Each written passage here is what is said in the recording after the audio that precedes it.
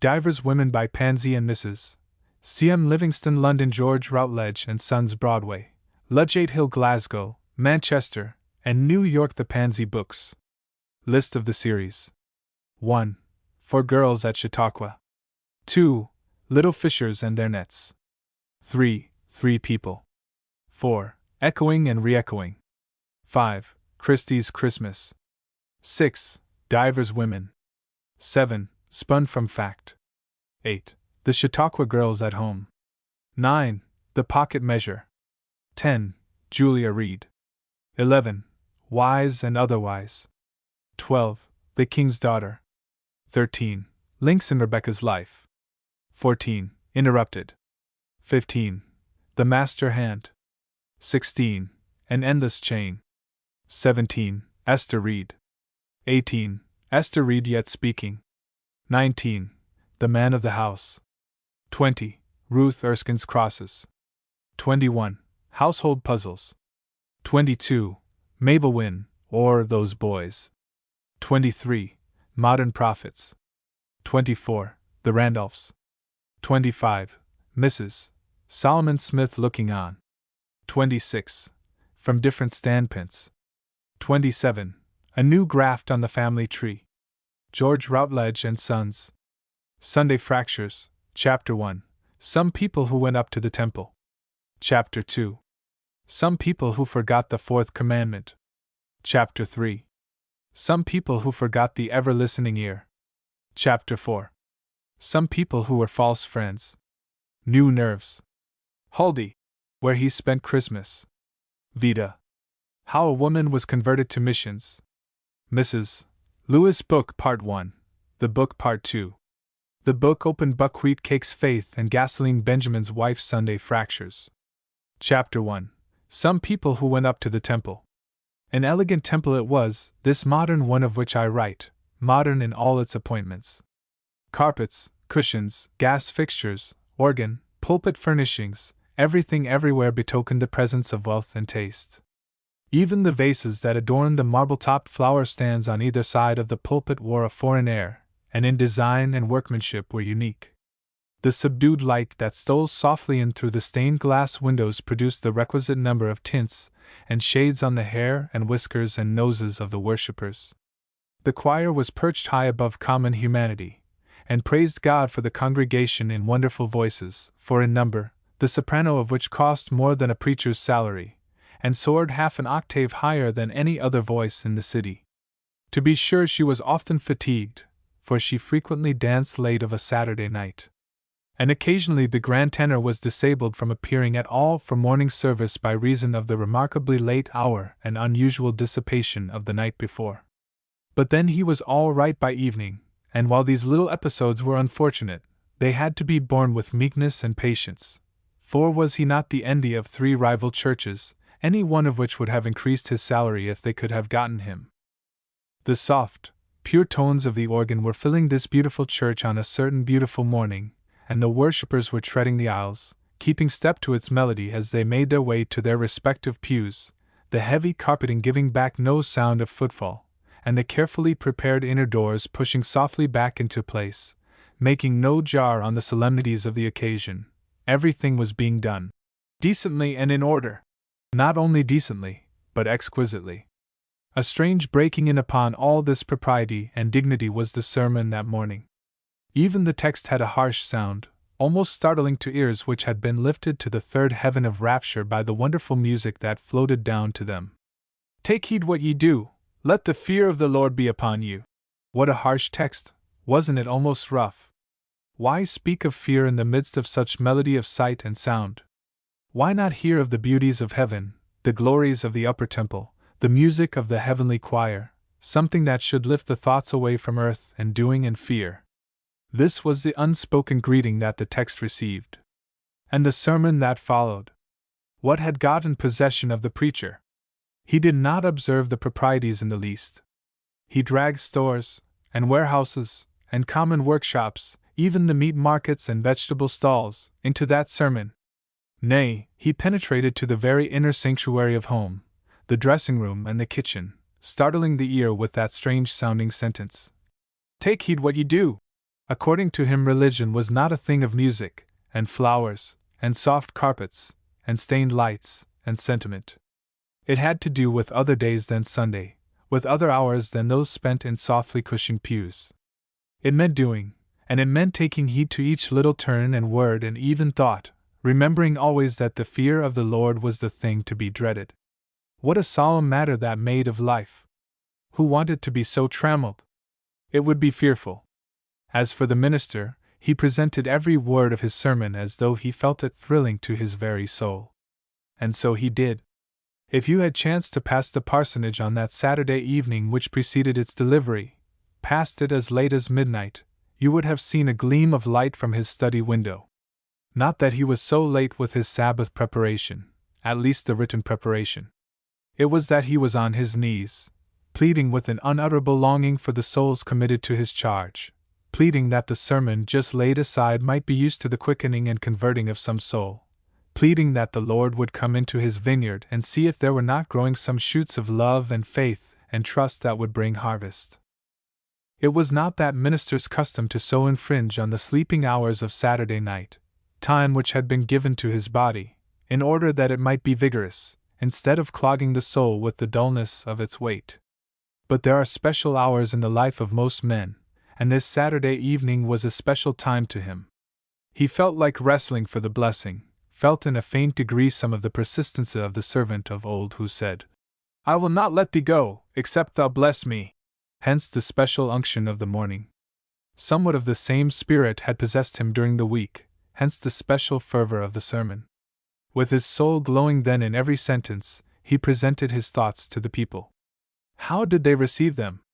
Some listened with the thoughtful look on their faces that betokened hearts and consciences stirred. There were those who yawned, and thought the sermon unusually long and prosy. Now and then a gentleman more thoughtless or less cultured than the rest snapped his watch-case in the very face of the speaker, by accident, let us hope. A party of young men, who sat under the gallery, exchanged notes about the doings of the week, and even passed a few slips of paper to the young ladies from the seminary, who sat in front of them. The paper contained nothing more formidable than a few refreshments in the shape of caramels with which to beguile the tediousness of the hour. There was a less cultured party of young men and women who unceremoniously whispered at intervals through the entire service, and some of the whispers were so funny that occasionally a head went down and the seat shook, as the amused party endeavored, or professed to endeavor, to subdue untimely laughter.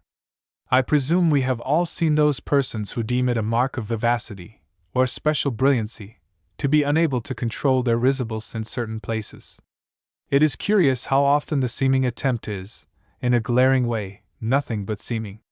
These parties perhaps did not break the Sabbath any more directly than the note-writers behind them, but they certainly did it more noisily and with more marked evidence of lack of ordinary culture.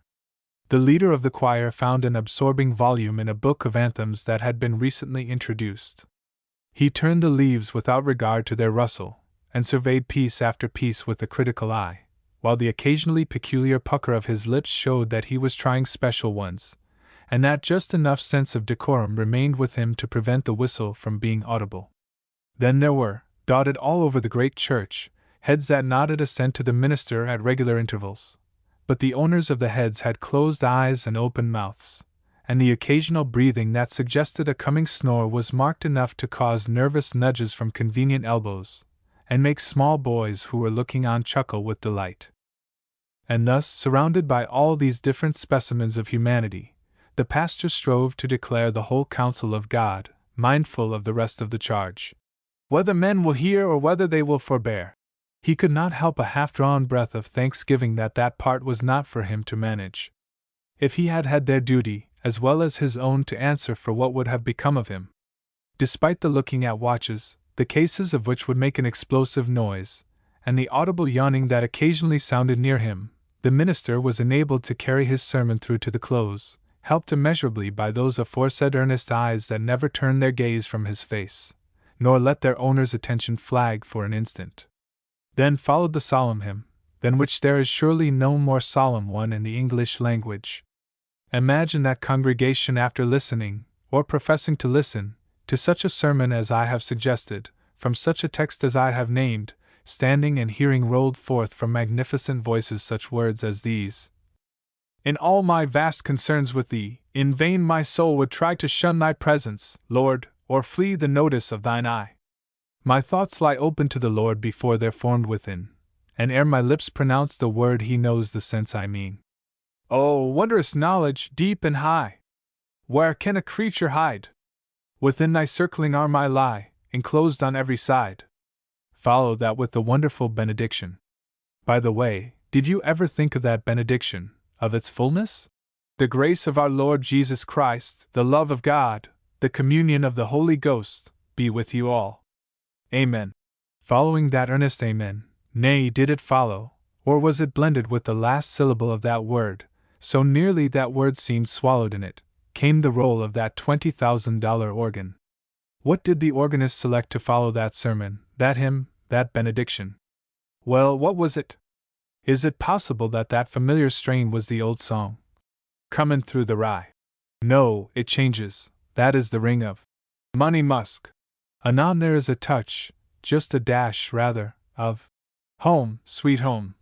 And then a bewilderment of sounds, wonderfully reminding one of Dixie and of Way Down Upon the Sewanee River. And then suddenly it loses all connection with memory, and rolls, and swells, and thunders, and goes off again into an exquisite tinkle of melody that makes an old farmer, for there was here and there an old farmer even in that modern church, murmur as he shook hands with a friend. Kind of a dancing jig that is, ain't it? To the sound of such music the congregation trip out. Halfway down the aisle Mrs. Denton catches the fringe of Mrs. Ellison's shawl. Excuse me, she says, but I was afraid you would escape me, and I have so much to do this week. I want you to come in socially on Tuesday evening, just a few friends, an informal gathering, tea at 8 because the girls want a little dance after it. Now come early.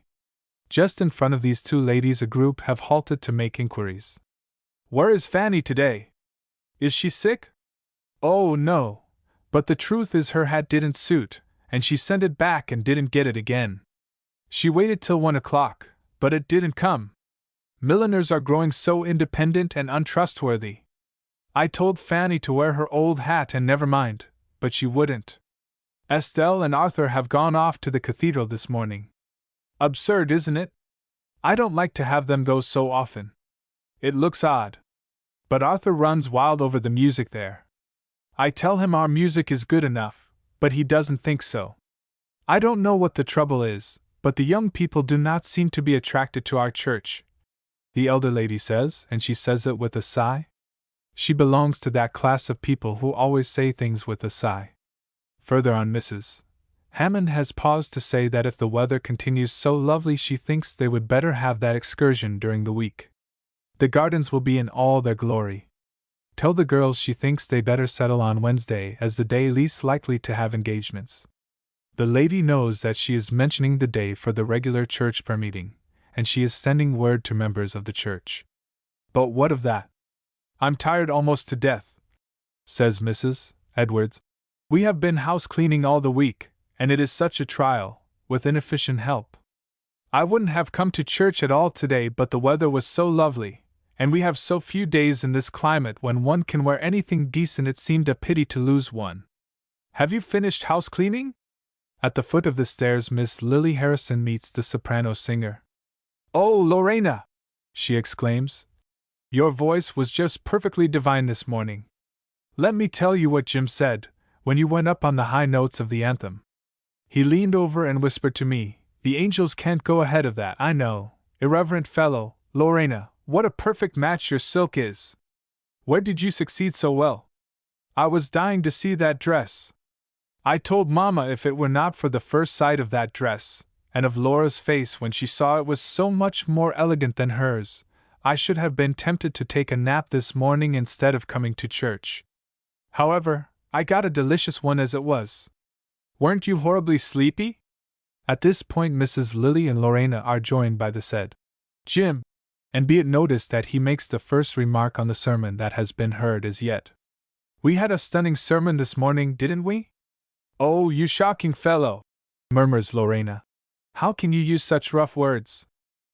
What words, stunning! Why, dear me, that is a jolly word, so expressive.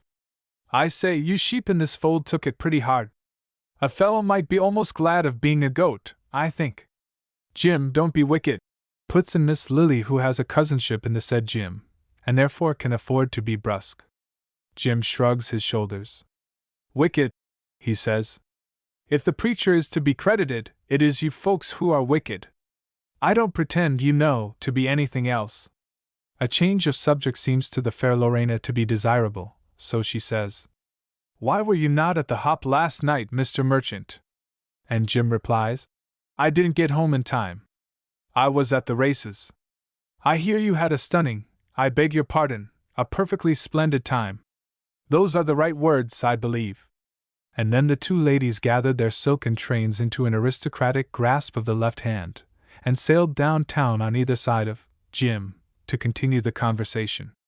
And those coral lips had but just sung, My thoughts lie open to the Lord, before they're formed within, and ere my lips pronounce the word he knows the sense I mean. What could he have thought of her? Is it not strange that she did not ask this of herself? How are you today? Mr. Jackson asked, shaking his old acquaintance, Mr. Dunlap, heartily by the hand. Beautiful day, isn't it? Now, what will be the next sentence from the lips of those gray-headed men, standing in the sanctuary, with the echo of solemn service still in their ears? Listen. Splendid weather for crops. A man with such a farm as mine on his hands, and so backward with his work, rather grudges such Sundays as these this time of year. And the other? Yes, he says, laughing. You could spare the time better if it rained, I dare say. By the way, Dunlap, have you sold that horse yet? If not, you better make up your mind to let me have it at the price I named. You won't do better than that this fell. Whereupon ensued a discussion on the respective merits and demerits, and the prospective rise and fall in horseflesh. Take heed what ye do, let the fear of the Lord be upon you. Had those two gentlemen heard that text? Chapter 2. Some people who forgot the fourth commandment. Let me introduce to you the Harrison dinner table, and the people gathered there on the afternoon of that Sabbath day. Miss Lily had brought home with her cousin Jim. He was privileged on the score of relationship. Miss Helen, another daughter of the house, had invited Mr. Harvey Latimer. He was second cousin to Kate's husband, and Kate was a niece of Mrs. Harrison. Relationship again. Also, Miss Fanny and Miss Cecilia Lawrence were there, because they were schoolgirls, and so lonely in boarding school on Sunday, and their mother was an old friend of Mrs. Harrison. There are always reasons for things.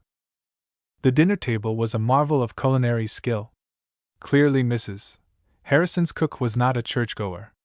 Roast turkey, and chicken pie, and all the side dishes attendant upon both, to say nothing of the rich and carefully prepared dessert, of the nature that indicated that its flankiness was not developed on Saturday, and left to wait for Sunday.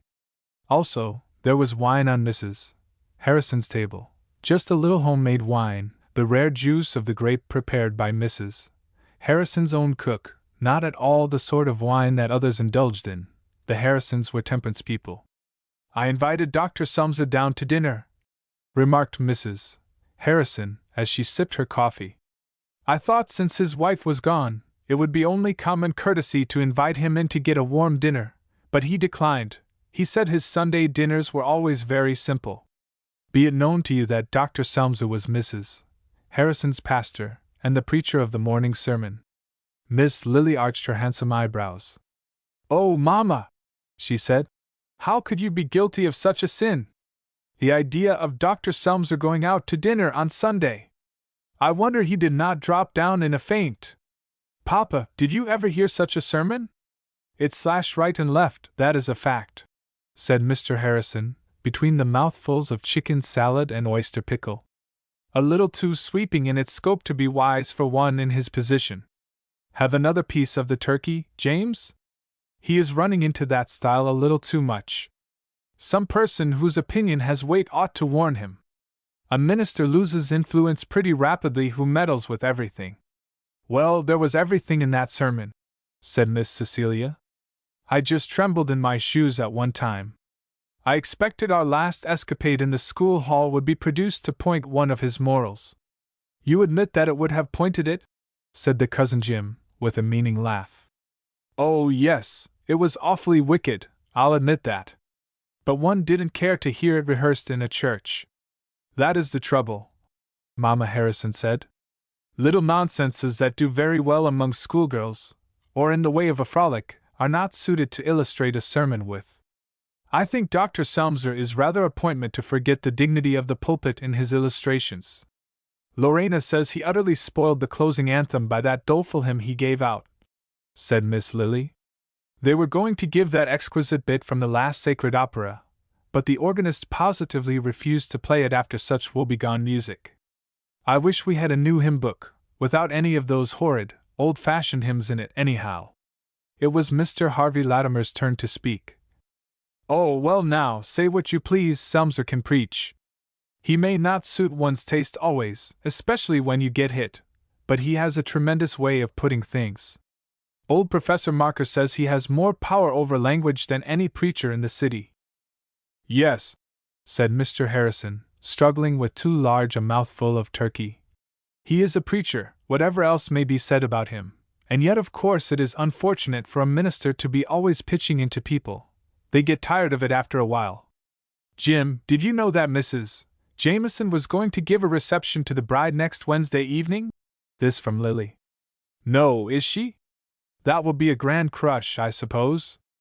I heard her giving informal invitations in church today, Helen said, and one of the schoolgirls said, Oh, don't you think she said she was going to invite us? Celia told her to send the invitation to you, Mrs. Harrison. We felt sure you would ask us to your house to spend the evening. Madam Wilcox will always allow that. But there is no use trying to get her permission for a party. You will ask us, won't you? Whereupon Mrs.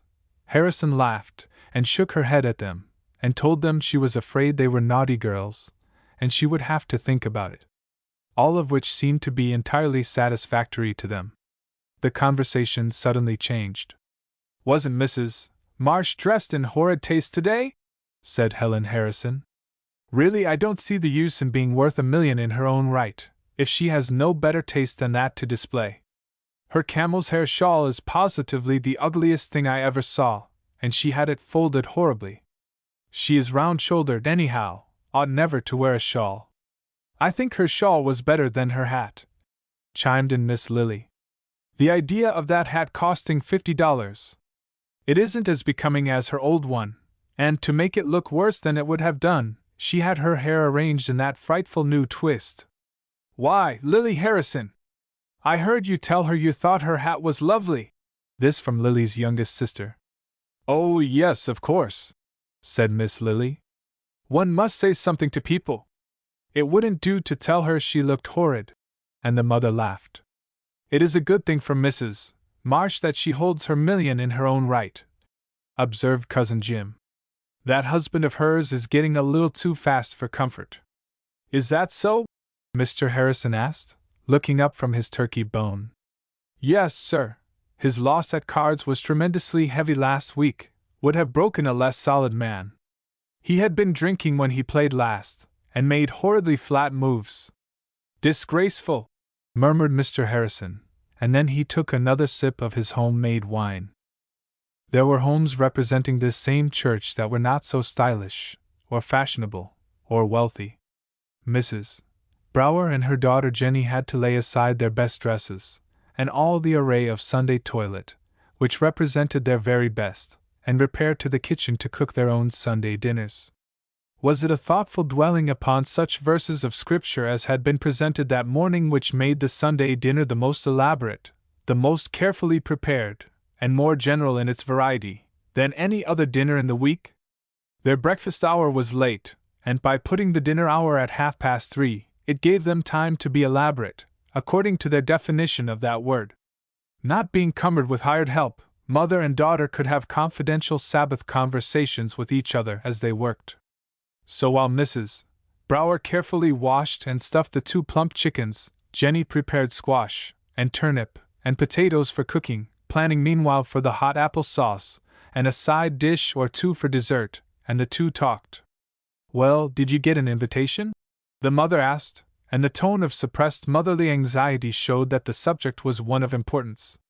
Did she mean an invitation to the great feast which is to be held when they sit down to celebrate the marriage supper of the Lamb, and which this holy Sabbath day was given to help one prepare for? No, on second thought it could not have been that, for, after listening to the morning sermon, no thought of anxiety could have mingled with that question.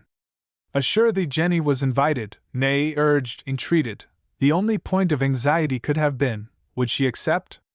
But it was another place that filled the minds of both mother and daughter. Indeed I did. There was glee in Miss Jenny's voice. I thought I wasn't going to. She went right by me and asked people right and left, never once looking at me. But she came away back after she had gone into the hall, and came over to my seat and whispered that she had been looking for me all the way out, but had missed me. She said I must be sure to come, for she depended on us young people to help make the affair less ceremonious. Don't you think, Emma wasn't invited at all, and I don't believe she will be. Almost everyone has been now. Emma was so sure of her invitation, because she was such a friend of Lou Jameson's. She thought she would get cards to the wedding, you know, and when they didn't come she felt sure of the reception. She has been holding her head wonderfully high all the week about it, and now she is left out and I am in. Mother, isn't that rich? Mrs. Brower plumped her chickens into the oven, and wiped the flour from her cheek and sighed. There will be no end of fuss in getting you ready, and expense too.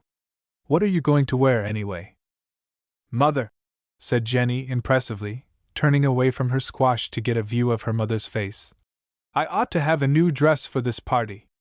I haven't anything fit to be seen.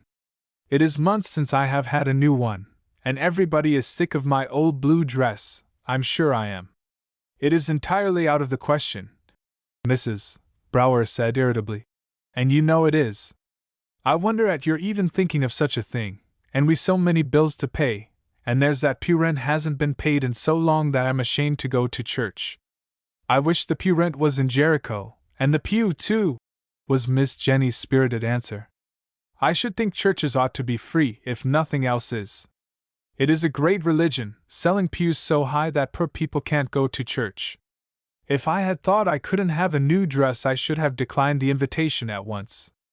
I did think it was time for me to have something decent, and I make my own clothes too, which is more than most any other girls do. I saw a way to make it this morning. I studied Miss Harvey's dress all the while we were standing. I could make trimming precisely like hers, and put it on and all. I could do everything to it but cut and fit it.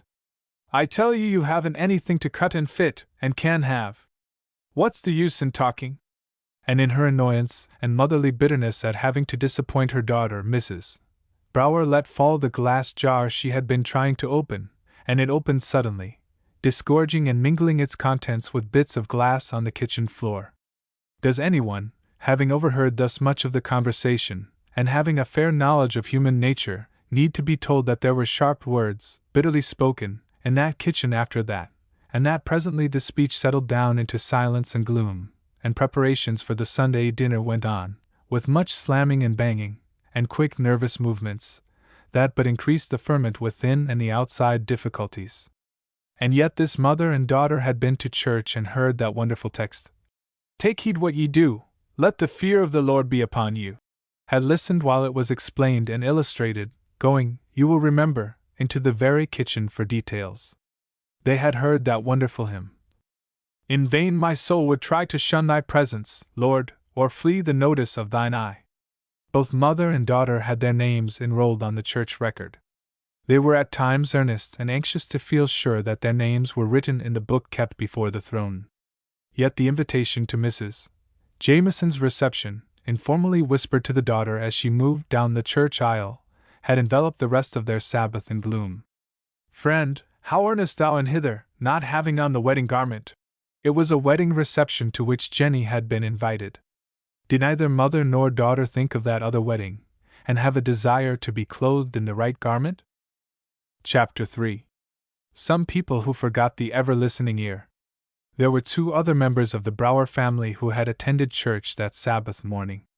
One was Mr. Brower, senator, and at the season of dinner getting he lay on the couch in the dining room, with the weekly paper in his hand, himself engaged in running down the column of stock prices. He glanced up once, when the words in the kitchen jarred roughly on his aesthetic ear, and said, "Seems to me, if I were you, I would remember that today is Sunday, and not be quite so sharp with my tongue." Then, his solemn duty done, he returned to his mental comparison of prices. Also, there was Dwight Brower, a young fellow of 19 or so, who acted unaccountably. Instead of lounging around, according to his usual custom, hovering between piazza and dining room, whistling softly, now and then turning over the pile of old magazines between whiles, in search of something with which to pass away the time, he passed through the hall on his return from church, and without exchanging a word with anyone went directly to his room. Once there, he turned the key in the lock, and then, as though that did not make him feel quite enough alone, he slipped the little brass bolt under it, and then began pacing the somewhat long and somewhat narrow floor. Up and down, with measured step and perplexed, anxious face, hands in his pockets, and his whole air one of abandonment to more serious thought than boys of 19 usually indulge. What has happened to Dwight? Something that is not easily settled, for as the chickens sputter in the oven below, and the water boils off the potatoes, and the pudding is manufactured, and the cloud deepens and glooms, he does not recover his free and easy air and manner. He ceases his walk after a little, from sheer weariness, but he thrusts out his arm and seizes a chair with the air of one who has not time to be leisurely, and flings himself into it, and clasps his arms on the table, and bends his head on his hands and thinks on. The holy hours of the Sabbath afternoon waned. Mr. Brower exhausted the stock column, read the record of deaths by way of doing a little religious reading, tried a line or two of a religious poem and found it too much for him, then rolled up a shawl for a sofa pillow, put the paper over his head to shield him from the October flies, and went to sleep. Jenny went in and out setting the table, went to the cellar for bread and cake and cream, went to the closet upstairs for a glass of jelly, went the entire round of weary steps necessary to the getting ready the Sunday feast, all the time with the flush on her cheek and the fire in her eye that told of a turbulent, eager, disappointed heart, and not once during the time did she think of the solemn words of prayer or hymn or sermon, or even benediction of the morning. She had gotten her text in the church aisle. It was, "Wherewithal shall I be clothed, in order to sit down at the marriage supper of Mrs. Jameson's son and daughter?" And vigorously was it tormenting her. What an infinitely compassionate God is ours who made it impossible for Dr. Selmser, as he sat alone in his study that afternoon, to know what was transpiring in the hearts and homes of some of his people. Those chickens sputtered themselves done at last, and the hot and tired mother, with still the anxious look on her face, stooped and took them from their fiery bed, and the father awoke with a yawn to hear himself summoned to the feast. It was later than usual. Many things had detained them, 4 o'clock quite, and before the army of dishes could be marshaled back into shape, the bell would certainly toll for evening service. "Let the fear of the Lord be upon you," and he said, "remember the Sabbath day, to keep it holy."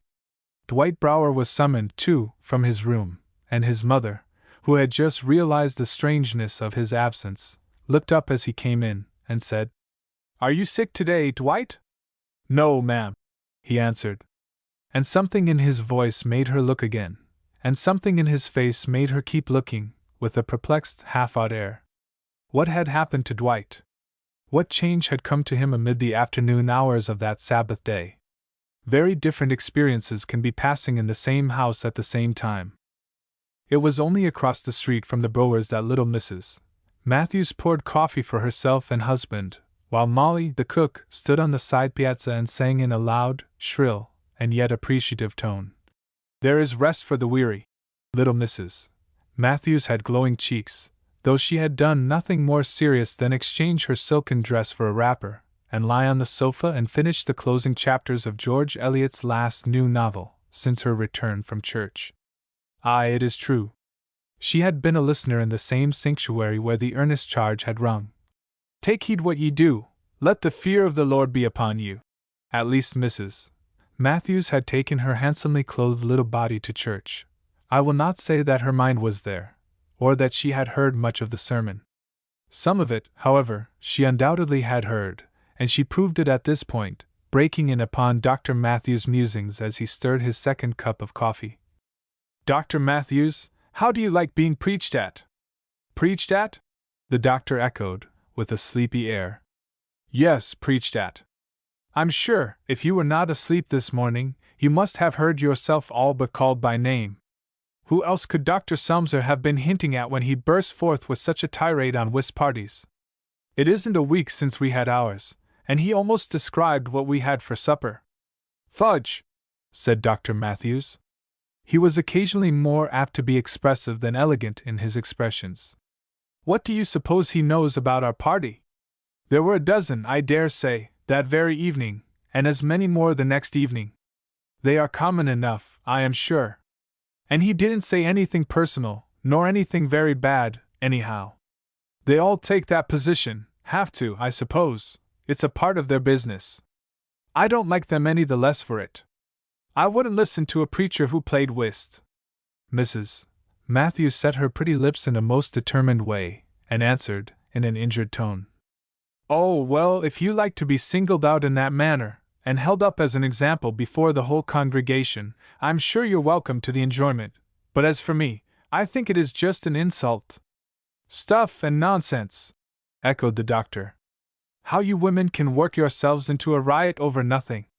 Now you know he didn't say any more than he has a dozen times before.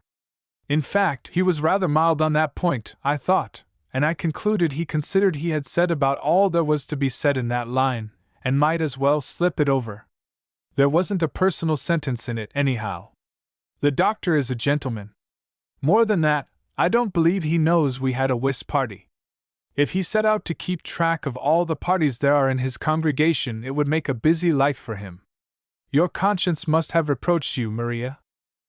"Well, some people are less sensitive than others, I suppose. I know men who wouldn't like to have their wives talked about as freely as yours was from the pulpit this morning. I tell you, Dr. Matthews, that he meant me, and I know it, and I don't mean to stand it, if you do." "How will you help it?" the doctor asked, and he laughed outright. It did seem ridiculously funny to him. "A tempest in a thimble," he called it. His wife was given to having them. "What will you do about it? Fight him, or what? It's a free country, and the man has a right to his opinions, even if you don't agree with him. Better hush up, Maria. I don't believe in duels, and they are against the law in this country besides. You are powerless, you see." It is a pity he said that. Mrs. Dr. Matthews, being a woman, and being a member of that church, knew she was not powerless. And women of her stamp are sure to be dared by random, half-earnest sentences, to show the very utmost that their weak selves can do. As truly as I tell you the story here today, that is the way the ferment began. A little leaven leaveneth the whole lump. Aye, and a little acid sours the whole lump. Do you think Mrs. Dr. Matthews sallied out directly her meal was concluded, and openly and bitterly denounced Dr. Selmser as a pulpit slanderer? She did nothing of the sort. She chose her time and place and persons with skill and tact, and said, "Didn't they think, just among themselves, not intending to breathe it outside for the world, that Dr. Selmser was getting a little unpopular among the young people? He was so grave, almost stern. She felt distressed sometimes lest they should cultivate a feeling of fear toward him. She did think it was so important that the young people should be attracted." Watching her opportunity, and it is wonderful how many opportunities there are in the world, if one only watches for them, she remarked at Mrs. Brower's that Dr. Selmser was just a little inclined, she thought, to pay rather too much attention to families like the Harrisons. It was natural, she supposed. Ministers were but human, and of course with their wealth and influence they could make their home very attractive to him. But she always felt sorry when she saw a clergyman neglecting the poor. Dr. Selmser certainly had called at Mr. Harrison's twice during this very week. Of course he might have had business, she did not pretend to say. But there were some who were feeling as though their pastor didn't get time to see them very often. He ought to be willing to divide his attentions. Now Mrs. Brower belonged by nature to that type of woman who is disposed to keep an almanac account with her pastor. She knew just how many calls Dr. Selmser made on her in a year, and just how far apart they were. It really needed but a suggestion to make her feel doubly alert, on the qui-vive, indeed, to have her feelings hurt. So of course they were hurt. In point of fact, there is nothing easier to accomplish in this jarring world than to get your feelings injured. If you are bent on being slighted, there is no manner of difficulty in finding people who apparently live and move and breathe for no other purpose than to slight you. And as often as you think about them, and dwell on their doings, they increase in number. A new name is added to the list every time you think it over, and the fair probability is that every single person you meet on that day when you have just gone over your troubles will say or do, or leave unsaid or undone, that which will cruelly hurt you. I tell you, dear friend, it becomes you to keep those feelings of yours hidden under lock and key, out of sight and memory of anyone but your loving Lord, if you don't want them hurt every hour in the day. Chapter 4. Some people who were false friends. Did a woman ever start out, I wonder, with the spirit of turmoil and unrest about her, that she did not find helpers? Especially if she be one of a large congregation, she comes in contact with some heedless ones, some malicious ones, some who are led into mischief by their undisciplined tongues, some who have personal grievances. And there are always some people in every community who stand all ready to be led by the last brain with which they come in contact.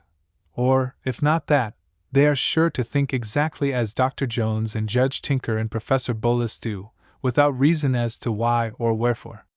This class is very easily managed. A little care, a judicious repetition of a sentence which fell from the doctor's or the judge's or the professor's lips, and which might have meant anything or nothing, by the slightest possible changes of emphasis, can be made to mean a little or a great deal. It wasn't slow work either, not half so slow as it would have been to attempt the building up of someone's reputation. By reason of the law of gravitation, the natural tendency is downward, so prevalent in human nature, and by reason of the intense delight which that wise and wily helper, Satan, has in a fuss of any sort. Do Mrs. Dr. Matthews the justice of understanding that she didn't in the least comprehend what she was about. That is, not the magnitude of it. She only knew that she had been stung, either by her conscience or else by Dr. Selmser. She chose to think it was Dr. Selmser, and she felt like repaying him for it. He should be made to understand that people wouldn't bear everything, that he must just learn to be a little more careful about what he said and did. Take heed what ye do, let the fear of the Lord be upon you. Yes, she heard the text, and was thinking of her party all the time. Did she think that certain things which occurred in her parlors on that evening were not in accordance with the text? Then did she think to blot out the text by showing her ability to stir up a commotion? What do such people think, anyway? There came a day when even Mrs. Dr. Matthews herself stood aghast over what had been done, and didn't more than half recognize her hand in the matter. So many helpers she had found, non-temperance men, men of antagonistic political views, men who winced at the narrowness of the line drawn by their pastor, a line that shut out the very breath of dishonesty from the true Church of Christ.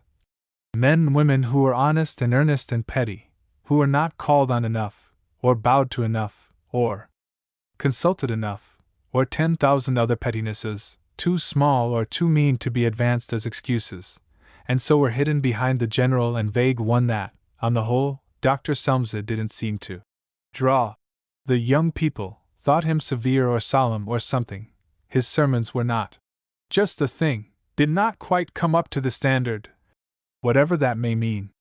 So the ball grew so large that one day it rolled toward the parsonage in the shape of a letter, carefully phrased, conciliatory, soothing, meant to be every confidence in his integrity and kindness of heart and good intentions, and every other virtue under the sun. But, well, the fact was the young people did not feel quite satisfied, and they felt that, on the whole, by and by toward spring, perhaps, or when he had had time to look around him and determine what to do, a change would be for the best, both for himself and for the cause. Indeed, they were persuaded that he himself needed a change. His nervous system imperatively demanded it.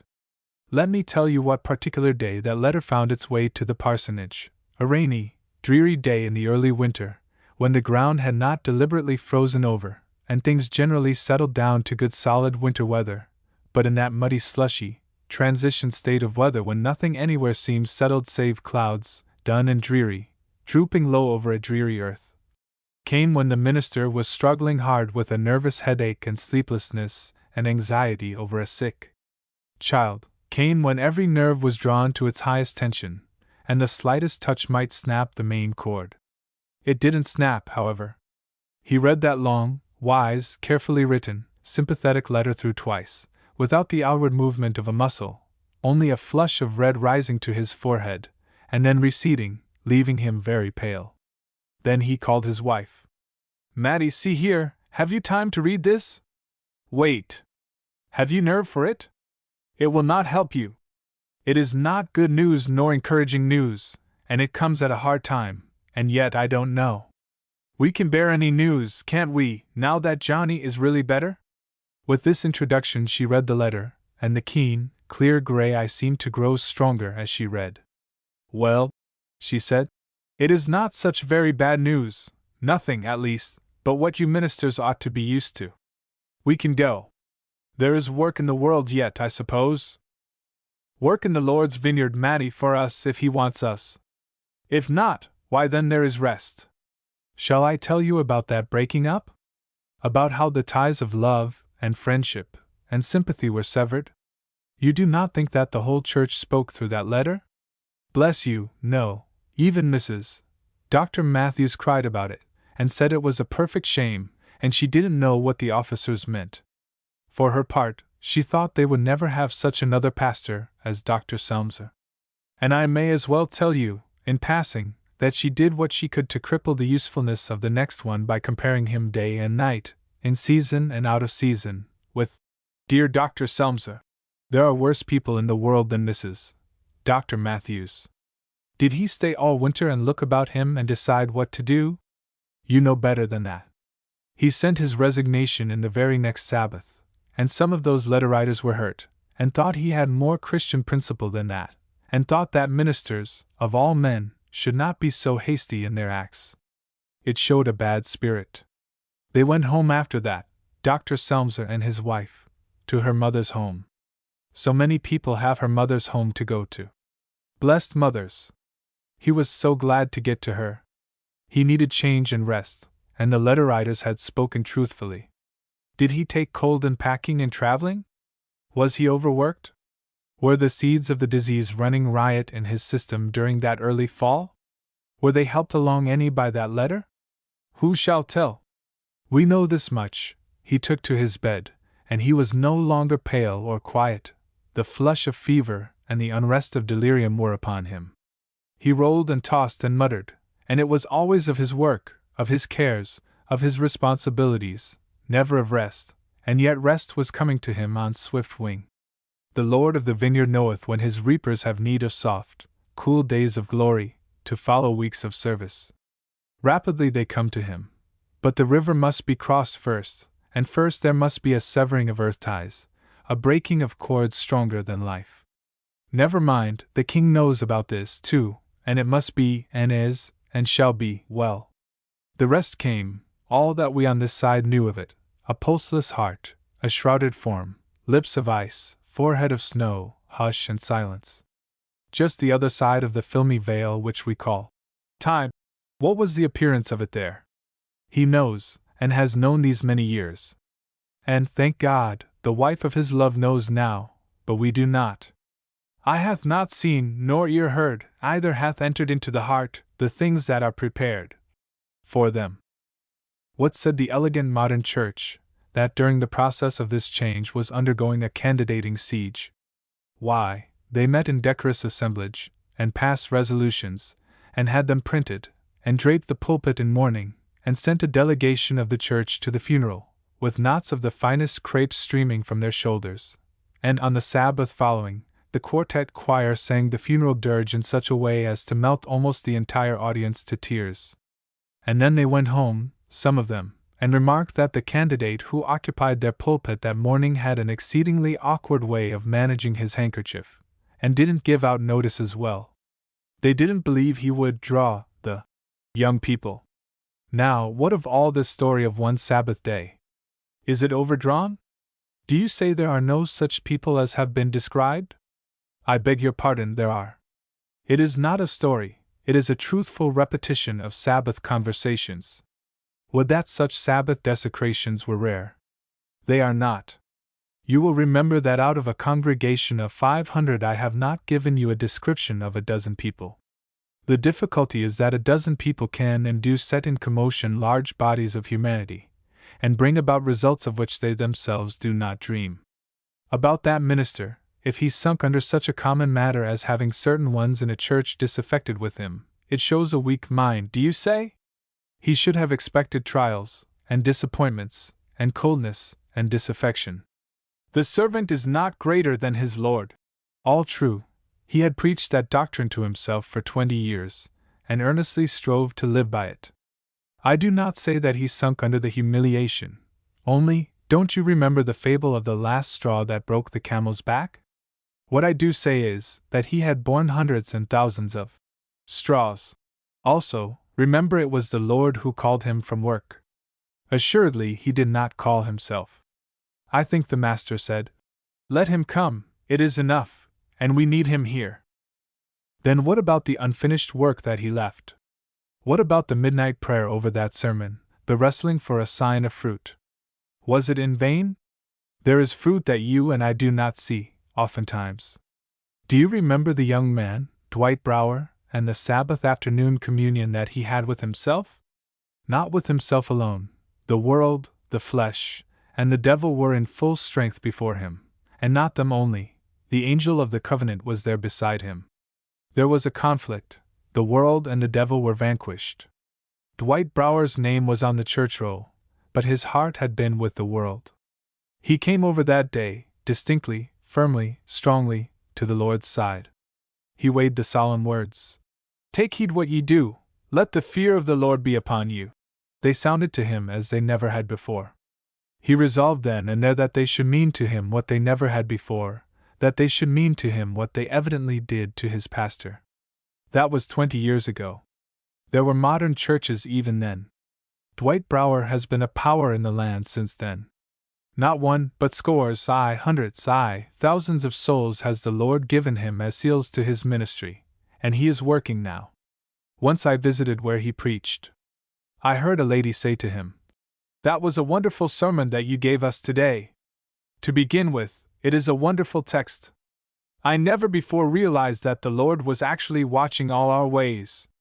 He turned toward her with a smile and said, "It was Dr. Selmser who preached today. He has been gone 20 years, and he is preaching yet. And I heard a voice saying unto me, Right blessed are the dead who die in the Lord, yea, saith the Spirit, that they may rest from their labors, and their works do follow them." Does it seem to you a pity that he could not have known, could not have had one glimpse of the fruit of his work? How do you know what view of waving harvests being garnered in the Lord calls him to look down upon from the heights of Pisgah? "When I awake with thy likeness I shall be satisfied." Be sure the Lord has satisfied him. Meantime that modern church is still very modern indeed, and at this present time its pulpit is vacant. They are candidating. New nerves. Margaret, do stop that horrid screeching. You make my head fairly snap. The music suddenly ceased. The sharp voice came from the pantry, and belonged to Margaret's mother, Mrs. Murray. She stood before her molding board weighing out chopped raisins, currants, flour, butter, and all the other ingredients that go to make a fruit cake. The deep-cut frown between her eyes, the worried expression, and the tightly shut lips told their own story. The singer stood at the kitchen table washing the breakfast dishes, a pretty picture, with her 16 years just blossoming into pink cheeks and bright eyes, a trim and dainty figure even in her simple dark print and white apron. She looked so happy and caroled forth her song so gaily, while she wiped the delicate china cups on the soft towel. If her mother could but have seen her, would she so rudely have jarred the bright spirit? And this was Margaret. She, too, could frown. Now the straight black brows drew themselves together in an ugly way on the white forehead, the cheeks took a deeper pink, and the bright eyes had a snap in them. She flung the cups on the table in place of the almost loving touches she had bestowed upon them. The clatter went on, and at last the luckless cup reeled, and rolled to the very edge of the table, and off it went, shivering into many fragments. This brought Mrs. Murray to the pantry door. "Well, I never saw anything like you for carelessness," she said in a high-keyed voice. "There goes another of that set. You were vexed, or that wouldn't have happened. I heard how you slammed about after I spoke to you. Now pick up the pieces and go away. I will wash them myself." Every nerve in the girl's body fairly quivered. Her mother had touched her on a tender point. She had been drilled by her music teacher for a long time on the high notes of a difficult piece of music, and she had just succeeded in trilling it out to her own satisfaction and delight, when she was startled by her mother's voice. Poor Margaret! She had a hot temper, and when the severe reprimand for her carelessness was added, she felt so angry and disgraced that she would have said many a word to repent of, but happily she could not control her voice to speak. Every time she attempted it, a choking sob stood right in the doorway, and would not let the wicked words out. Mrs. Murray was a pattern housekeeper, a model of neatness. Everything in her house shone, from the parlor windows to the kitchen stove. Her cake was always light, her bread sweet. No table could compare with hers for delicious variety. Her housekeeping was a fine art, before which everything else was made to bow. Her parlor was made most attractive in all its appointments, and everything that goes to make a pleasant home was lavishly supplied by her husband, yet a more uncomfortable family it would be hard to find. The parlor was kept closed and dark, except on rare occasion. Flies and dust and mud were Mrs. Murray's avowed enemies. To overcome them was the chief end of her life. To this end she tortured her husband, and son, and daughters. Summer and winter she diligently pursued them, and many a tempest was evolved in that house from a source no greater than a muddy footprint, or stray fly or two, for in summer the house was enclosed in wire screens, and heedless people were forever leaving them open. Economy, too, another most desirable virtue, was in this home made to appear almost a vice. She would not let the sunshine in, lest it would fade the carpet. She made her room dingy and unpleasant in the evening, to save gas. She would not make a fire in the parlor in the winter, because it wasted coal. She would not open it in summer because dust ruined the furniture. To make matters worse, Mrs. Murray was a woman made principally of nerves. She was a constitutional fretter. It must be said in her justification that she came of a nervous race. There are different kinds of nervous people. This family did not belong to that limp class who start with a fright at every noise, or faint at sight of a spider. Their nerves were too tightly drawn, and like a delicate stringed instrument, when a rude touch came, snap, went a string, making all life's music into discord as far as they were concerned. The discord usually expressed itself in scolding. It is a real luxury for the time, to the wicked nerves to give somebody a sound beating. Mrs. Murray's mother and grandmother and great-grandmother had made a practice of scolding their children, their servants, and their husbands, when necessary, and it never seemed to occur to her that there was any other way to manage affairs. Another antic those naughty nerves often indulged in was nervous headache.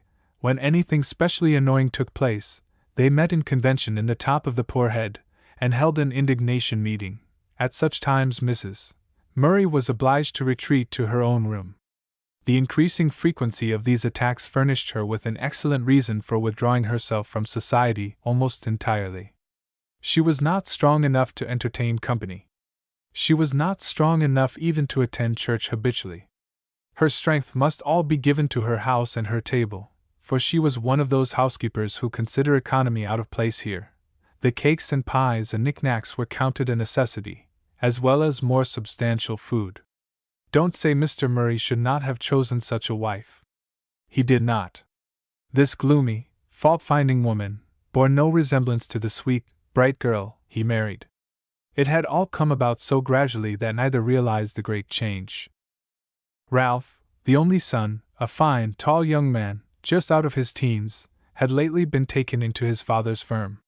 He was noble and true, though in a little danger on account of his fondness for company, which, not being gratified at home, was taking him away from its safe boundaries to clubs, and questionable company and amusements, much more than pleased his father. But Ralph declared he must have some pleasure. Didn't want to mope in his room alone after being hard at work all day. As for home, There was nothing there, not even a good place to read, gas at the top of the wall in the dingy old dining room, and the girls always out, or out of humor. He could do no better. Mr. Murray was uneasy. Their home was sort of dismal. What was the matter? The two daughters, just coming up to womanhood, also missed many of the pleasant surroundings and sweet sympathy that other girls seemed to have in their homes. With all her toil and doing, Mrs. Murray was letting her children slip, as it were, through her fingers. The house was well furnished, but there was no room bright and warm, with music and books and papers, where they gathered in the evening and strengthened the home ties. No servant could long please Mrs. Murray, so the comers and goers to that kitchen for many years were numerous. Now she had hit upon a new plan. She could carry out some good old-fashioned notions she had about training girls in domestic matters. She would do her own work with such assistance as her daughters could give her out of school hours, calling in such help as they needed. But the project did not work well. The girls were always hurried. Their school duties left very little time for anything else, so their household tasks were not always well or cheerfully performed, especially Margaret's. Her love for music amounted to a passion, and she grudged the time for practice. Then their inexperience tried her mother's patience sadly, and brought the inevitable scoldings, and made Margaret's irritable nerves flash up to meet her mother's. But that Saturday morning that we began to tell about, it was such a very exasperating one all around. One thing after another happened to make things go wrong, till it fairly seemed as if some evil genius had affairs under control. The door opened and a sweet round face, framed by a sweeping cap, appeared. A graceful young girl armed with broom and dustpan stepped lightly across the kitchen, deposited her broom in the corner, and proceeded to empty the contents of the pan in the fire.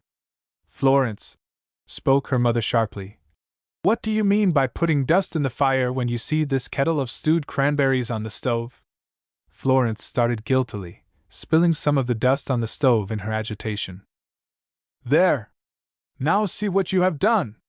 You two make more work than you do, and just see how you have stood the broom in the corner, instead of hanging it up, as I have told you 100 times to do. It is more trouble to teach you than it is to do things myself.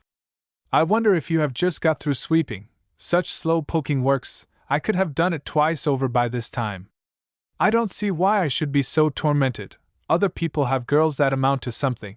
Mrs. Murray, down in her heart, believed there were no girls in all the kingdom like hers. Florence was accustomed to this sort of talk, and yet it hurt her sensitive, affectionate nature every time.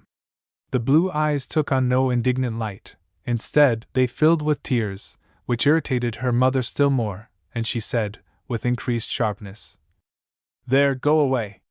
You are made of too fine stuff for common purposes, getting so touchy that not a word can be said to you." Counting time by her mother's calendar, Florence had been a long time doing a little, but her nature was different from her mother's. All her movements were gentle. She had been reverently following her mother's directions. Her untiring patience ferreted dust out of every little corner where it had lodged in the furniture. She had mounted the step-ladder and dusted the pictures, had cleaned and polished all the little ornaments. True, she lingered a moment over a book of engravings, and to kiss a little statuette of prayer, but she thought she had done it all so nicely, and a little word of praise would have made her so happy. It was hard, when she had done her best, to have only fault-findings. At a very critical stage of affairs in the pastry-making, Nettie Blynn knocked at the side door. She only wanted to see Maggie just a minute about the Christmas entertainment. Maggie set down a half-beaten dish of eggs and ran. The minute lengthened into many more, and the girls talked and talked, as girls will, forgetting all about time. When Margaret returned to the kitchen, she found her mother in a perfect fever of haste, and poor Florence trying to go 2 or 3 ways at once. "Now, Margaret," her mother began, "I might just as well depend upon the wind as you. Drop everything and run the minute you are called. That is just as much sense as Nettie Blynn has, running to the neighbors Saturday morning, and staying like that, when I have so much to do. You don't seem to care whether you help me or not." "Why, Mother, how could I help it?" Margaret answered with spirit. "I didn't ask her to come, and I couldn't tell her to go away. Saturday morning is as good as any other time to her. She doesn't have to work all day Saturday, And how should she know that I do? Just here the front doorbell gave a malicious tingling. Mrs. Allen, an old friend who lived several miles out of town, had just a few minutes before train time. She was sure there was no one in the world she wanted to see so much as Mrs. Murray, and Mrs. Murray was just as sure that she herself wanted to see nobody just then, but there was no help for it. She washed the dough from her hands, and saying to Margaret, as she hurriedly left the kitchen, "Finish that pie, and watch the fire, don't let that cake burn, nor the cranberries." Alas! For Margaret. She became so absorbed in rolling the upper crust of the mince pie, and in trying to cut a beautiful pine tree on it, that she forgot all about the fire, and the cake, and the cranberries. An odor not savory came from the stove. Margaret rushed out, but it was too late. The cranberries sent up a dense black smoke, and were burned fast to the new porcelain kettle, and horrors! On opening the oven door, the fruit cake was a sight to behold, as black as a hat, and an ominous-looking valley in the center of it. "Flo! Go tell Mother to come here quick!" screamed Margaret. "Everything has gone to destruction." Any housekeeper can well imagine what a person, who did not hold firm rule over nerve and tongue, would say under such aggravations. Although her mother's words stung like scorpions, Margaret did not attempt to excuse herself this time, for she felt keenly that she had been guilty of great neglect, and she would have told her mother so if the bitter words had not made her hard and sullen. The longer her mother talked, the less she felt that she cared for the consequences of her fault.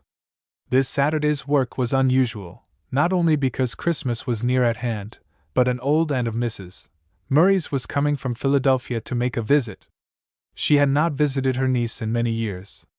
She also used to be a model housekeeper, and Mrs. Murray was anxious that everything should appear to the best advantage. At last the toil and strife of that day was over, the work was all done up, and the girls sought their own room. "Maggie," said Florence, "what do you suppose Aunt Deborah will bring us for Christmas presents?"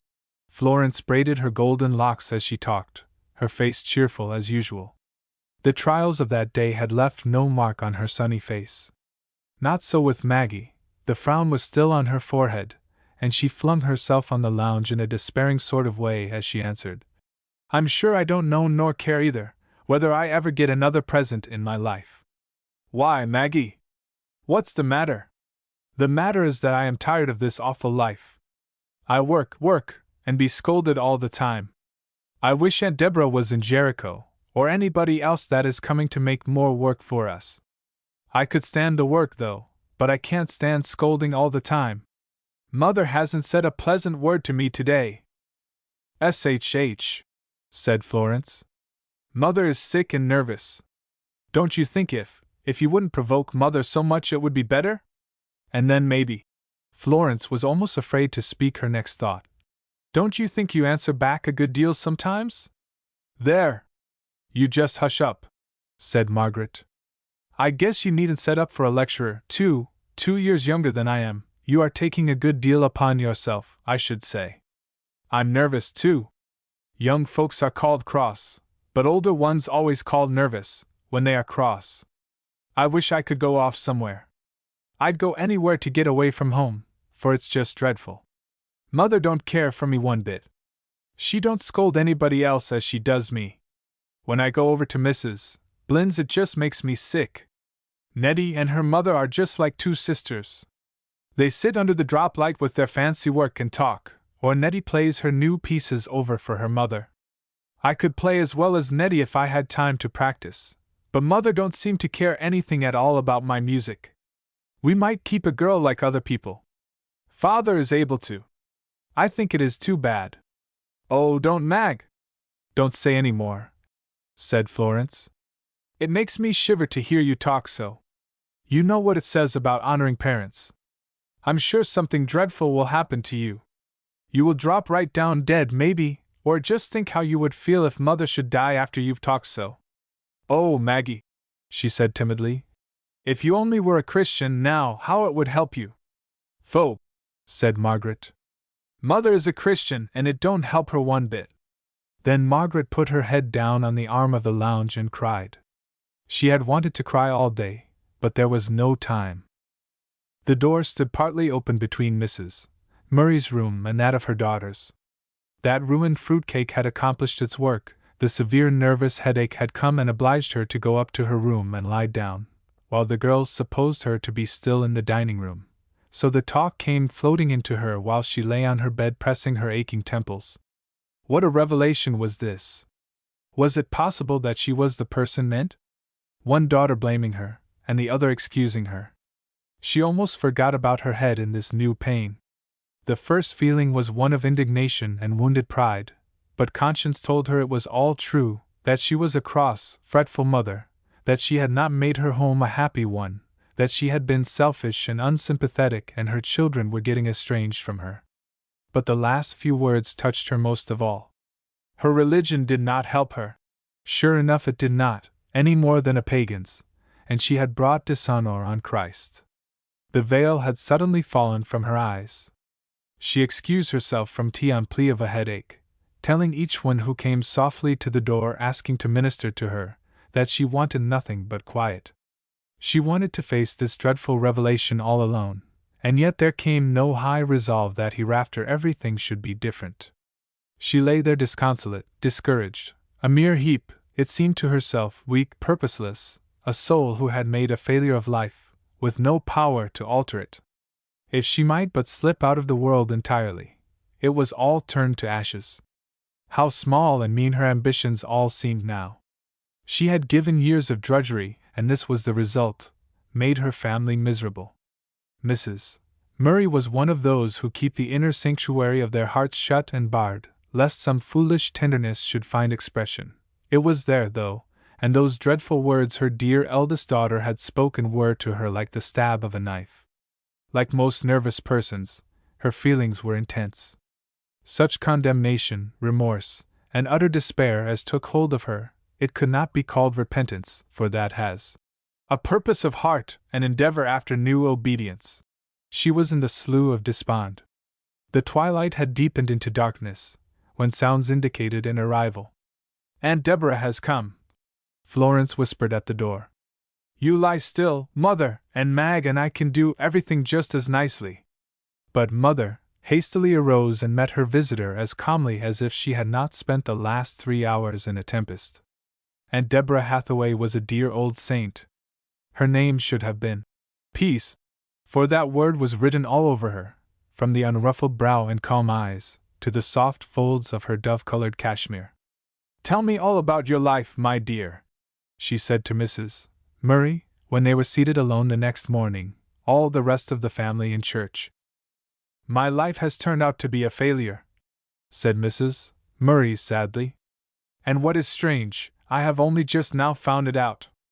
Then, drawn on by the loving sympathy expressed, she unburdened her heart to Aunt Deborah, keeping back nothing. "But then, what am I telling all this to you for? Nobody can help me. I have at times realized that I was growing very irritable, and was ashamed of it. Then I would resolve that I would not do so any more, but my resolves are like ropes of sand. I get started and can't stop. I think if human beings were like sewing machines, and when they get out of order, could have some skillful hand just put a drop of oil here and there, and loosen the tension or something, it would be so good. But things do annoy me so, sometimes it seems as if Satan himself planned things out to vex me." "I make no doubt," said Aunt Deborah, "but that Satan is busy enough, but sometimes I think he gets more set down to his account than rightfully belongs. He couldn't accomplish half he does with us if we didn't help him. We put ourselves in such a condition that it is easy for him to carry us captive. But you said nobody could help you. Now I believe I can help you.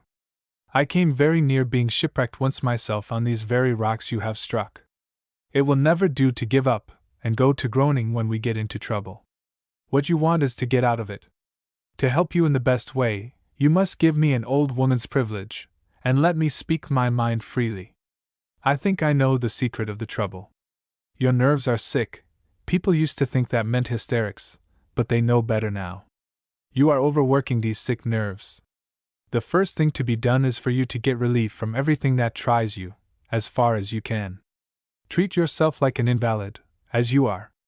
Then change your way of life entirely, go out a good deal in the air, read, and talk, and sing, and play on the piano.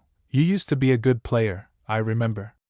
Let the housework and the sewing be done by somebody else, except what you can do without a strain upon yourself.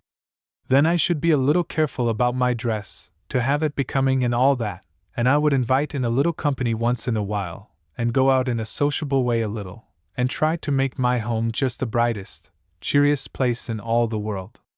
Economy is good in its place, but I believe Satan is even at the bottom of that sometimes, when we drive our boys and girls out from home by saving coal and gas, and shutting the sun out of our houses. They like brightness as well as the birds do. You see, you can't tell me anything new on this. I made all these mistakes myself once. But Aunt Deborah, said Mrs. Murray, I am surprised. I thought you used to be such a strict Christian. Used to be such a strict Pharisee, you mean? Aunt Deborah answered. Used to imagine religion consisted in wearing the ugliest garment I could put on, combing my hair straight back in a hard knot, being a keeper at home, and making things generally uncomfortable for everybody. Now I think a Christian is one who loves and obeys his Lord. I know I love him and I am trying to obey him, but I believe if there is one place on the earth he loves next to the gates of Zion, it is a happy home, and that he smiles upon us in all our innocent efforts to make it so. You were surprised that I did not say right off, pray over your troubles, weren't you? No, no. I believe we have got to take everything out of our way that hinders us before we come and ask him to do some great thing for us. You must lay aside the weight, and the temptations to the sin that does so easily beset us, then he will do his part. It isn't his way to do for us what we can do. Now if you load yourself down with burdens that he did not ask you to carry, I don't believe you will have the same grace given you to overcome that a poverty-stricken mother of a large family has given to her. Grace is bestowed according to our need. Yes, said Mrs. Murray, it is all true. But suppose I do all these things that you suggest. I can't expect to be entirely free from all provocations to anger while I live in this world. What is there in all this that will help me to control my temper? I declare to you, Aunt Deborah, I cannot do it. I have no hope that I can ever be different. I know myself so well. Praise the Lord that you know that, said the old lady. He says, in me is thy help found. Not a soul of us comes to him for help till we have made this discovery, I cannot do it. When your watch is out of order you do not expect it to right itself, you take it to the watchmaker. Now lay your heart down before Jesus, and say, Lord, won't you fix it for me? As you trust the watchmaker, trust him. I want to be made over new, said Mrs. Murray sadly. But oh, have I faith enough for such a great work? I am too unworthy, too far away from him to expect it. Well, he is worthy. Don't you know good old Faber says, pining souls, come nearer Jesus. Come, but come not doubting thus. Come with faith that trusts more freely his great tenderness for us. And Mrs. Murray came. The promise, ask and it shall be given you, was verified to her. When the sun of that Sabbath set, the dove of peace sang in the tired woman's heart. She had the secret of victory. Her brow was almost as placid as Aunt Deborah's. Monday morning brought the usual work and bustle. Mary, said Aunt Deborah, Satan is twice as active Monday morning as other days. Perhaps he thinks we get the start of him on the Sabbath. Forewarned is forearmed. Here is my rule when provoked, to shut my lips tight and lock them till a pleasant word feels like coming. Yes, Aunt Deborah, Christ helping me, I shall make an entire revolution in this household. And she looked bright and courageous as she had not in years. To begin, then, go out of this kitchen and come when you are called, said Aunt Deborah briskly. There was much work accomplished that day. A valuable servant was soon secured and installed in the kitchen, then Mrs. Murray went in and out the stores. No one in all the busy throng was more enthusiastic than she, as with joyful eagerness she selected some little gift for each, adding to her purchases a little stock of evergreens and flowers to brighten up with on the morrow, for this coming Christmas was to be no common one. Aunt Deborah engaged in the business of tying and festooning evergreens with all the gusto of a girl. The two made the parlor into a bower of beauty. When the short winter day drew to its close, the whole was pronounced complete, and Mrs. Murray went to her room to dress. She was strongly tempted to put on the same old gray dress she had worn all winter, and brush her hair straight back as usual. But self and ease should not be consulted, so she shook out her still handsome locks and arranged them in the style her husband used to admire, in loose waves about her forehead. Then she donned a neatly fitting black dress, with lace cuffs and collar, fastened with a bright ribbon. When she went down to the parlor, Aunt Deborah looked over and then under her spectacles. "Child," she said, as she surveyed her, "it does matter how you look. Father, son, and daughters all came in together tonight." "Girls," said Ralph, advancing first into the dining room and getting a peep into the back parlor, "is this our house? Everything is trimmed up, and there sits a lady by the fire." Wreaths festooned the archway between the parlors, there were vases of flowers, and hanging baskets of trailing vines, and a canary in a gilded cage, a bright fire in the grate lighting it up cheerily, Aunt Deborah smiling and knitting on one side, Mother on the other. Florence rushed up to her, showering kisses upon her, while her father looked on with shining eyes. "Who knew our mother was such a pretty woman? Where's her equal in this whole city?" said Ralph. That glad Christmas was the harbinger of many happy years to the Mays. The back parlor was that day, by the thankful mother, consecrated to the comfort of the family. Thenceforth light, warmth, and beauty reigned in that room. There they gathered evenings, under the drop light about the round table, with books and work, and talk and music. Father, too, suddenly discovered that there was a lull in business, and that cheerful chimney corners were more attractive than ledgers. Ralph and the girls brought their young friends there.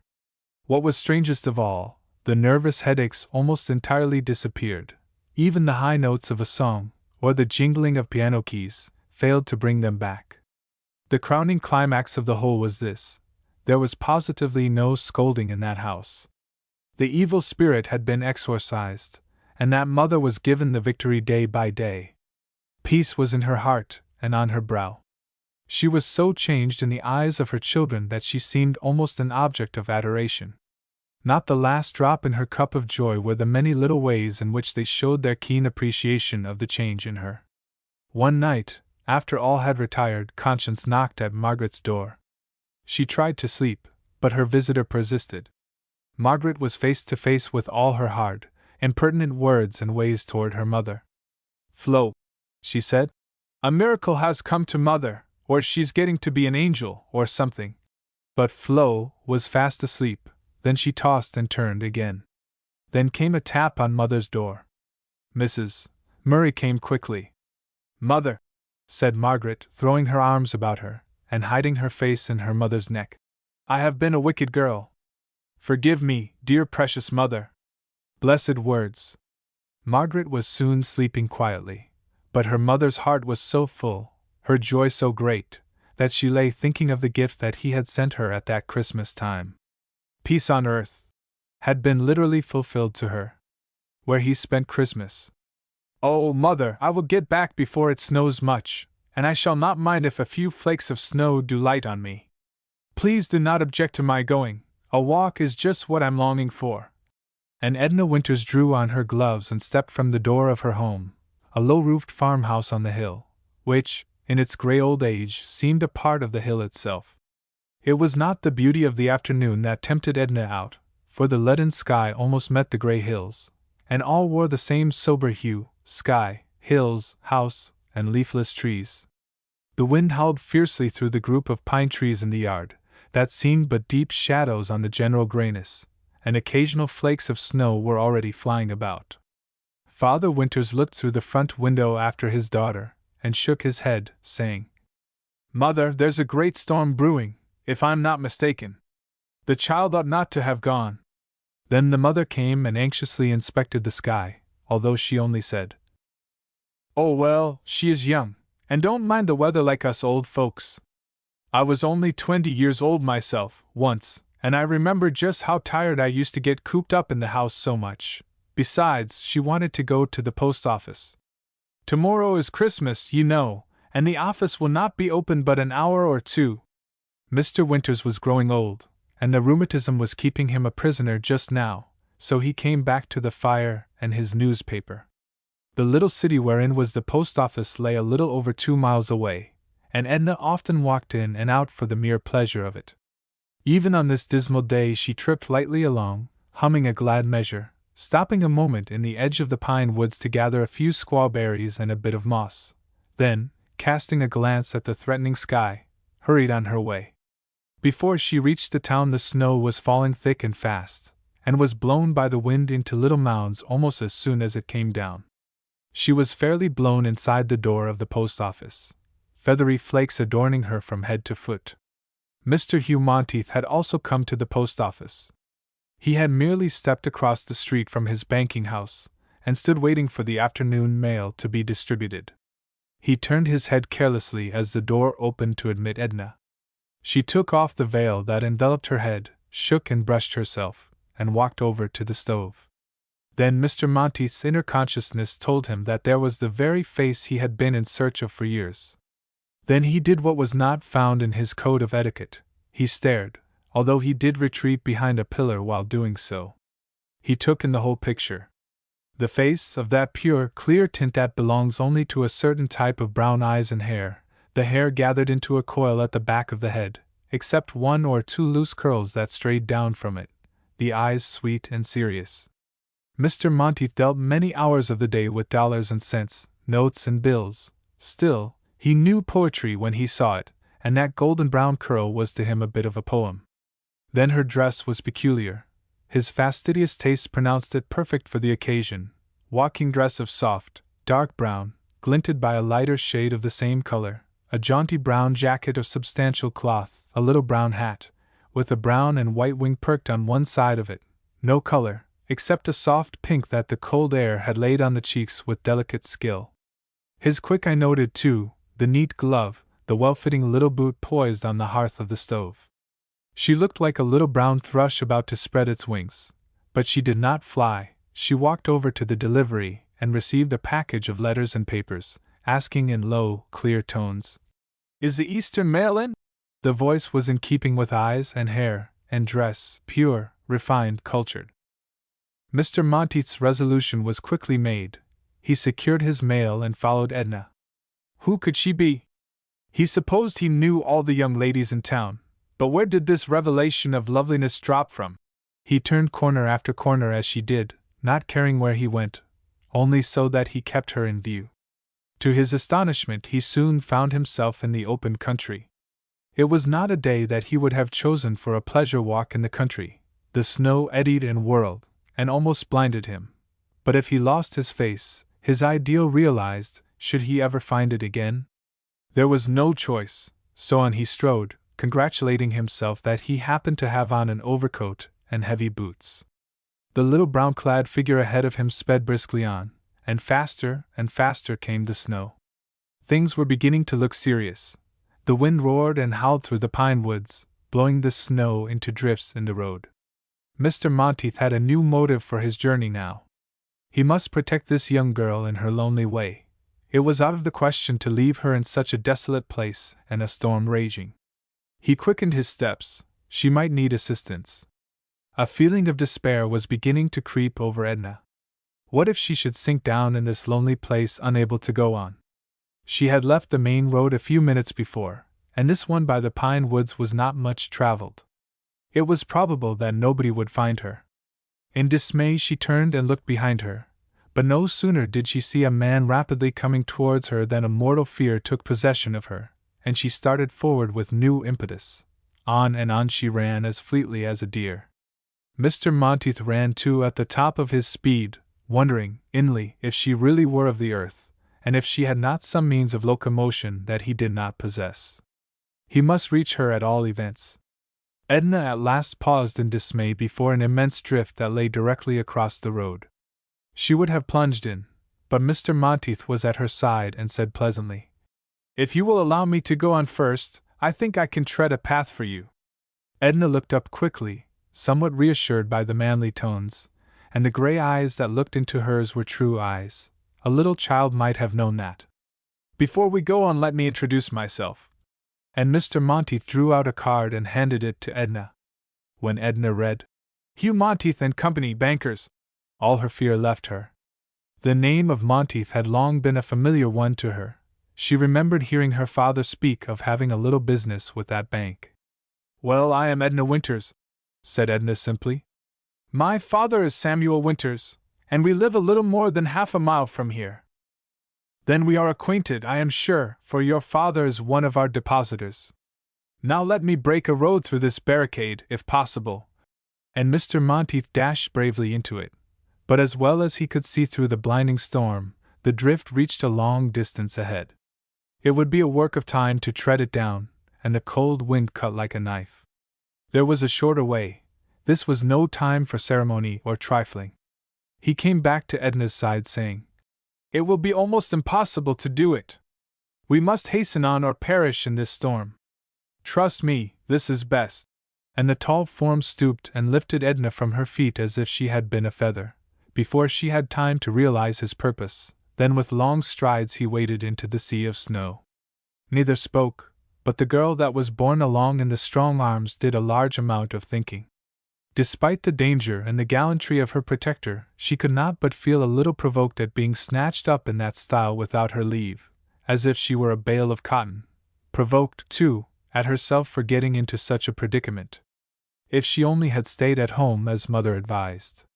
Mother had always told her she had feared something would happen to her going through those woods by herself, and here it had come. Then the funny side presented itself. She wanted to laugh but was afraid to. She stole a glance at the face below her. A finely cut face it was, but there was no smile in the grave eyes, instead, an intense, earnest purpose. When they came again to the ground where the snow lay on a level, Edna was put again upon her feet, her hand drawn through Mr. Monteith's arm, and the two plodded on. It was almost a silent journey, the snow coming directly in their faces, and the wind fairly taking their breaths, made it no time for formal talk. Wherever the drifts had thrown up a barrier she was again lifted and borne through them, but not set down again, for Edna's protector had discovered that she was almost overcome by fatigue, try as she might to hide it, and when she said, "Let me walk now if you please," he answered, "Miss Winters, you are my prisoner until I place you at your father's door." She submitted with good grace, and began to feel some dawnings of gratitude towards her deliverer. Old Mr. Winters had walked back and forth from the fire to the window for the last half hour. "Why don't the child come?" he said. "I'm sure something has happened to her. If I could only go out and see, but I should make poor headway, hobbling about in the drifts." He could do nothing himself, so he fled to his unfailing refuge, asking the God who rules the storms to protect his darling. Mrs. Winters had said for the 10th time, "Why, Father, I think she wouldn't start back in this storm." Nevertheless, she placed her rocking chair close by the window and looked down the road far more than she sewed. Their anxiety reached its height when they saw a stranger toiling up the hill bearing their daughter in his arms. The door was opened long before they reached it, and Edna called out, "I'm all right, Mother." "Why, it's Mr. Monteith, as sure as I live," said Edna's father. "Yes, Mr. Winters," said Mr. Monteith. "I found a stray lamb of yours on the highway, and brought it home. May God reward you." And Mr. Winters clasped his hand warmly. "I have been very anxious. I did not see what was to become of her if she was on her way in this terrible storm. How providential that you happened to be going her way." Mr. Monteith winced a little at this. "You will stay with us tonight, of course," Mr. Winters said. "Oh, no, indeed. Thank you. I must get back before dark. We'll rest a few minutes, though." The Storm King was out in full force that day, for during those few minutes huge banks piled themselves against windows and doors, and the wind shrieked and moaned like a demon, shaking the house to its foundations. "No," said Mr. Winters as his guests rose to go. "It is madness for you to think of going home tonight, and I must insist that you stay. I am disabled just now, or I would harness old Prince and get you through." Here Edna came in with her pleading eyes and, "Do stay, I know it is not safe for you to go." Motherly Mrs. Winters entreated also. How could he resist such urgency, especially when it exactly fitted in with what he desired above all things to do? He yielded, and was soon comfortably established in the large old rocker by the fire. And now he enjoyed the pleasure of a new experience. The stereotyped fashionable house he knew all about, but this old house that looked small, and yet stretched itself out into many cozy rooms. It was quaint, it was unique, and so was the little household. It was like stepping into a book, and that a book of poems. What was the charm of that low-browed room he sat in? Could it be the broad fireplace, wherein blazed and snapped a veritable backlog? Mr. Winters had stoves to warm the house, but he insisted on keeping this fire to look at. When they all gathered about the tea-table, his critical eye noted many little points that a less refined man would not have thought of. The fine white table linen, delicate old-fashioned china, a piece or two of highly polished silver, and the table not vulgarly loaded with too great variety, yet everything delicious and abundant. Mr. and Mrs. Winters, too, though unpretending, were persons of refinement and intelligence. He was puzzled to understand how a young girl, reared in so much seclusion, should possess such grace and culture as did Edna.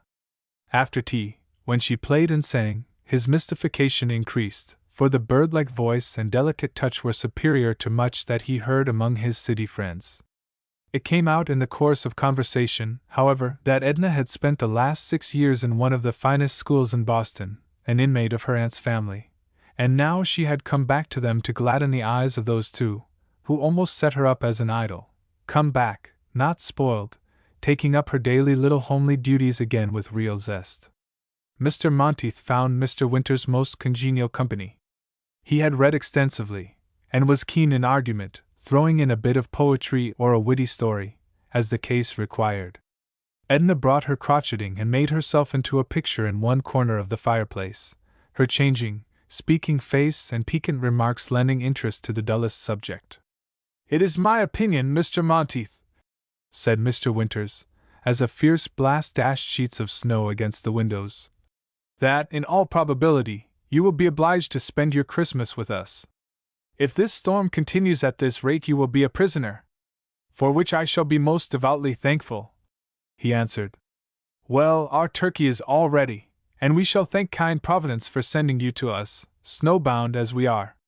Mr. Winters took down the old Bible and read a portion with judicious care, then a hymn and prayer, and the good nights, and Mr. Monteith was in the guest chamber, a little white room under the eaves, cold-looking in its purity but for the firelight glow.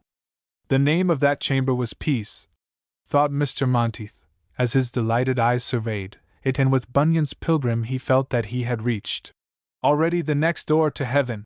It surely must be the Chamber of Peace, because the window opened towards the sun rising, and in the morning a glorious panorama spread itself before him. Fences and all unsightly objects had disappeared. Just one broad expanse of whiteness as far as the eye could reach. The rough old hills, from foot to summit, wore a robe of unsullied whiteness. The soft white garment rested lightly on roof and tree. Over all the rising sun shed rays of rosy light. It accorded well with Mr. Monteith's spirit when he heard Mr. Winters singing, "The New Jerusalem comes down, adorned with shining grace." The host and his visitor launched into a tide of talk immediately after breakfast. They had so many things in common to talk over that there seemed to be no end. So occupied was Mr. Monteith with the father that he seemed to bestow very little attention on the daughter. On the contrary, no word or look of hers escaped him. At one time the perilous walk of yesterday was the subject of conversation, and Mr. Winters was again expressing his gratitude. "So strange," he remarked, "that you should have been coming this way. How did you happen to start out in such a storm?" Mr. Monteith did not like to talk upon that subject. He murmured something about business, while a slight flush tinged his cheeks, and at once asked Mr. Winters what effect he supposed the resumption of specie payment would have upon the state of the country. And the unsuspecting old gentleman was ready to enter with avidity upon the discussion of that subject. The Christmas dinner duly disposed of, Edna opened the piano, and Mr. Monteith delighted the old people by joining his exquisite tenor to Edna's voice in some old hymns. Mr. Winters called for his favorites, St. Martin's Golden Hill Exhortation, and listened with tears in his eyes at their faithful rendering, even essaying to put in a few notes of bass himself among the quavers of old St. Martin's. Not until the shadows began to steal into the room did Mr. Monteith take his departure, much to his own regret as well as that of his entertainers, with many promises of future visits. A few days after Christmas, the stage driver left at the door a small box marked Samuel Winters. The old gentleman put on his glasses and opened it with much curiosity. Behold, there lay a lovely bouquet of roses, carnations, and violets. He lifted it with care, and a card marked Hugh Monteith fell from it. "That is odd," he said, with a roguish look at Edna. "To send these things to me. They are pretty, though, I declare." And he buried his face in a fragrant rose, then involuntarily hummed, "How sweet the breath beneath the hill of Sharon's dewy rose." Another prolonged inhalation, and he called, "Mother, come here and smell this pink. It's the very one that my mother used to border her flower beds with when I was a boy." Then he gave the bouquet into Edna's care while he went off, in imagination, into his mother's garden, tied up the sweet peas and trained the morning glories once again. How each flower, like a dear human face, stood before him looking into his eyes. The damask roses, the Johnny Jump UPS, larkspur, bachelor buttons, ragged ladies, marigolds, hollyhocks, and a host of others that are out of fashion now. That bouquet furnished him a pleasant reverie for an hour. It brought no less pleasure to Edna. Their new friend had not forgotten them, and her intuitions told her for whom the lovely blossoms were intended. After that it grew to be quite a thing of course for Mr. Samuel Winters to receive a box of flowers. He always pretended to appropriate them to himself, much to Edna's glee, as he did the not infrequent visits of Mr. Monteith to the Pines, often remarking, after a pleasant evening's discussion, "That is an uncommon young man, coming so far to chat with me. He's one among 1,000. The most of them haven't time nowadays to give a civil word to an old man." He had a deeper purpose in this than might have been supposed. There were few things he did not think over as he sat looking into the fire. What if this young man should unwittingly steal away his darling's heart, and then flit away to some other flower, and leave this, his own treasure, with all the soul gone out of her life? He believed Mr. Monteith to be an honorable man, but then he would hedge this blossom of his about and guard it carefully. There should be no opportunity for tender speech that meant nothing. One day Edna was in town, passing through one of the busy streets. Among the gay turnouts came one that caught her attention instantly, a prancing span of greys before a light sleigh. Among the furs and gay robes sat Mr. Monteith and a young lady, beautiful to Edna as a dream. Even in the hurried glance she noted the pink and white complexion, the blue eyes peeping through golden frizzes, set off by a dark blue velvet hat with a long white plume. Mr. Monteith raised his hat and bowed low to Edna in pleased surprise. Edna went on with a little pang at her heart. It might have been less had she known that Miss Paulina Percival's invitation to ride came in this fashion, making it convenient to emerge from a store just as Mr. Monteith came from the bank and was about to step into his sleigh. She engaged him in conversation, then exclaimed, "Oh, Mr. Monteith! What a lovely span of greys, they matched perfectly." Then with a pretty pout, "Naughty man, you never asked me to try them. Suppose I ask you now," he said, and even while he spoke he said to himself, "Edna Winters would never have done that." Miss Percival needed no urging. She was soon seated in triumph by Mr. Monteith's side, the envy of many another city belle. That night Edna stood at the window of her little chamber, looking out on the fair earth glittering like diamonds in the moonlight. She was not often in the mood she found herself in tonight, restless, gloomy, with no heart for anything. She began to take herself to task for it. Why had the light suddenly gone out of everything and life to seem flat and dull? She knew why. It was simply because she had seen that bewitching-looking girl riding with Mr. Monteith. And what of that? Was she foolish enough to believe that he cared for her, a simple country girl, just because he had given her a few flowers and called there? He probably considered these common attentions that he offered to many others. Her cheeks burned at the remembrance of the delight she had felt in his society. The last few weeks had been the happiest she had ever known. No words of his would justify her, either. She was vexed at herself. Here it had turned out that she was just like any other silly girl, holding her heart in her hand, ready to bestow it unasked. In her self-accusing spirit, she forgot that looks and tones may speak volumes in the absence of words. Now, Edna Winters, she told herself, as she stared out on the white hills, you might as well look things in the face tonight and have it done with. I shall probably spend a great part of my life on this very hill, living on in just the way I did before I knew him. Why not? That is the way Samantha Moore and Jane Williams have been doing these ever so many years. They keep right on and on and on. Nothing happens to them. There is no change in their lives. Why should there be in mine? They clean house spring and fall, can fruit, go to town, have the sewing society, and so on. And Edna shuddered a little at the picture she had sketched of her own future. These two were neighbors, whose peaceful dwellings nestled among the hills before her.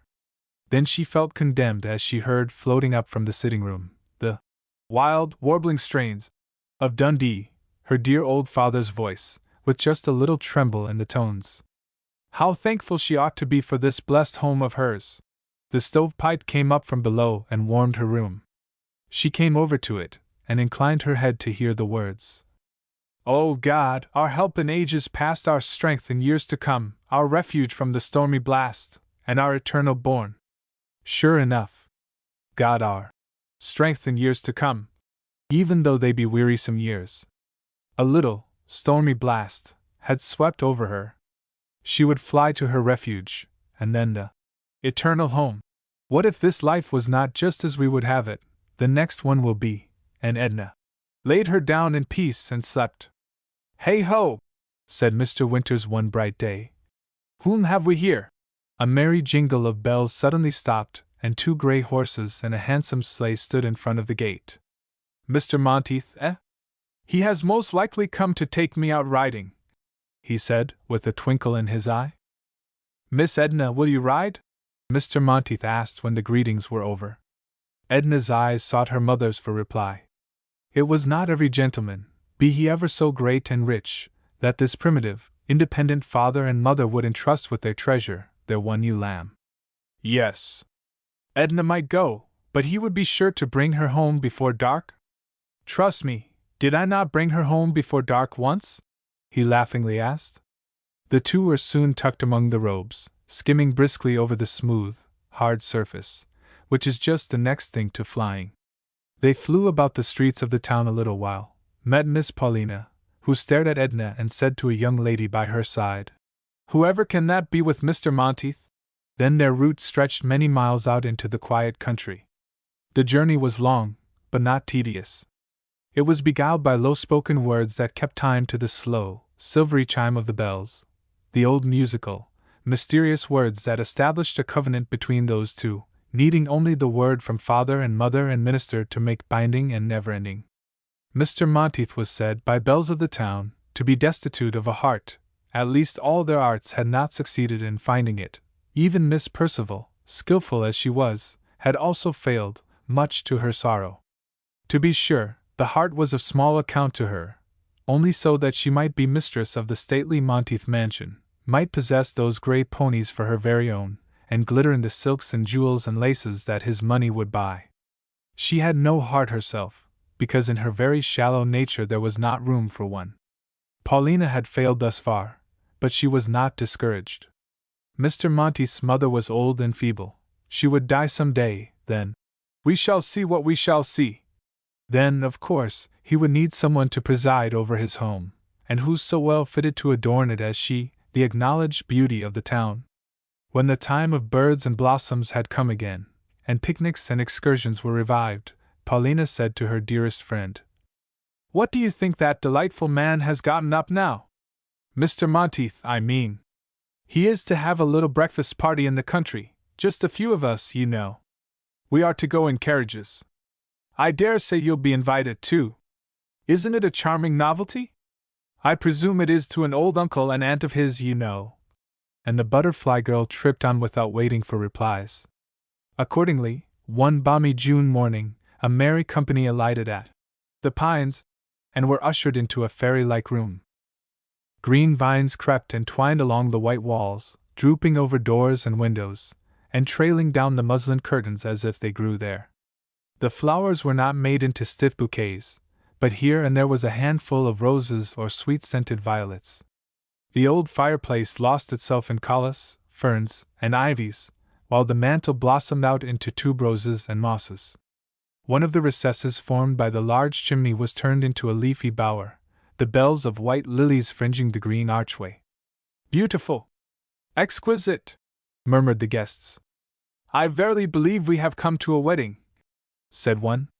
In another moment Mr. Monteith and his bride stood in the niche under the lilies, and the minister spoke the mystic words that declared them no more twain but one. Edna was not glittering in satin and jewels. Her dress was apparently a soft white cloud floating about her, looped here and there with a cluster of lilies of the valley. A wreath of the same flowers fastened her veil, and the sweet face and luminous eyes that gleamed through its folds seemed just another rare flower. The formalities and congratulations all over, Mr. and Mrs. Monteith passed down the walk under the spreading branches to their carriage. The apple blossoms showered fragrant blessings on them as they went their way, and the bridegroom whispered, "Do you remember the first time you and I came up this hill together, Vida?" There was an audible rustle in the large congregation of St. Paul's Church, well-bred people though they were, as their young minister came up the aisle with his bride and seated her in the minister's pew. They not only turned their heads, giving one slight glance, seeing all without seeming to, as cultured people know how to do, but they broke all rules in their code of good manners by a succession of twistings of the neck. It was not easy to settle down content after one short look at the beautiful being who glided by the minister's side. Had he seated a veritable fairy in that pew, the sensation could scarcely have been greater. Her beauty was of that rare blonde type, hair of spun gold, eyes of sapphire, and complexion fine and delicate as a rose leaf. She was youthful and richly dressed, the dark green velvet suit, white plumes and fine laces, well setting off her marvelous beauty. Her eyes fairly drooped before the undisguised admiration expressed in many faces. The minister himself saw nothing of it at all. He was annoyed at finding himself actually late, and his thoughts were intent on getting to his place in the pulpit with all possible speed. It was not one of his ambitions to be conspicuous. He was accustomed to slip quietly into his place from the chapel door, and his apparently triumphal march into his church on the first Sabbath of his return, after all the people had assembled, as if to say, "Behold us now," was not to his taste nor of his planning. All this threw his thoughts into a tumult unfitting him in part for his sacred duties. At the close of service that day, the congregation did not discuss the minister's sermon. They were absorbed in another subject, the minister's wife. The opinions were various. Grave old deacons looked askance at her in her regal beauty as they passed out, shook their heads, and repeated to each other the familiar saying, that wise men often make fools of themselves when they come to the business of selecting a wife. One lady said she was perfectly lovely. Another that she had a great deal of style. Another that her dress must have cost a penny, and she did not see for her part how a Christian could find it in her conscience to dress like that. One would have thought, Mrs. Graves said, that a man like Mr. Eldred would have chosen a modest, sensible person for his wife, who would be useful in the church, but then, that was the way. A minister was just like any other man. Money and a pretty face would cover up a good many failings. Mrs. Graves was the mother of 3 sensible, modest girls, who would have made capital ministers' wives. Why will ministers be so short-sighted? But, mother, Tom Graves asked, aren't you pretty fast? How do you know but she is sensible and modest? You never heard her speak a word. Anybody with half an eye don't need to hear her speak to know all about her. The idea of a minister's wife, said Mrs. Meggs, with her hair frizzed, and such a long trail for church. She paints, I know she does, said sallow Miss Pry. There never was such a complexion as that born on to a human being. Those who did not say anything, who made it a rule never to speak uncharitably of anyone, seemed well satisfied to have others to do it for them, and looked and sighed their holy horror that their ministers should have shown so little discretion in choosing a wife. Just to think of her leading the female prayer meeting and being president of the missionary society. Humph! Ah! If there had been one dear mother in Israel! with love enough to bear this young thing in the arms of her faith to the mercy seat and plead a blessing for her, with courage enough to try to win her to see the blessedness of living a consecrated life, it might all have been different. When Thane Eldred first met Vida Irving, he was immediately taken captive. So fair a vision never crossed his path before. Whatever of enchantment might have been wanting in golden curls and blue eyes was completed by a voice such as few possess, rich, sweet, and fine compass. Had she been poor, it might have brought her a fortune. When he heard her sing in such angelic strains the sweet hymns he loved, he took it for granted that the words of fervent devotion but gave voice to the feelings of her own heart. So fair a bit of clay, he reasoned, must contain a soul of corresponding beauty, and he forthwith invested her with all the charms of an angel. A slight misgiving, it is true, sometimes crossed his mind as to whether she could adapt herself easily to the difficult position of a pastor's wife. She had the air of an empress, and the hauteur of her manner was often so great as to gain her positive enemies, and yet the deluded man, with blind eyes, reasoned, "I can mold her to what I will when she is mine. It is the fault of a false education. I am quite sure her heart is all right." And why did the spoiled beauty condescend to smile upon one, who by his very profession, if closely following in the footsteps of the lowly master, must needs abjure the vanities and enticements of this world, and live a life of self-denying toil? Not a thought of that kind had ever entered her pretty head.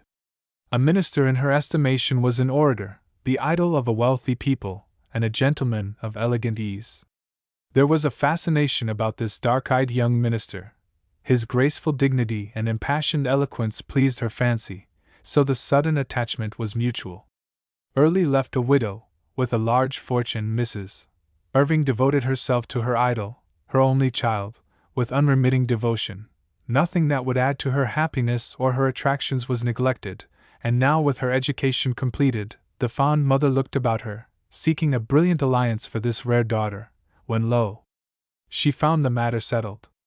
Vida's own sweet will had been the ruling power ever since she came into the world, and the mother was obliged to submit to the inevitable with as good grace as she could command under the circumstances. A poor minister! Who could have dreamed that the daughter would have made such a choice? With this mother's views of life, and life eternal, it is not to be wondered at that she felt bitter disappointment. The prospect, though, was not wholly dark. He was handsome and talented, and that went far toward consolation. Then, too, he would probably be called in time to a large, important church, and have D.D. at the end of his name, and it would sound well to say, "My son-in-law, Rev. Dr. Eldred, of Boston or New York City," and to discourse of his brilliant preaching, his wealthy parishioners, the calls he had declined, etc. St. Paul's Church was situated in a small city of large manufacturing interests, and while there were many families of wealth and position in the church, there were also many who were obliged to toil hard and practice the utmost economy in order to have any left to pay their subscription with. Some of these looked with no kindly eyes on the magnificent changes of toilet that Mrs. Eldred brought out Sabbath after Sabbath, now a sealskin sacque, then an Indian shawl, and suits innumerable of rich silks in all possible tints, suited to all possible occasions. It makes a body feel as if they hadn't a thing fit to wear, the way Mrs. Eldred comes out in her silks and velvets. Mrs. Jenks, a mechanic's wife, remarked to her neighbor, "I wonder what she'd say to wearing a black alpaca dress 7 years running, for her best dress." I declared, it made me feel as if there wasn't any sort of use scrimping and saving as we do, to pay $15 a year to support the minister. I told John we better not pay but $5 next year, and I'd put the other 10 on my back. He's got a rich wife, he don't need much salary now. Just to think of her for sacque, and great handsome shawl, and here I haven't had a new cloak this 10 years, have to wear my blanket shawl to church. "Yes, I think's much," answered Mrs. Myers emphatically. "She's as proud as Lucifer, too." Mr. Eldred shook hands with me real friendly like last Sunday, and asked how is the little one, as he always calls my Tommy. Then he introduced me to her, and she turned her head toward me, and looked at me from head to foot, exactly as if she was saying to herself, "Dress 25 cents a yard, shawl $5, hat $2. Then she gave me what you'd call a bow maybe, she swept her eyelashes down, and tilted her head back, instead of forward, and I thought I saw the least mite of a curl on her lip. She's got a dreadful proud mouth, anyway winky face she didn't offer to put out her hand, not she.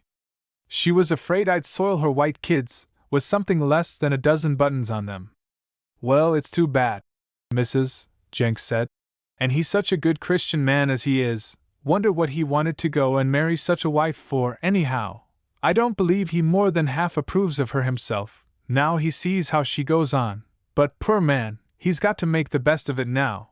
I shall always think everything of him though, he was so kind to us when Peter was sick. Mrs.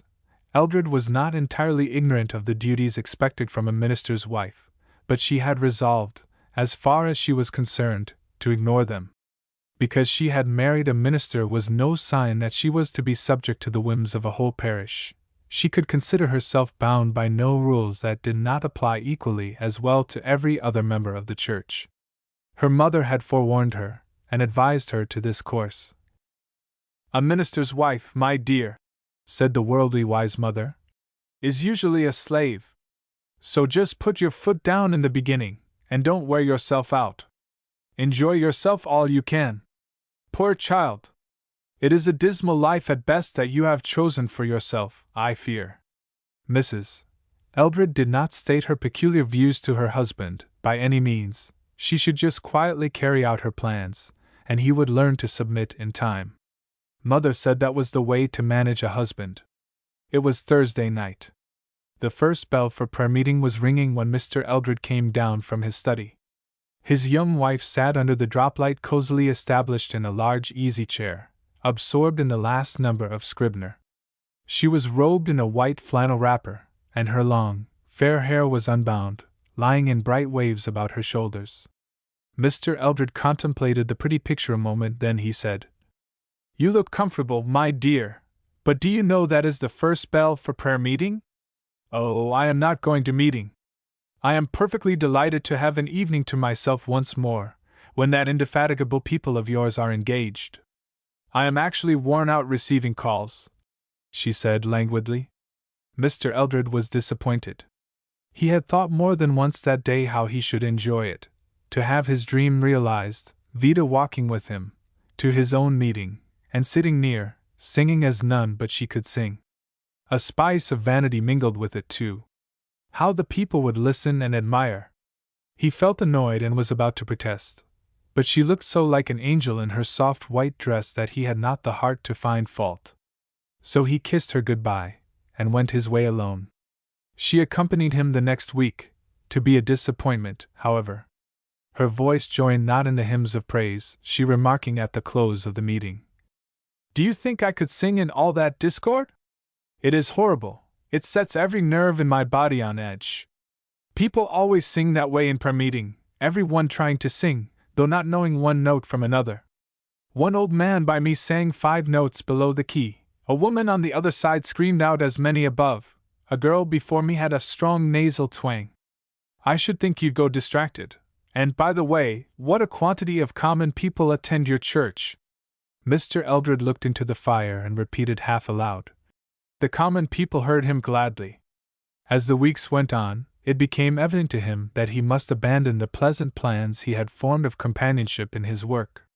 He attended meetings alone, made calls alone, and grew weary of apologizing for Vida. She was willing to attire herself royally and make a round of fashionable calls with him on the first families, but concerning calls on the humbler of the flock she gaily remarked that she did not purpose turning city missionary. When ladies called upon her, she would return their calls, that is, if she wished to continue the acquaintance, but as for running all about town hunting out obscure people, that was out of the question. There was a gay clique in the church who eagerly welcomed the pastor's wife to their circle. They organized a literary society and gave Shakespearean entertainments. Mrs. Eldred's fine literary taste and musical abilities made her a valuable acquisition. She soon became the center about which it revolved. Was there a difficult part to be rendered, or a queen of beauty to be represented, Mrs. Eldred was sure to be chosen, and she gave herself with enthusiasm to the absorbing fascination. Mr. Eldred had united with them in the beginning, But when he discovered that the members of the society were much more interested in getting up costumes than they were in their own mental improvement, and that the whole thing was degenerating into private theatricals, he withdrew, and urged his wife to do the same, but no amount of persuasion could move her in the least. Her own will had been her law too long. And this was the being he had thought to mold. It was all so different from the picture he had sketched of these first months of their married life, the picture of sunny, happy days, flowing on with scarce a ripple. Instead, they held long heated discussions that only served to widen the distance between them. "I beg your pardon," Vida said, in sarcastic tones, during one of these skirmishes, "but I think it would be much more to your profit to attend the meetings of our society than to find fault with me. If you would study Shakespeare more, it might freshen up your sermons somewhat, and lift them from the commonplace. I cannot but think you are degenerating. The first discourse I heard you preach was filled with poetical fancies and literary allusions, and the language was flowery and beautiful. Your preaching seems to have changed of late. Last Sabbath, for example, it was mere talk without rhetoric or eloquence. The most ignorant in the church could have understood them. I thought you would receive a call soon to a wealthy church in a large city, but you never will make a reputation if you preach in this style." Mrs. Eldred's angry passions were raised to a high pitch, or she would not have spoken thus plainly. The sorely tried spirit of the man who listened could not repress a groan at the conclusion of this long tirade.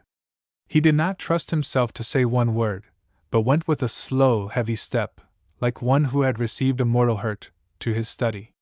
The irritation he might otherwise have felt at such words was lost in sorrow at the utter lack of sympathy, and apparent ignorance of the spirit and aims of the gospel. He had been coming nearer to Christ the last few months, had received a new baptism, and with it a new view of preaching the gospel. He had, doubtless, spoken in an unknown tongue to scores of his hearers. Now he turned the key on his elegant essays, and asking the Lord for a message, he was trying to tell it with no great swelling words, but in humility and plainness of speech, holding up Christ, hiding himself, intent only on saving souls. Satan had told him before that the world and some Christians would count his preaching not deep. Now his own wife had repeated the thought. He had been so happy in his work, and he longed to throw himself into it with nothing to come between him and this one thing I do. But daily trials on account of one who should have been his greatest helper saddened him, so that much of his labor was mechanical, and he carried a heavy burden. The anxiety was continuous, for he was well aware that many busy tongues were censuring her, while kindlier critics were grieved at her course. At rare intervals she attended the ladies' meetings, but no persuasions could induce her to take any part in them. She visited those whom she fancied, and persistently refused to visit others. Thus he labored under constant embarrassment, and was in a chronic state of apology for her. And yet Mrs. Eldred could make herself the most fascinating of beings. There were evenings when she chose to shine at home. Then she would with artistic skill brighten the room, and beguile her husband from his books, and the time would go on wings, as they read and discussed a new book, and sung together their old and new songs. At such times the careworn minister forgot that any clouds obscured his sky. One evening Mrs. Eldred entered her husband's study, resplendent in white satin and diamonds, saying, "Thane, it is quite time you two were dressed." "Dressed for what?" he said with an astonished air. "Why, is it possible that you have forgotten that we have an invitation to Mrs. Grantley's tonight?" "I recall the invitation now, but I never gave it a second thought, nor did I suppose that you had. Did you not notice from the wording that it was to be a dancing party? I think there must be some mistake about it, as I never was invited before our marriage to these parties, nor have we been since. I cannot understand why they should ask us now. Why, pray, should we not be invited? It is not necessary for you to dance, of course. We shall be obliged to go, for I have accepted the invitation," Mrs. Eldred replied, with a nothing further to be said air. "I am sorry you accepted an invitation from me, without consulting me, but I cannot go," her husband answered gravely. "Oh, fie!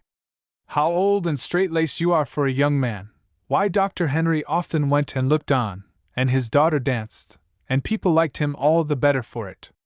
You will be immensely unpopular if you pursue that course. Don't you think," she continued, encouraged by his silence, "that it savors a little of bigotry and egotism to set oneself up to condemn an amusement that many other Christians approve? What is your ground of objection? One would suppose that you had received a direct revelation on the subject." "I have," he said, and his clear eyes looked full into hers. "Directly from the Master himself. Don't you know that a person who is absorbed in Christian work, a consecrated Christian, is not absorbed in all these amusements, and one who is, has no room in his heart for Christ? There is a law of natural philosophy, you know, which says that two bodies cannot occupy the same place at the same time, and there is a somewhat similar law in regard to a soul, stated by the Lord himself: ye cannot serve two masters. It is the world or Christ with every soul, and I have chosen Christ. I know this much," she said coldly, "that fanatics are the most intolerable of all people. I have danced all my life, and since I became a church member, and never had it hinted to me before that I was not a Christian because I loved it. You need not go, John can take me and call for me, and I will make excuses for you. My dear wife! Would you do that? Surely you did not yourself intend to dance. The most liberal would be shocked, I fancy, were a minister's wife to dance. And why? I am not the minister. I recognize no restraints that do not apply as well to every Christian woman. You told me yourself that Mrs. Graham is an excellent lady. She is a member of your church, and dances, I am told. Why should not one professor of religion have the same privileges as another? Vida," he said, in a tone of mingled pain and tenderness, "it is only a short time since we were pronounced no more twain but one. You said then the thought made you glad. How can you separate your interests from mine now? Will you do what would dishonor my calling were I to do it? The world counts us one, your action is mine, and just or unjust, they do not accord to you the right to wade quite so far into the sea of worldly pleasures as they themselves feel privileged to do. They would point the finger of ridicule at both of us, and charge us with inconsistency. We will not stop to argue the right and wrong of the subject now. Supposing your conscience does not shut you out from the dance, let worldly prudence and a desire to keep our names from common gossip influence you, I pray you, if indeed my wishes and opinion are of no value." But the young wife was in no frame for recollecting tender vows, nor listening to reason. She threw off his arm with an impatient gesture, and glancing at her watch, said, "I have not only accepted an invitation to this party, but promised to dance. It is getting late, and I must go." Mr. Eldred controlled his agitation by a mighty effort, and in a low, calm tone said, "Then I must save you from disgracing us both. I insist, I command you not to go." Had he struck her, she would not have been more astonished. She stood as if stunned for a moment, then with a stately air, she swept by him and ascended the stairs to her room. What was his consternation, as he stood gazing out into the moonlight, presently to see her pass down the walk, step into the carriage and drive away. Turning from the window, he paced the floor with anguish keen as though she had gone from him forever. What obstinacy, what unreasoning wilfulness, and what would come of it? He spent the long night brooding over his great sorrow, the root of which was the fear that his dear wife did not belong to Christ, for beloved her through all her unloveliness. Husbands, love your wives even as Christ loved the church. His love had something in it of the divine pity and patience that our blessed Lord feels for his sinning, stumbling, and exasperating children. Mrs.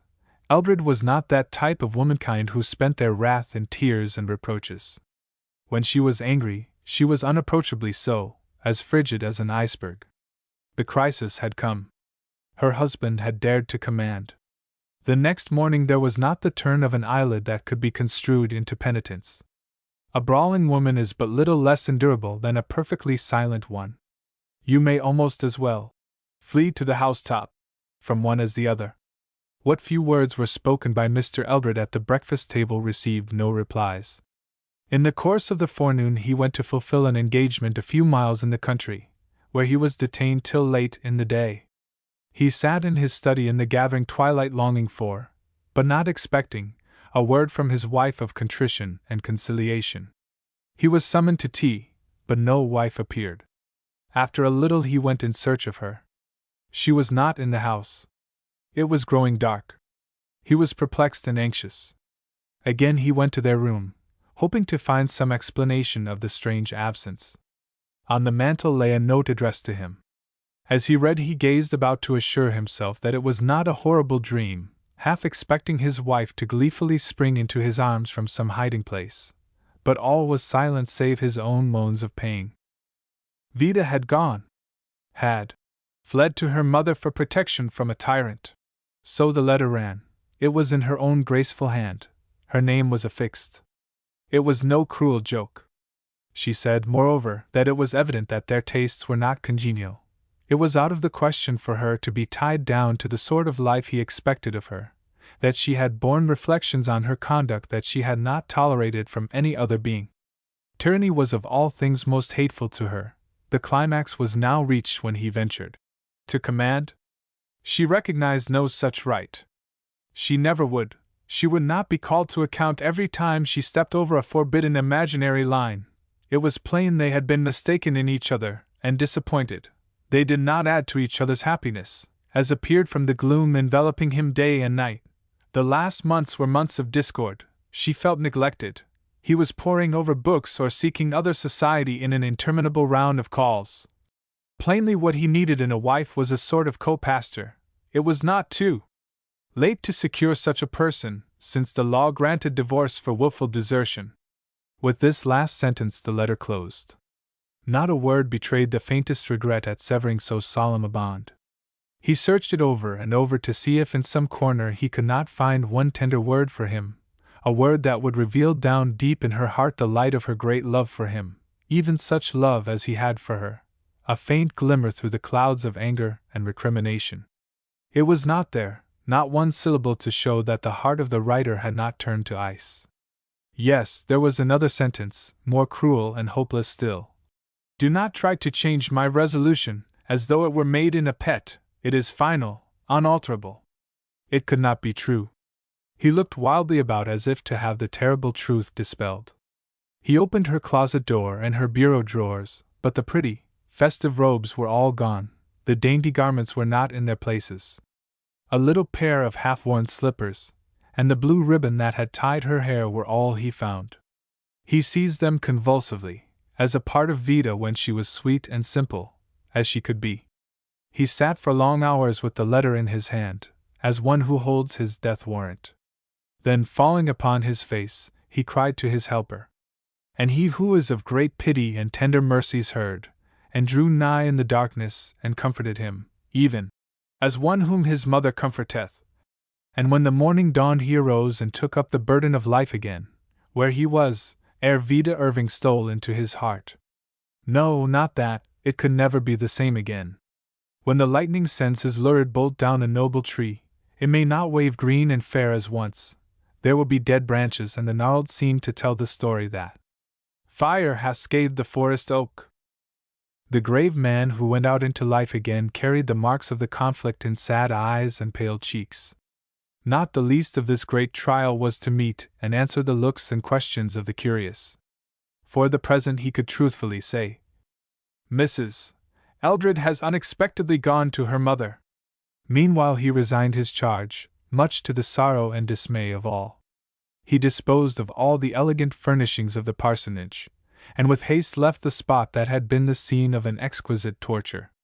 No defined plans were before him, save to get far away from any who could have had the least knowledge of him previously. No fugitive from justice ever felt more nervous haste. He pushed on, never pausing till he reached the very verge of civilization in the far southwest.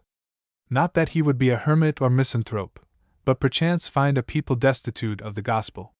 He would bring it to them. He must preach Christ till death. This should be his joy and comfort. Henceforth no other love should come between his soul and his dear master. And he found his work, as if an unerring path had been marked out straight to the little log church in the woods. While Vida sat in a lofty temple of arches and massive pillars, the sunlight toned to the appropriate dimness, as it stole through the stained windows. The same hour her husband stood in the log church of the wilderness, its arches and pillars outside, the tall old trees locking arms overhead. Nature softened the fierce rays in this temple as well, for they filtered through thick green boughs, and flecks of light fell here and there, a stray one resting halo-like upon the minister's head, transfiguring him in the eyes of the hungry souls whose upturned faces drank in the words of life. This unlearned, simple people with whom he had cast his lot had their faults, but to the refreshment of his soul, they had no card or dancing parties, theater or opera to steal the soul from Christ after the manner of more cultured Christians. The church was the apple of their eye. They made sacrifices for it, and traveled weary miles in the worst of weather, rather than lose a meeting. The young gifted pastor of St. Paul's Church was never more appreciated than now by these hard-working, warm-hearted pioneers. It was their daily wonder and thanksgiving that such a man should ever have been sent to them. Nothing that they could do for him was too much, and their loving devotion was like balm to his weary soul. His people were scattered for miles away, but the pastoral calls were as faithfully made as when they were comprehended within the limits of a few squares. The mild winter climate of that region was like one long autumn of the eastern states. Mounted on his faithful pony, he spent a large part of every day riding over the prairies. The blue skies and the bright sunshine were tonics to the heart, as well as to the body. Sometimes his route lay for miles through the woods, where perfect solitude reigned but for the chatter of birds that circled about him. In these long rides his heart went back over the past, reviving the memory of those first precious days with Vida. They seemed far away, and their recollection, like the perfume of wilted flowers plucked from the grave of a dear one. If he could not have prayed for her then, hourly, his heart would have broken. Mrs. Irving changed her residence, putting many hundred miles between her new and the old home, so that Vida might begin life anew, as she phrased it, without embarrassment. In a large hotel in the great city, with seaside and mountain trips, parties and operas was much more to Vida's taste than dull life in a quiet parsonage, and she expected to play the role of a pastor's wife. With her mother as chaperone she led a gay life, going, coming, reveling at will in her freedom. As before her marriage, she attracted much attention. Admired and courted, suitors innumerable paid her homage. But a positive nature and strong will asserted themselves here. Only such attentions as befitted a wife to receive were tolerated. She knew the law did not count her free, and if she had analyzed her secret heart, there was no true reason why she cared to be free. No face she met had power to quicken her pulses or extract from her a second thought. The inner heart had long ago been preempted, but the blind, willful creature knew it not. The face most often seen in her dreams, the voice that whispered in her ear, the sad dark eyes that seemed to follow her reproachfully, belonged to none of the gay gallants about her. Her previous history being unknown, she was a problem in that circle. There came a change. Mrs. Irving's health began to fail. The eminent physicians far and near were consulted in vain, and as the symptoms became more denuded and alarming, Vida could not shut her eyes to the fact that her mother was in a most critical state. She was a devoted daughter, though the weeds of selfishness, fostered by the mother's hand, at times almost overtopped filial affection. Now she shut herself in from society, and devoted herself to her mother with unremitting care. Every whim of the invalid was gratified. One day, after weary months of suffering, she said, "Oh, Vida dear, I would pray to die, if I were not afraid." "Why afraid, mother? I'm sure you've been a member of a church these many years, and a faithful attendant on its services, and you have been kind to the poor and such a dear mother," said Vida, caressing her. "I don't think you need be afraid. Oh, child, that will not stand in the great day. Don't mention anything I've done or been, I beg you," moaned the poor mother. "I've been nothing but a miserable worldling. Now I'm almost through with it all, and I've no peace or comfort. It's all dark, dark. Oh, what shall I do?" "Let me send for Dr. Hines," said Vida. "Oh, I cannot talk to him. He's a stranger, and I'm so weak. What must I do, oh, what?" Vida had been a member of the same church. But now she sat wrapped in gloom, feeling powerless to help, yet longing to comfort her dying mother. In the midst of her sad thoughts as she sat watching, while gentle slumber had stolen for a moment over the mother, she remembered the words of a text she had heard her husband preach from. What must I do to be saved? The sermon was all gone.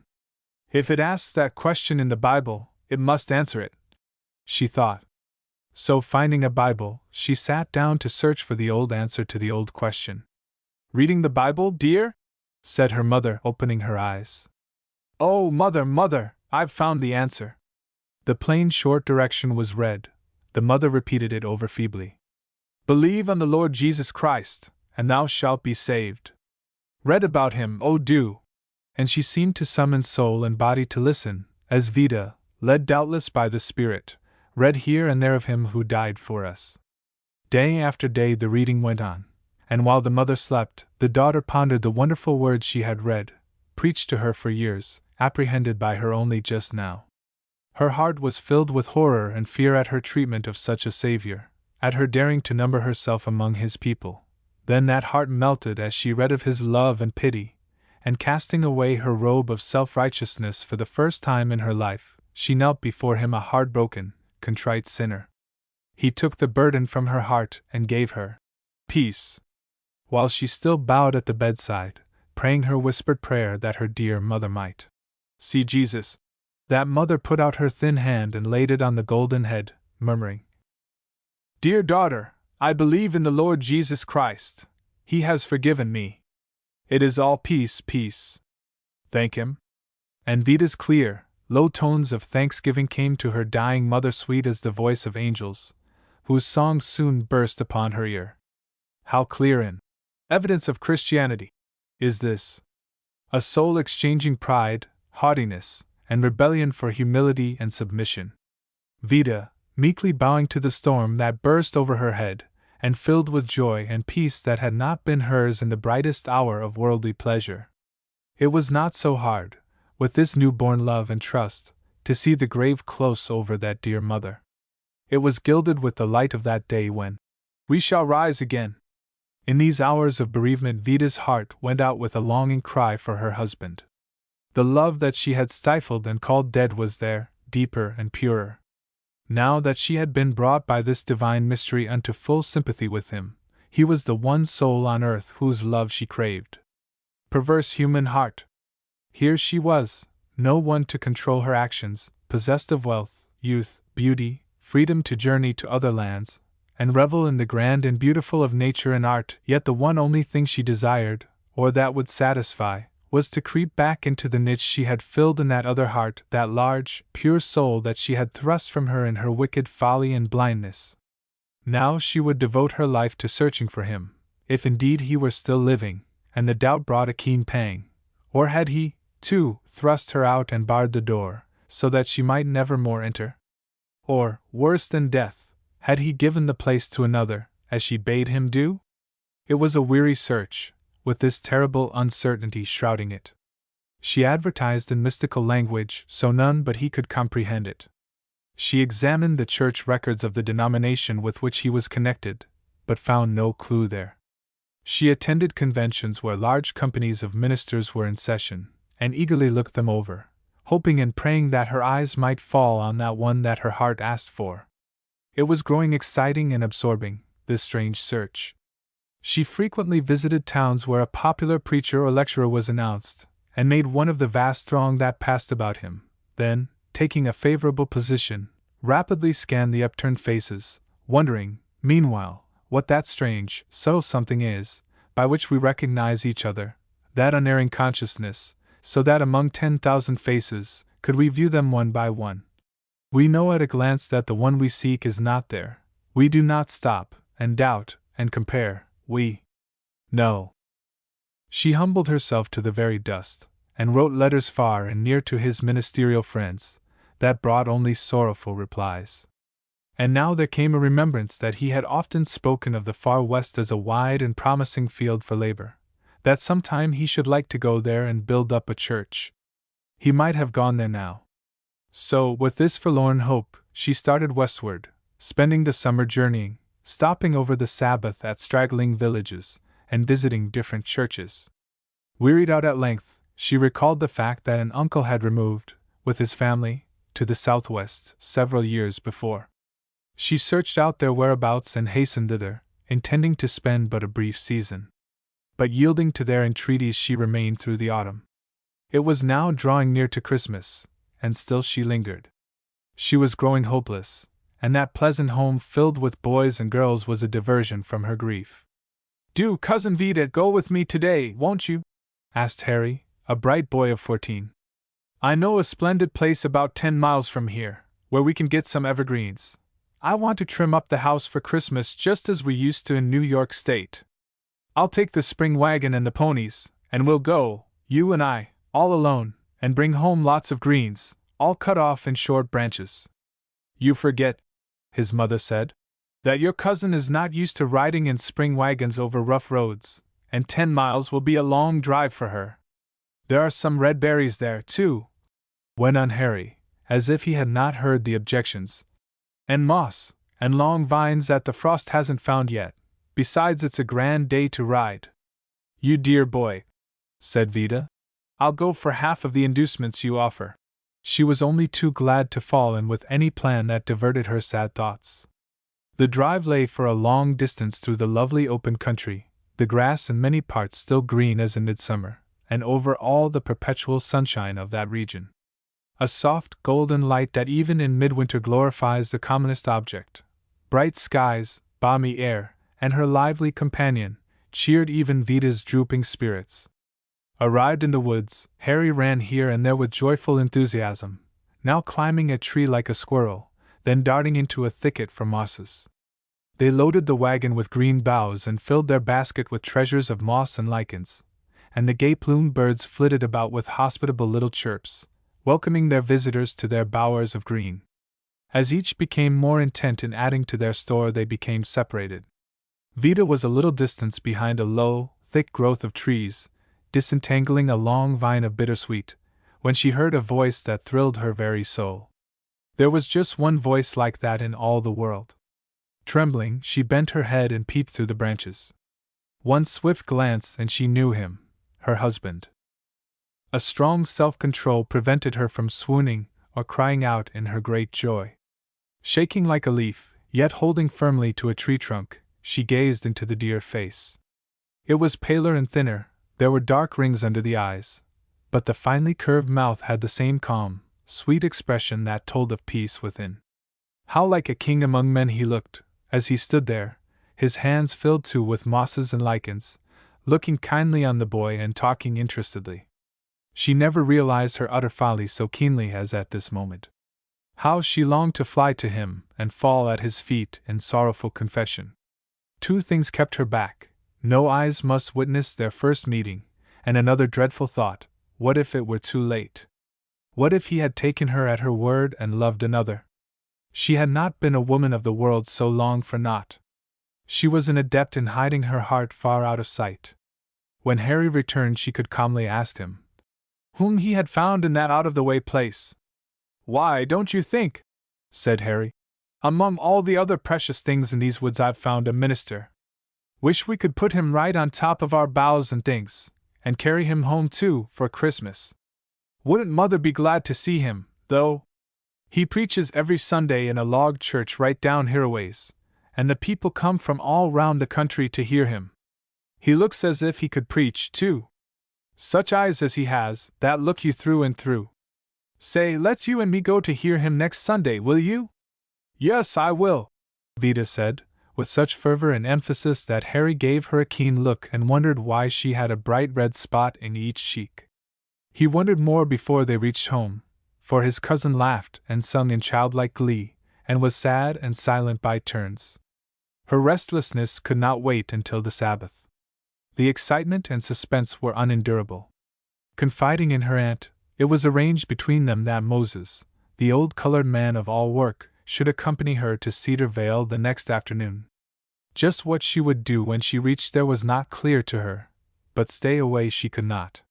When the children were well off to school again after the nooning, Vida, mounted on a fleet little pony, attended by her trusty guide, rode quietly away. Her heart beat wildly when they drew near the settlement. They came at last upon the church, standing in a lovely grove of maples. The door stood slightly ajar. At a little distance from it Vida dismounted, and directed Moses to wait there for her. She had a consuming desire to look into the church where her husband preached, to stand a moment in the very spot where he stood Sabbath after Sabbath. She stepped softly in, and there, kneeling by the little pulpit, his head bowed upon the desk, was her husband. Timidly and slowly, as one who has no right, she noiselessly drew near and knelt beside him. Stranger eyes may not look upon a scene so sacred, but the two souls bowed together before that altar came nearer to heaven than mortals often get. Had not the waning light warned them that they were still upon the earth, they might never have tired of looking into one another's eyes, and telling each to each the experiences of that lifetime they had lived since their separation, and striving to put into words the depths of joy that crowned this blessed hour. Before they left the church they knelt again in that sacred spot, and each in low fervent words poured out thanksgivings, craving a blessing on their reunited lives, and by a mutual and irresistible impulse, both spoke again their marriage vows before the Lord, in His temple. When they rode away that Christmas Eve on their second bridal tour, the setting sun, smiling through the trees and slanting across their pathway, fell on them like a benediction. Slowly and dreamily they went on their way, willing that this ride over crackling twigs and rustling leaves, with the soft light of the dying day closing about them, should go on forever. The earnest, admiring gaze of the husband brought girlish blushes to the face of the bride. He was drawing contrasts. The sweet, humble face and the simple adornings of her who rode by his side made a fairer picture than the queenly lady of haughty airs and magnificent attire, who seemed to have passed out of existence. Never was fairer Christmas-tide than this, in that merry household, those memorable evergreens festooning it as a bower, and a romance, a poem, lived out, not written. There were no costly gifts, and yet gifts the most precious, two souls given back to each other. If the joy bells in their hearts but had voice, their silvery ringing would have filled all the land. "Vida, can you be happy here until spring?" Mr. Eldred asked, a few days after Christmas. "My work would suffer, I fear, were I to leave it now." "Why leave it in the spring, dear Thane? Let us stay here always, in this beautiful, quiet place, where the people love you so, and I did not tell you yet," Vida said, half shyly, "but my money is not mine any more. I gave it all to the dear Lord. I would like to build a pretty church with some of it, and here we will stay and work, you and I together. I can help you now, Thane, a little. Don't you like my plan?" she said anxiously, when he did not speak. "My darling, you have made me so happy that I could not speak," he said after a little. "I wish it above all things, to go on with my work here, and a new church is so much needed. How strange that you should be willing to stay, and that we can work together. Oh, Vida! I prayed, with faith I thought, but I never dreamed of an hour like this. Surely it has not entered into our hearts to conceive the things which God has prepared for them that love Him, in this life." There was another sensation in an audience when the pastor of the log church brought in his wife, for naught so fair and sweet had ever gladdened their rustic eyes before. The singing that day was mostly solo, or at least duets. Her pure, bird-like voice filled the church, and what could they do but listen, wondering meanwhile whether it might not be a lark or an angel come down for a season.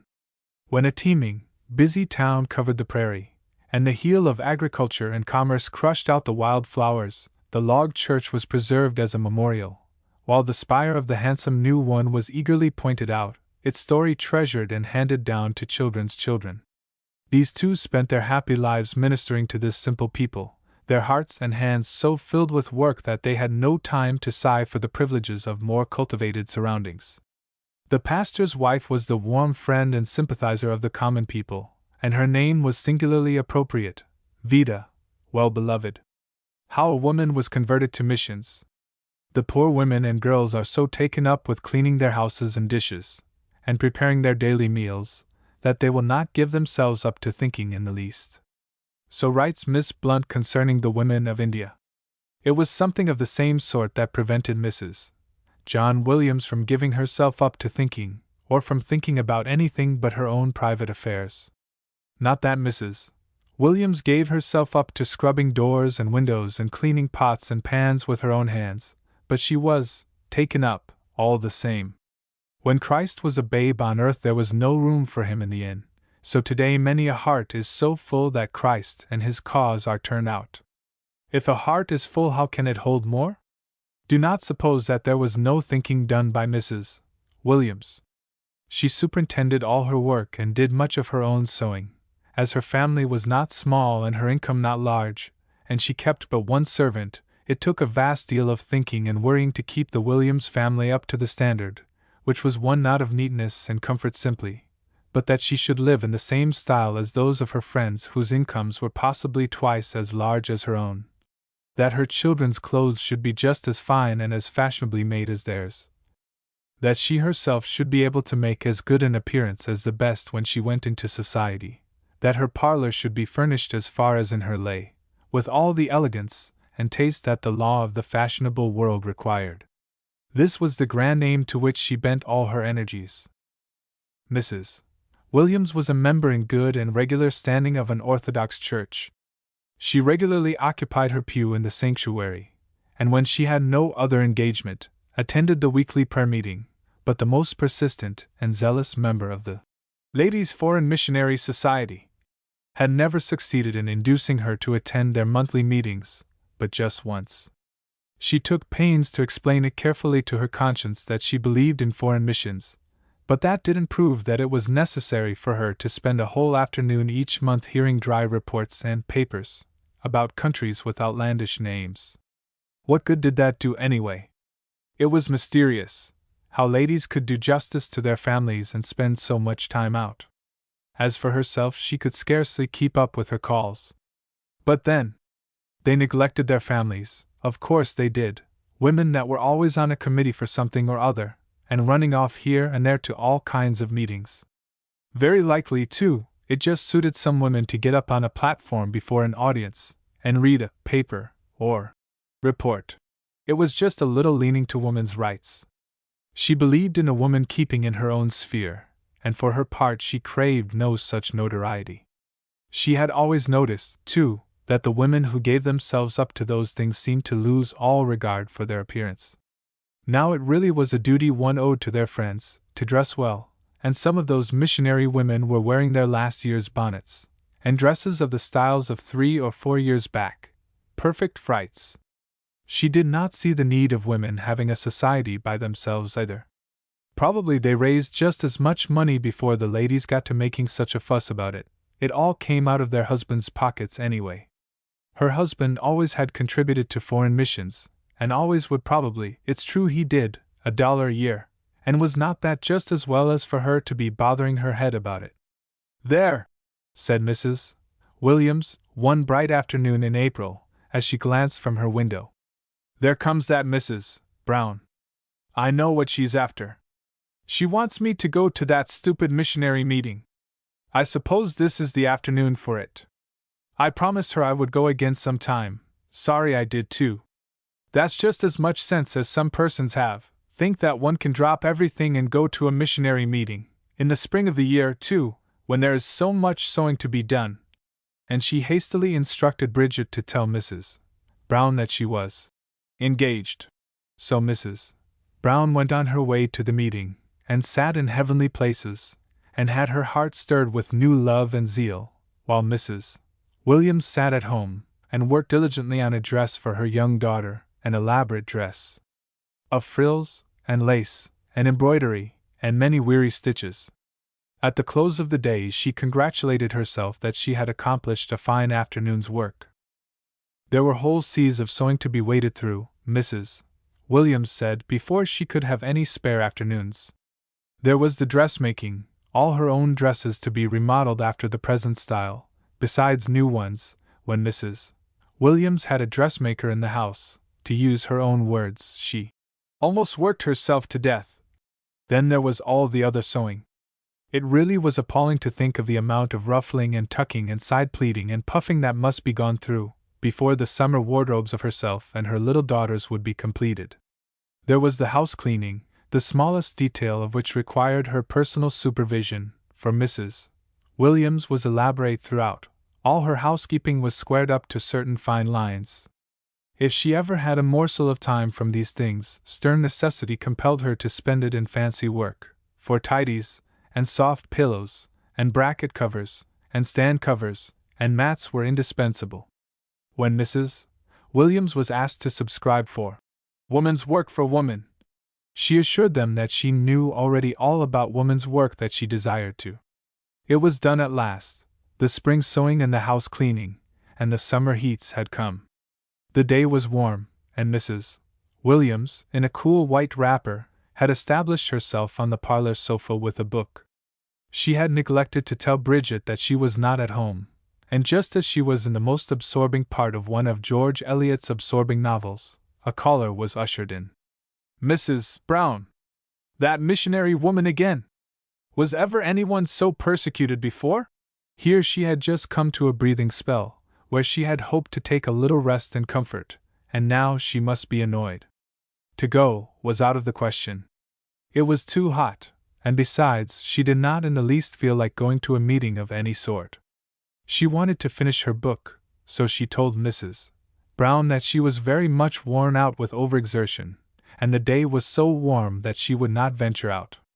She should probably fall asleep in the meeting if she went. It seemed that even when there came a time that work did not fill Mrs. Williams' heart, Satan was on the alert to preempt it, and keep her from all Christian activity. How he must rejoice at each new withe he fastens over the heart he covets. Here was a large-hearted, energetic, skillful woman, thoroughly consecrated. She would be a power for Christ. Mrs. Williams was not a hard-hearted woman, but she found no time to listen to the sorrowful story of those who know not God. She knew very little of it at all, and like her heathen sisters, was so taken up that she could not give herself to thinking. When the rage for decorating and the mania for pottery seized the female mind, it began to dawn across Mrs. Williams' perceptions that all her belongings were exceedingly plain, that she positively needed, and must have 2 large vases for the parlor at least. She lay awake thinking about it a good part of the night. Something must be done. The expensive imported ware was out of the question, beyond the limits of her purse at present. Mrs. Williams was a woman of resources, who seldom failed to rise to the necessity of the occasion, and from her inner consciousness she evolved a perfectly delightful plan. When a young girl at school, she had taken lessons in oil colors, and possessed not a little artistic ability. Why not manufacture her own pottery and decorate her own china? That was a most inspiring idea.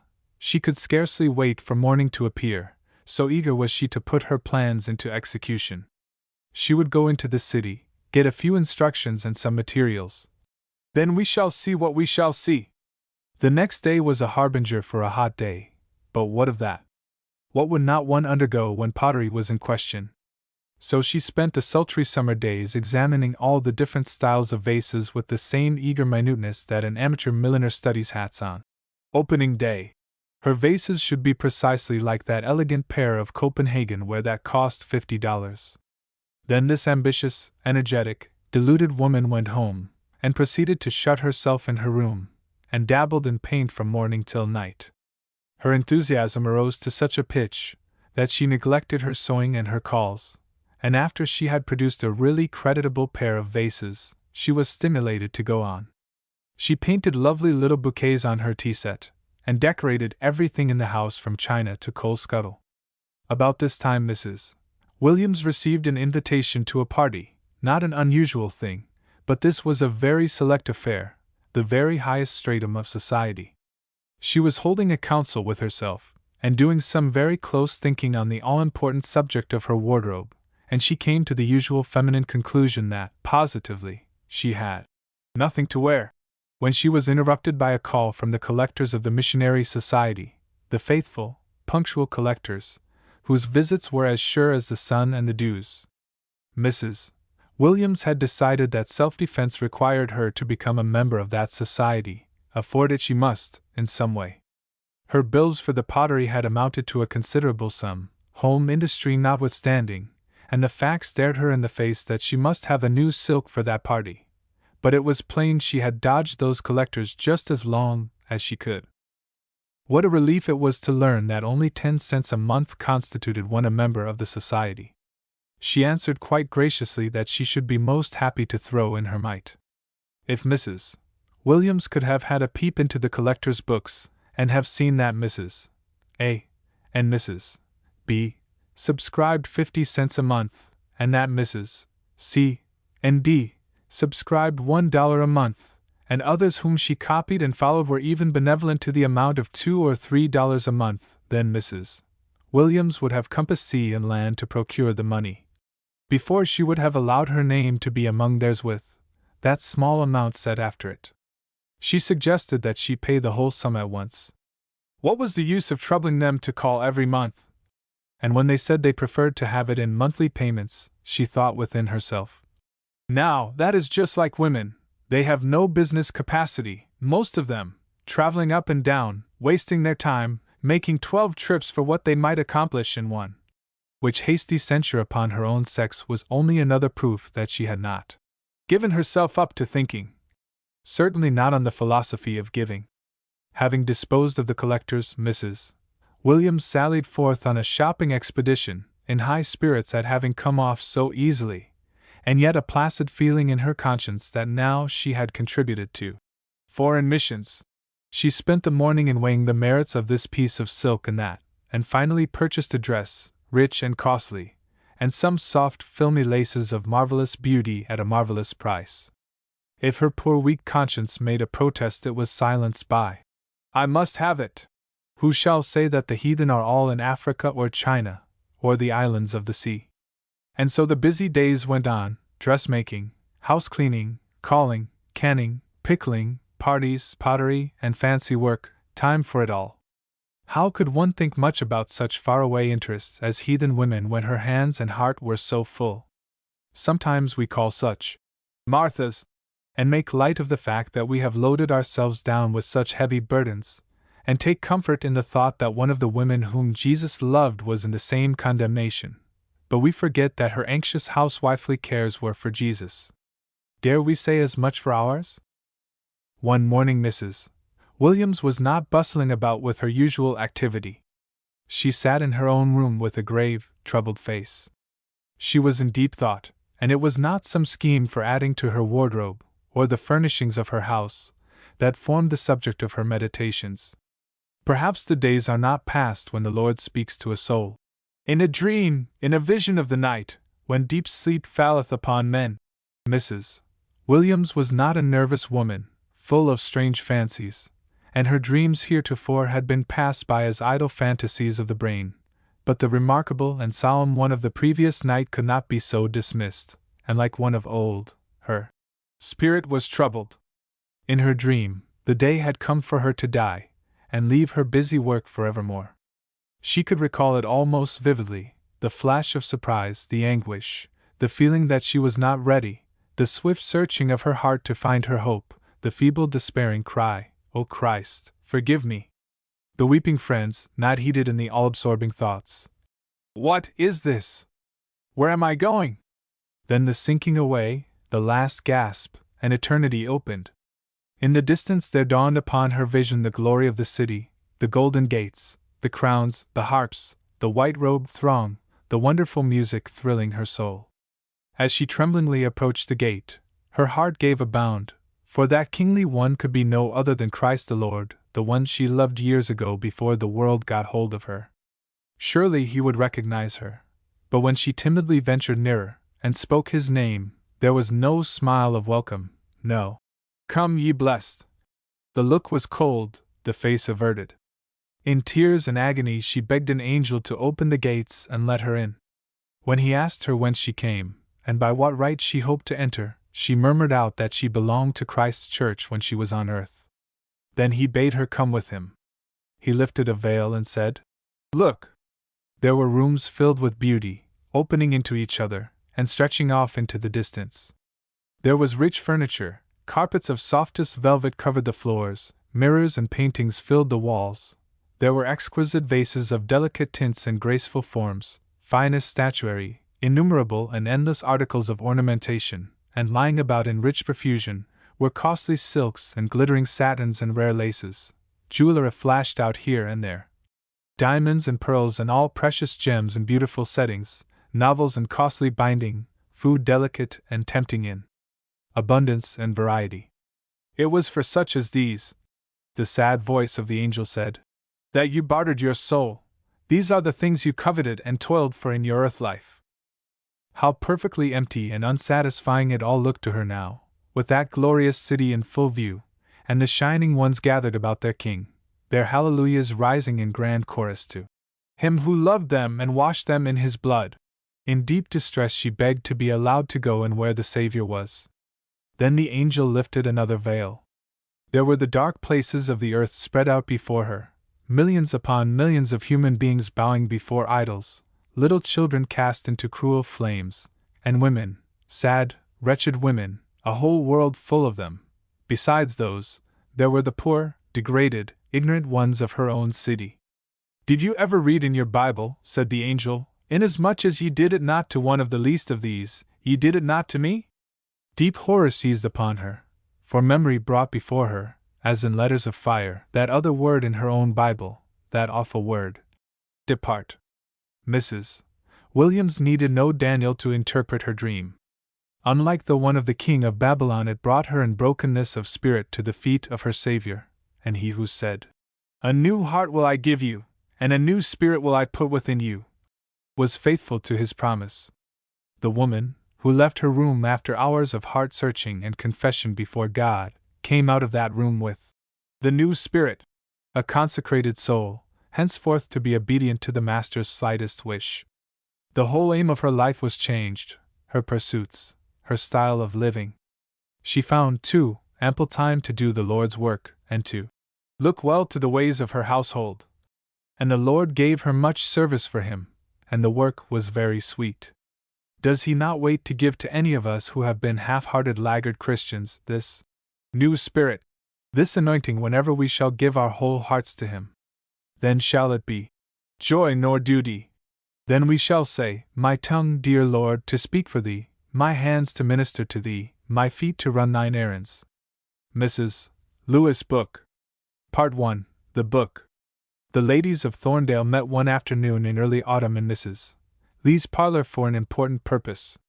There was a previous understanding that the meeting was for all who felt interested in discussing plans for their own mental improvement during the coming winter. The chairman said, "Now, ladies, speak out your minds on this subject with freedom and promptness." Mrs. Peterson spoke first, she always did. "For my part, one wish we could study or read something or other that would give us something to talk about when we meet in sewing society and other places. I'm tired going to sewing society and sitting perfectly mum by the side of my next neighbor, because I don't know what under the sun to say. After we have done up the weather and house cleaning and pickling and canning, and said what a sight of work it is, and asked whether the children took the measles and whooping cough, and so on, I'm clear run out, for I won't talk about my neighbors, and I don't keep any help. I've noticed hired girls is a subject that doesn't seem to run out very soon. Let us form a literary society," said one. "Prepare essays and discuss some subject that will require considerable study in posting ourselves." This lady was newly married, and boarded. Therefore time was one of the things that she possessed in the greatest abundance. "That will never do," said a busy little mother. "Every lady that was to prepare an essay would be sure to have a sick baby, or a house full of company. Then the most of us can only give little snatches of time to this. Besides the afternoon or evening that we meet, that would surely be a failure. We want something that will not end in smoke after a few weeks." Mrs. Lewis spoke next. When Mrs. Lewis spoke, everybody always paid attention. She was a large, fine-looking lady of 70 or thereabouts. Old age had crowned her with a halo of soft snowy hair, while her dark eyes still glowed with almost the brightness of youth. Her naturally fine mind, enriched by extensive reading, and her deep religious experience, combined to constitute her almost an oracle in the little town. In all their gatherings she was the centerpiece, a very queen for dignity and elegance, in her invariable black silk and soft white cap. "Let us study the Bible," said Mrs. Lewis. "I don't know of any book we are more ignorant of." "Oh, Mrs. Lewis! You wouldn't make us into a Sabbath school class, I hope," said feathery little Mrs. Etheridge. "I thought we did that up years ago. I am sure I can repeat quantities of it." And she tossed back her pretty head and looked wise. The Bible is all well enough for the Sabbath, but I should dearly love to read the poets. I am passionately fond of Byron. Some of his poems are just too sweet for anything. Some of the wise ones almost thought Mrs. Lewis' text had a spice of sarcasm in it as she quoted for answer. The testimonies of the Lord are sure, making wise the simple.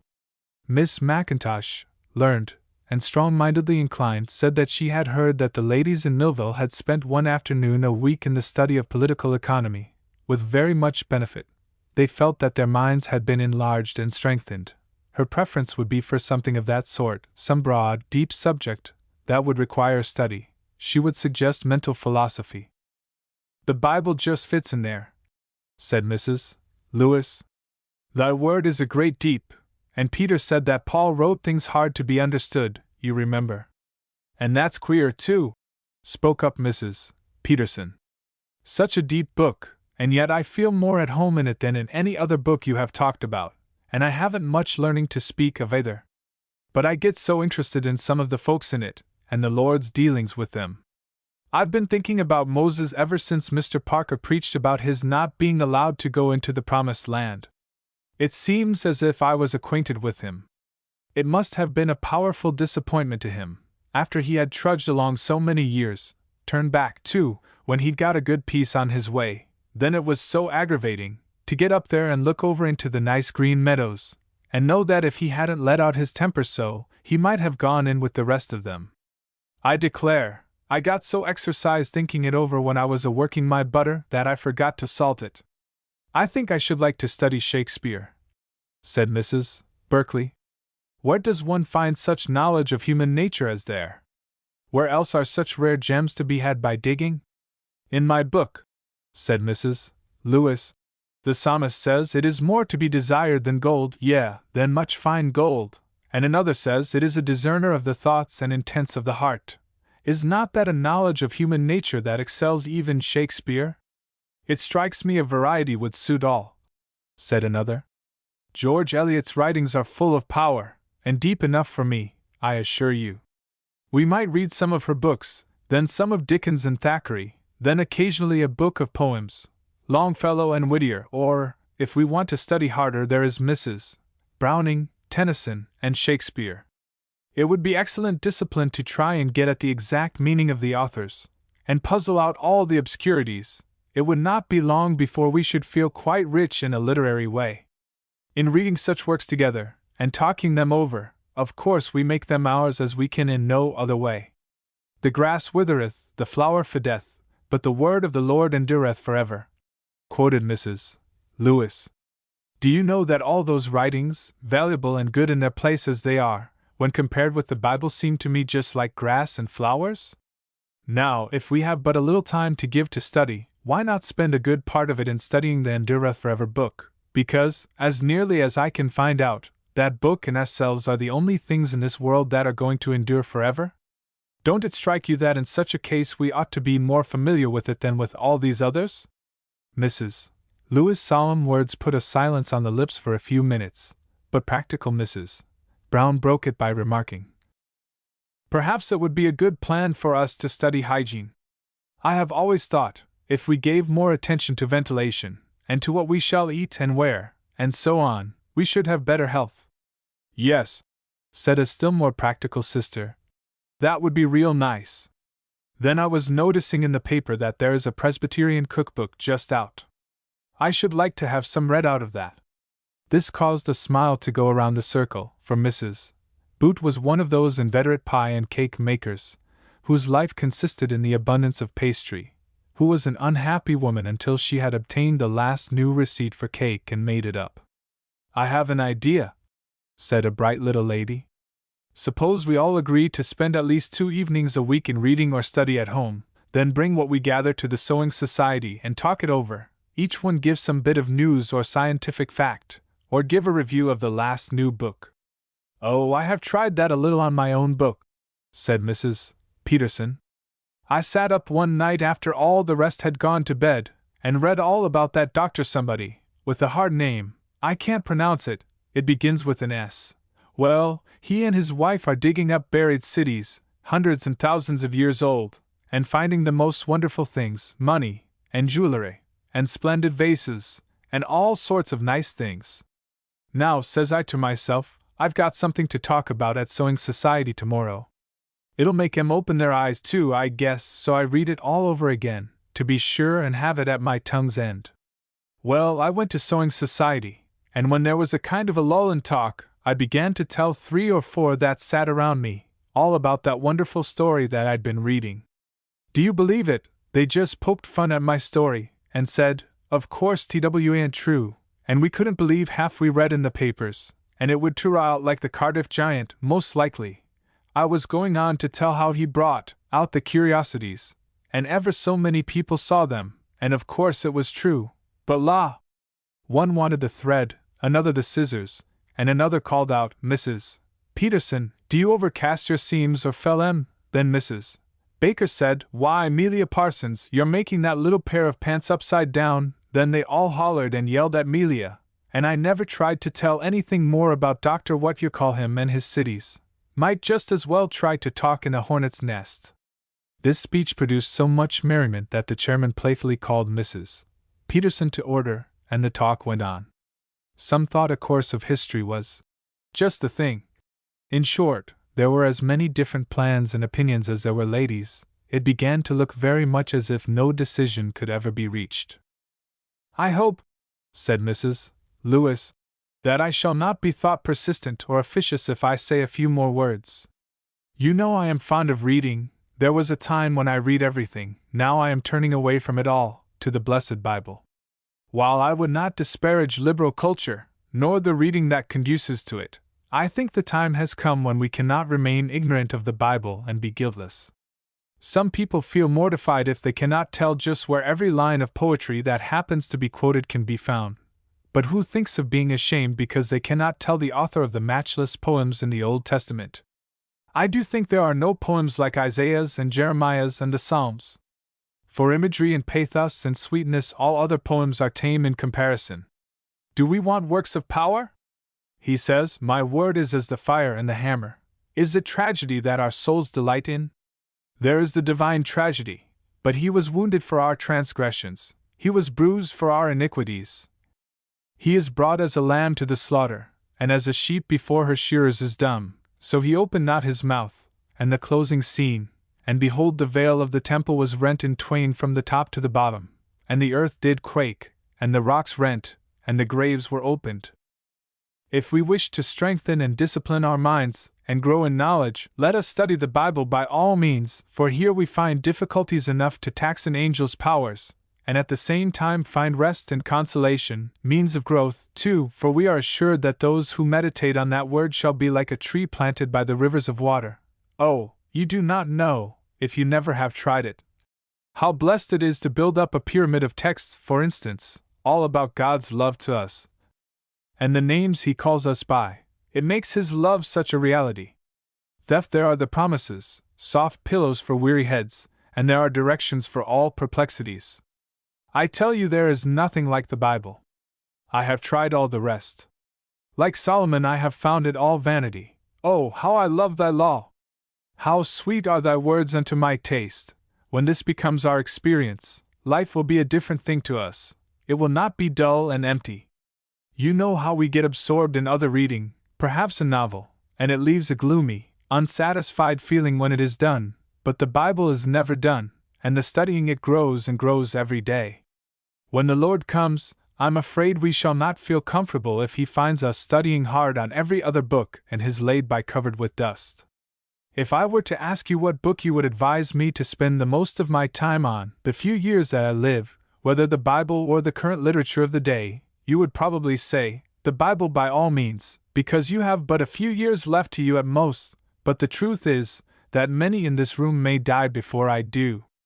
Not one of us knows what day the books will for us be forever closed, and did it never cross your minds that the Bible is the only book we will want to take with us away down to the edge of the river? When I lie down to die I feel sure that I shall not wish for a page of mental philosophy whispered in my ear, nor the finest passage of Shakespeare. But though I walk through the valley of the shadow of death, I will fear no evil. Thou art with me, and I have loved thee with an everlasting love. Thou art mine, I have called thee by my name. I will never leave thee nor forsake thee. Let us compromise this matter, suggested Mrs. Parker. Let every other meeting be devoted to Bible study, and a committee be appointed to select something from the works mentioned here today as subjects for the intervening meetings. This seemed to strike all favorably, and was voted upon, receiving an affirmative vote. It was further suggested and decided that Mrs. Lewis should lead all the Bible meetings. Then I shall take you in hand at once, said Mrs. Lewis, and announce that the next meeting will be at my house next Thursday afternoon, and the subject will be how to use the book. I shall ask you to look out texts on the subjects, and to bring pencils and Bibles that you will not be afraid to mark, and do, dear sisters, let us give to the study of this book the same zeal and painstaking that we do to our housekeeping, or our gardening or fancy work, then we shall receive a blessing, I am sure of it. Part 2. The Book Open. Mrs. Lewis' parlor was not like anybody's else. Some of her neighbors said she was queer, as much money as she had, too. By queer, they meant that it was perfectly incomprehensible to them that Mrs. Lewis did not have her parlor hung in dark paper with gilt blommies, have lace curtains with very long trails, a dark, many-colored carpet, mirrors, and handsome furniture wearing linen aprons, the whole thing shut up stately and dark, except on high days. This, instead of the cheery room where 5-minute callers with cards and best toilets seldom came, people always ran in here and stayed a while. This room was large and light, both wall and carpet a delicate tint of gray, brightened here and there by bits of color in the shape of gaily covered easy chairs, rug tidies, and the like, yet nothing was too fine for daily use. There were fine engravings on the walls, and plants and sunshine in the south windows. In the center stood a large round table covered with books, newspapers, pen and ink. Altogether it looked much more like a gem of a study than a parlor, but was the best and handsomest room in the house, whatever it might be called. And here Mrs. Lewis knit, and sewed and studied, here the fire was always bright and the welcome warm. Young and old went in and out with freedom. Her table was supplied with the best and latest books and magazines, so making a sort of reading room, as free and open to young men as though it were public. The room was well filled on the Thursday afternoon appointed for the meeting, which was opened by a few earnest words of prayer. Then Mrs. Lewis remarked, I want to say in the outset that I do not set myself up as a teacher in these gatherings. We are all learners together. Let us conceive ourselves to be miners digging for gold or precious stones, in the Lord's mine, the Scriptures. Then when He points out to one a precious gem that our eyes may not light on as we pass along, let that one hasten to show it to us also with something of the same eagerness that most of us would display if we found a jewel in our path. In thinking of this subject, how to use our Bibles, I am reminded of my first sewing machine. Many years ago, when sewing machines were not as common as now, my husband sent to New York and purchased one for me. I read the instructions, and followed them as I thought, but I did not succeed. The thread knotted up in heaps and it skipped stitches. After repeated failures I set it aside, and plodded on in the old way, trying to do all the sewing of my large family by hand. At last a lady from a neighboring town came to visit me. It so happened that she owned a machine of the same kind. She sat down before mine, turned the screws, oiled it, put the work in, and sewed a long seam as by magic. Then she patiently explained every little thing I needed to know. It was a happy day to me when I could sew on it too, I assure you, and you all know from experience just what a comfort and help that machine was to me for years afterwards. I am convinced that in like manner I groped and stumbled along a long time in my Christian life because I did not know how to use my Bible. I am not sure, said Miss McIntosh, that I quite understand your illustration. The sewing machine was, of course, no use to you until you had learned all its mysteries. It was the same as locked up to you, you needed a key. But here are our Bibles in plain English. If we read them I cannot see why we will not be benefited. Yes, benefited in a certain way, just as any excellent book will lift one up, but I know people who are well versed in the historical parts of the Bible, can repeat large portions of the Gospels, and yet are blind. They have not apprehended Christ in it all. We need the Spirit's teachings, or plain as it is, we may go from Genesis to Revelation and never once look into the eyes of our Savior with trusting faith, yet there He is on every page. Food is nothing to us when hungry if we do not eat it, and truth will not save us if it be not realized. Then opened He their understanding that they should understand the Scriptures. The things of God knoweth no man but by the Spirit of God. Not until that light shines upon the book do our souls cry out in joyful recognition, Master and my Lord and my God. Not until that divine touch opens our eyes can we say of His words, I love them exceedingly.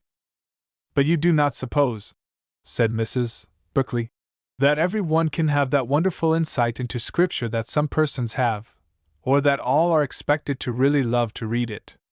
I never think that I ought to let a day pass by without reading my chapter, but I confess that I do it because it is my duty. Everybody can't be like one woman that I used to know. She kept her Bible by her in her work basket. Every few minutes she would take it up and get a bit from it, then go on with her work. Everybody called her a fanatic, but she seemed to enjoy herself, and was the best person I ever knew. I always supposed she possessed a sort of gift that is only given to a very few. I believe that the promise, He shall teach you all things, will be fulfilled to all who claim it, said Mrs.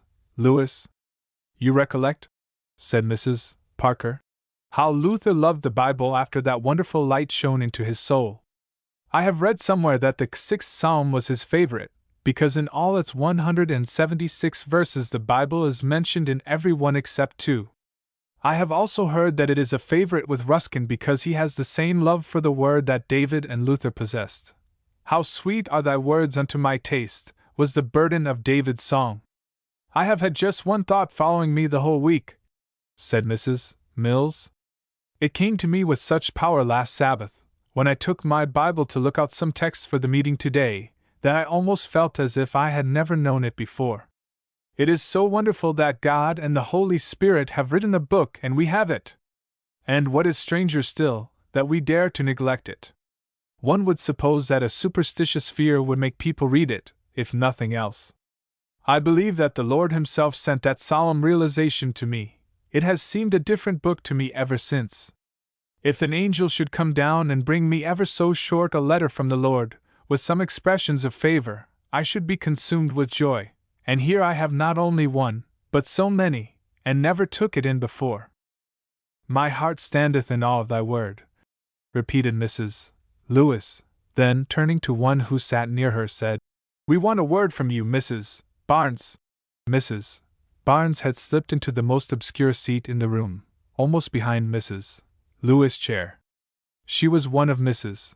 Lewis' most intimate friends, and herein was another proof of queerness in the eyes of some of Mrs. Lewis' neighbors, because she made so much of that Mrs. Barnes.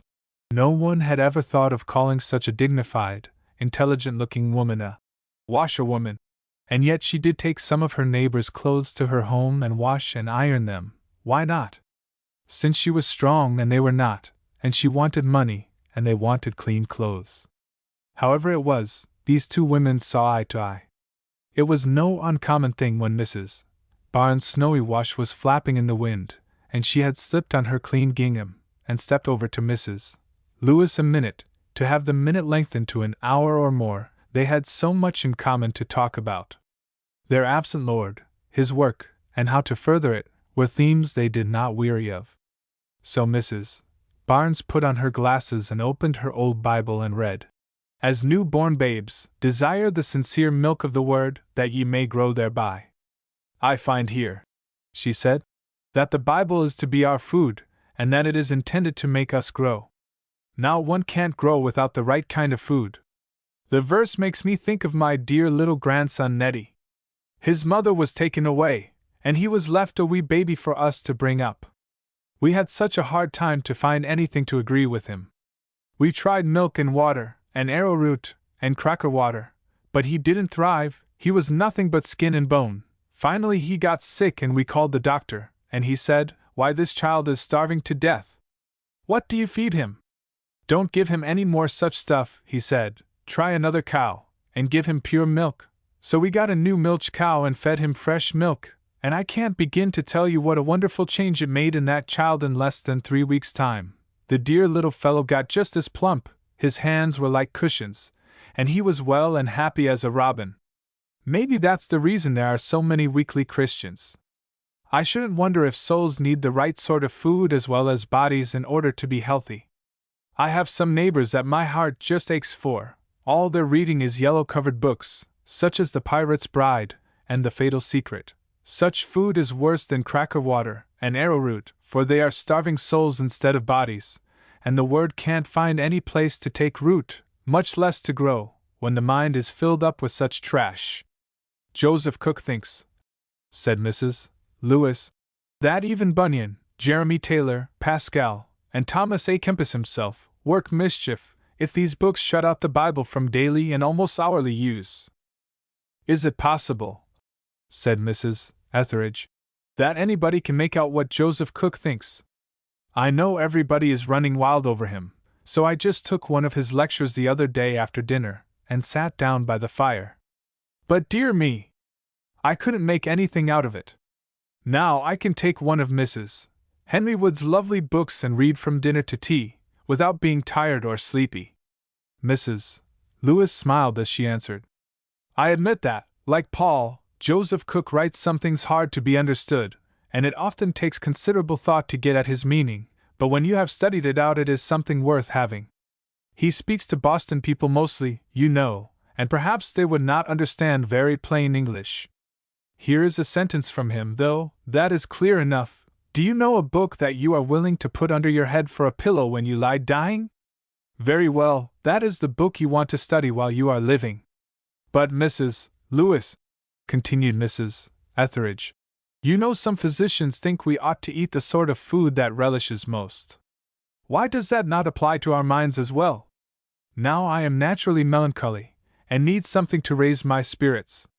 Don't you think that the Bible is almost too sober, dreary reading for such persons, at least until they begin to grow old? Mrs. Lewis turned a loving, pitying look on the pretty young wife, and whispered a prayer for her as she answered.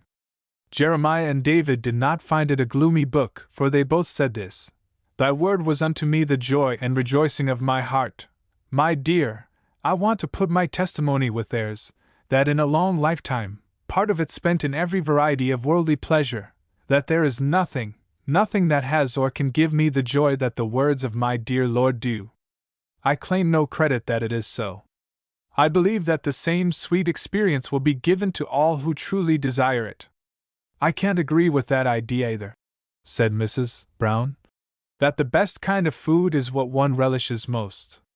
My children relish pie and cake and candies wonderfully, but I know it is not good for them to eat much of them. When they have no appetite for good bread and milk, and such nourishing food, I know there is something amiss with them. They are sick, and did you ever notice this? Children who are allowed to live mostly on these knickknacks do not relish plain food, and do not thrive.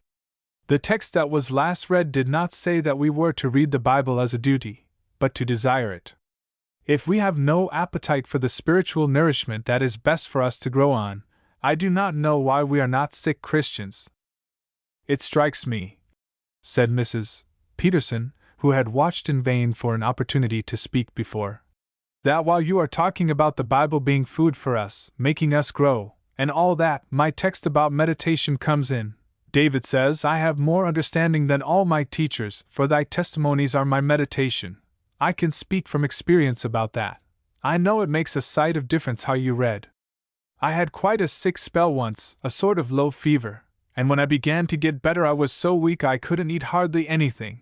I heard the woman that took care of me tell the doctor that if I didn't eat more I'd starve as sure as the world, and the doctor said, no I wouldn't, that the amount a body ate wasn't the main thing, it was what was digested, and that it did mischief to eat more than one could digest. So I kept on taking my little bit of beef tea a good many times a day, but I was very weak for a long time. I couldn't even hold my Bible to read it, and I began to fret about it. I was used to reading my 2 or 3 chapters a day, and I felt sort o' lost without them.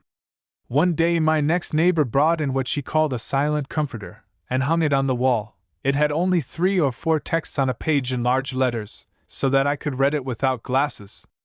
Well, what a comfort that was, to be sure.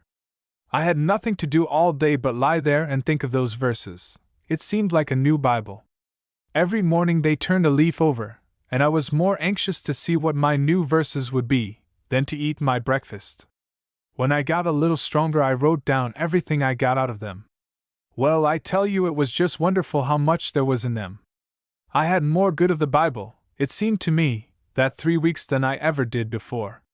Then I remembered how I used to read my chapters, my mind half the time on something else, most always in a hurry, thinking it was time I was skimming my milk or at my baking, and wondering whether I should bake apple pies or pumpkin that day. Think of it! How awful it was to mix up things like that.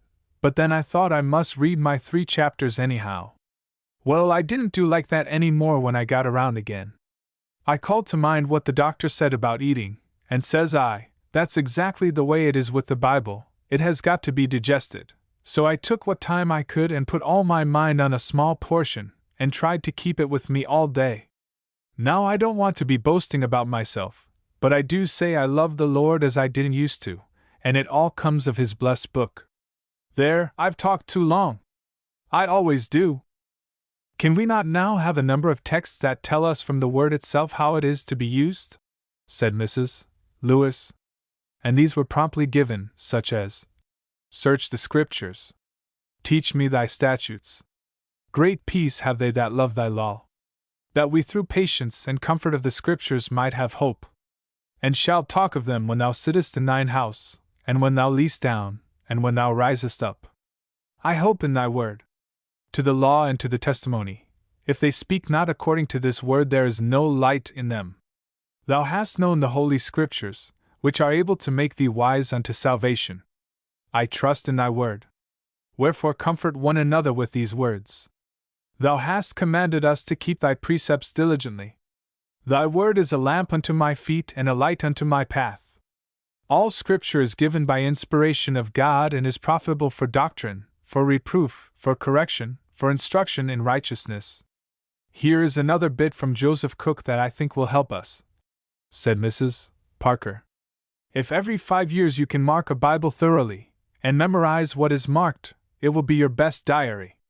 You can do little better in reading than to fill the margins of a copy of the Scriptures once every 5 years full of the records of the deepest inmost in your souls, to be intelligible to yourself and to no one else. Shut the door on that record.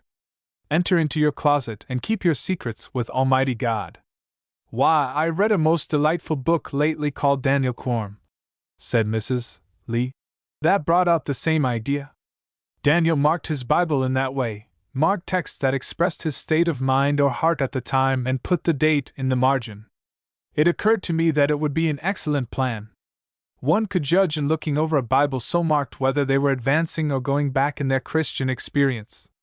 I heard Ralph Wells say, in a Sabbath school convention last summer, said Miss Day, that it is he that doeth his will that is to know concerning the doctrine, and that no spectacles are so precious for right understanding of the word as a conscience void of offense toward God and man. He also said in reference to Bible study, wonderful is the light one gains by simply looking out the references. Another good thing that I remember from him, and that I have practiced ever since, is that we ought to learn a verse of Scripture each day. There is one precious way in which the Scriptures are to be used that has not been mentioned yet, said one who had been silent thus far, but whose face expressed lively sympathy with all she heard. We do not get the comfort from the promises that we might. The Lord says, "Put me in remembrance, let us plead together." I think we ought to take advantage of such a gracious permission, and bring a promise when we come before the Lord in prayer. I had an old neighbor once who owned bank stock to the amount of $50,000, and yet he got it into his head that if he were not very saving, he should go to the poorhouse. This grew upon him so that he shut up all the rooms in his house, which was large and pleasant, and he and his wife lived in the kitchen, hovering in the coldest weather over a small fire because he thought he ought not to afford any more, when he had only to go to the bank and present his check to get all he needed. So we have only to put our names in the promises and plead them, and they are fulfilled to us. Instead of that, we go mourning about in the kitchen and down cellar, instead of sitting in the chamber of peace. I am sorry to say that our hour is more than up, Mrs. Lewis said. Let us glance over what we have learned in the study of the Word. We need the teaching of the Holy Spirit. We are to pray for light on it. We are to love it, obey it, meditate on it, search it, desire it, talk of it, try all things by it, sound our experience by it, plead its promises, commit it to memory, trust in it. It is to be our food. No other food will feed an immortal soul. It is to be our joy, to give to us comfort, peace, faith, hope, patience, wisdom, and I will put the capstone on this beautiful arch by, I commend you to God and to the word of His grace, which is able to build you up, and to give you an inheritance among all them which are sanctified. Buckwheat cakes. It was a little house, and a little new family, just 2 of them, and just 6 months since they were made into a family, and set up housekeeping. As a matter of course, everything in the house was new also. One maid prate of antiquities, and the associations clinging about them that render them beautiful, but after all, every couple will always look back with delight to the time all their surroundings were fresh and pretty. Yes, even though they were not pretty, there is a charm in a new pine table, or a bright new tin pan. This house was a little gem, from the delicately appointed guest chamber to the cement-lined cellar. Mr. and Mrs. Philip Thorne sat at their breakfast table sparkling with new china and silver, in a dining room so cheery with pretty carpet, plants, singing bird, warmth and sunshine, that the beggar girl who peeped in at the window might well wonder if heaven were nicer than that. The coffee urn sent up a fragrant little cloud as Mrs. Thorne turned it into delicate cups with just the right quantity of cream and sugar, so that it was just the right color that coffee should be. The steak was tender and juicy, the baked potatoes done to a turn, and yet there was a slight cloud hanging over that table that did not come from the coffee urn. Joanna does not understand making buckwheat cakes very well, I imagine, said Mr. Thorne, eyeing the doubtful-looking pile she had just deposited on the table. Joanna did not make these, I made them with my own hands, responded Mrs. Thorne. Said hands were very white and small, but truth to tell, they were not much more skilled than were Joanna's. Then it must be the baking that spoils them, Mr. Thorne said. Why, Philip, how do you know that they are spoiled? I'm sure they look all right, said his wife. That is just where you and I do not agree, my dear. They are white-looking, they ought to be a rich brown. Whoever heard of brown buckwheat cakes? They are always very light-colored. I beg your pardon, but they are not, as far as my observation goes, said her husband. Then these are thick, they ought to be thin and delicate-looking. You are thinking of something else, Philip, said Mrs. Thorne patronizingly. Buckwheat cakes never look differently from these. I have noticed them at a great many places. You never ate them at my mother's, or you could not say so, my dear. Mrs. Thorne stirred her coffee vigorously. Was Philip going to turn out to be one of those detestable men who always go about telling how their mother used to do? My mother! As if there was no other mother in the world that amounted to anything. I always have noticed, she said, that a person imagines, after being from home a few years, that there is nothing quite so good as he used to get at home. Even the very same things never tasted quite as they used to. The reason is plain: taste changes as one grows older. This very sage remark was just a little annoying to Mr. Thorne. He was 10 years the senior of his wife, and did not like allusions to growing older. No one need try to convince me, he answered quite warmly, that I shall ever cease to enjoy the dishes my mother used to get up if I live to be as old as Methuselah. She is the best cook I ever knew, and she never made cakes like these. My mother is a pattern housekeeper, said Mrs. Thorne, with a little flash of her blue eye. And her cakes look precisely like these.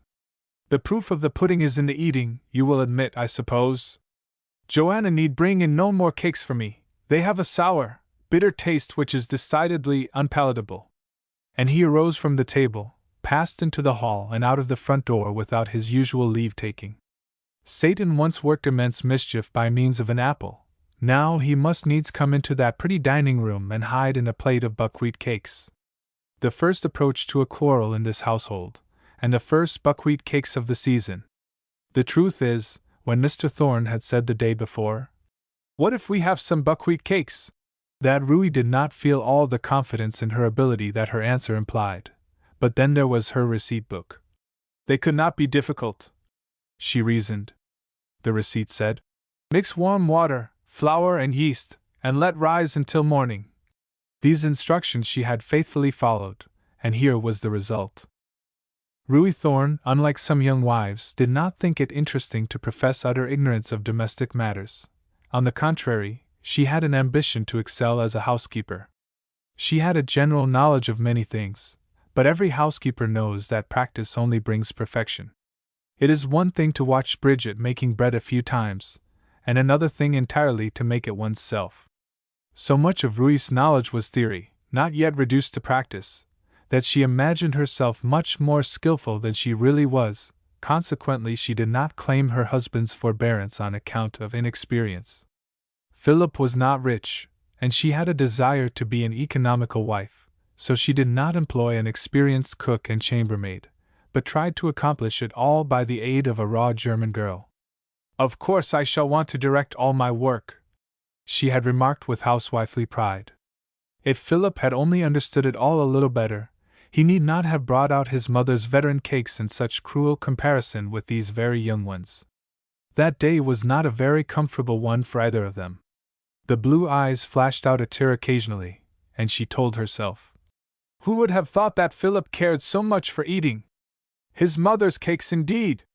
As if anybody could equal my dear precious mother in anything!"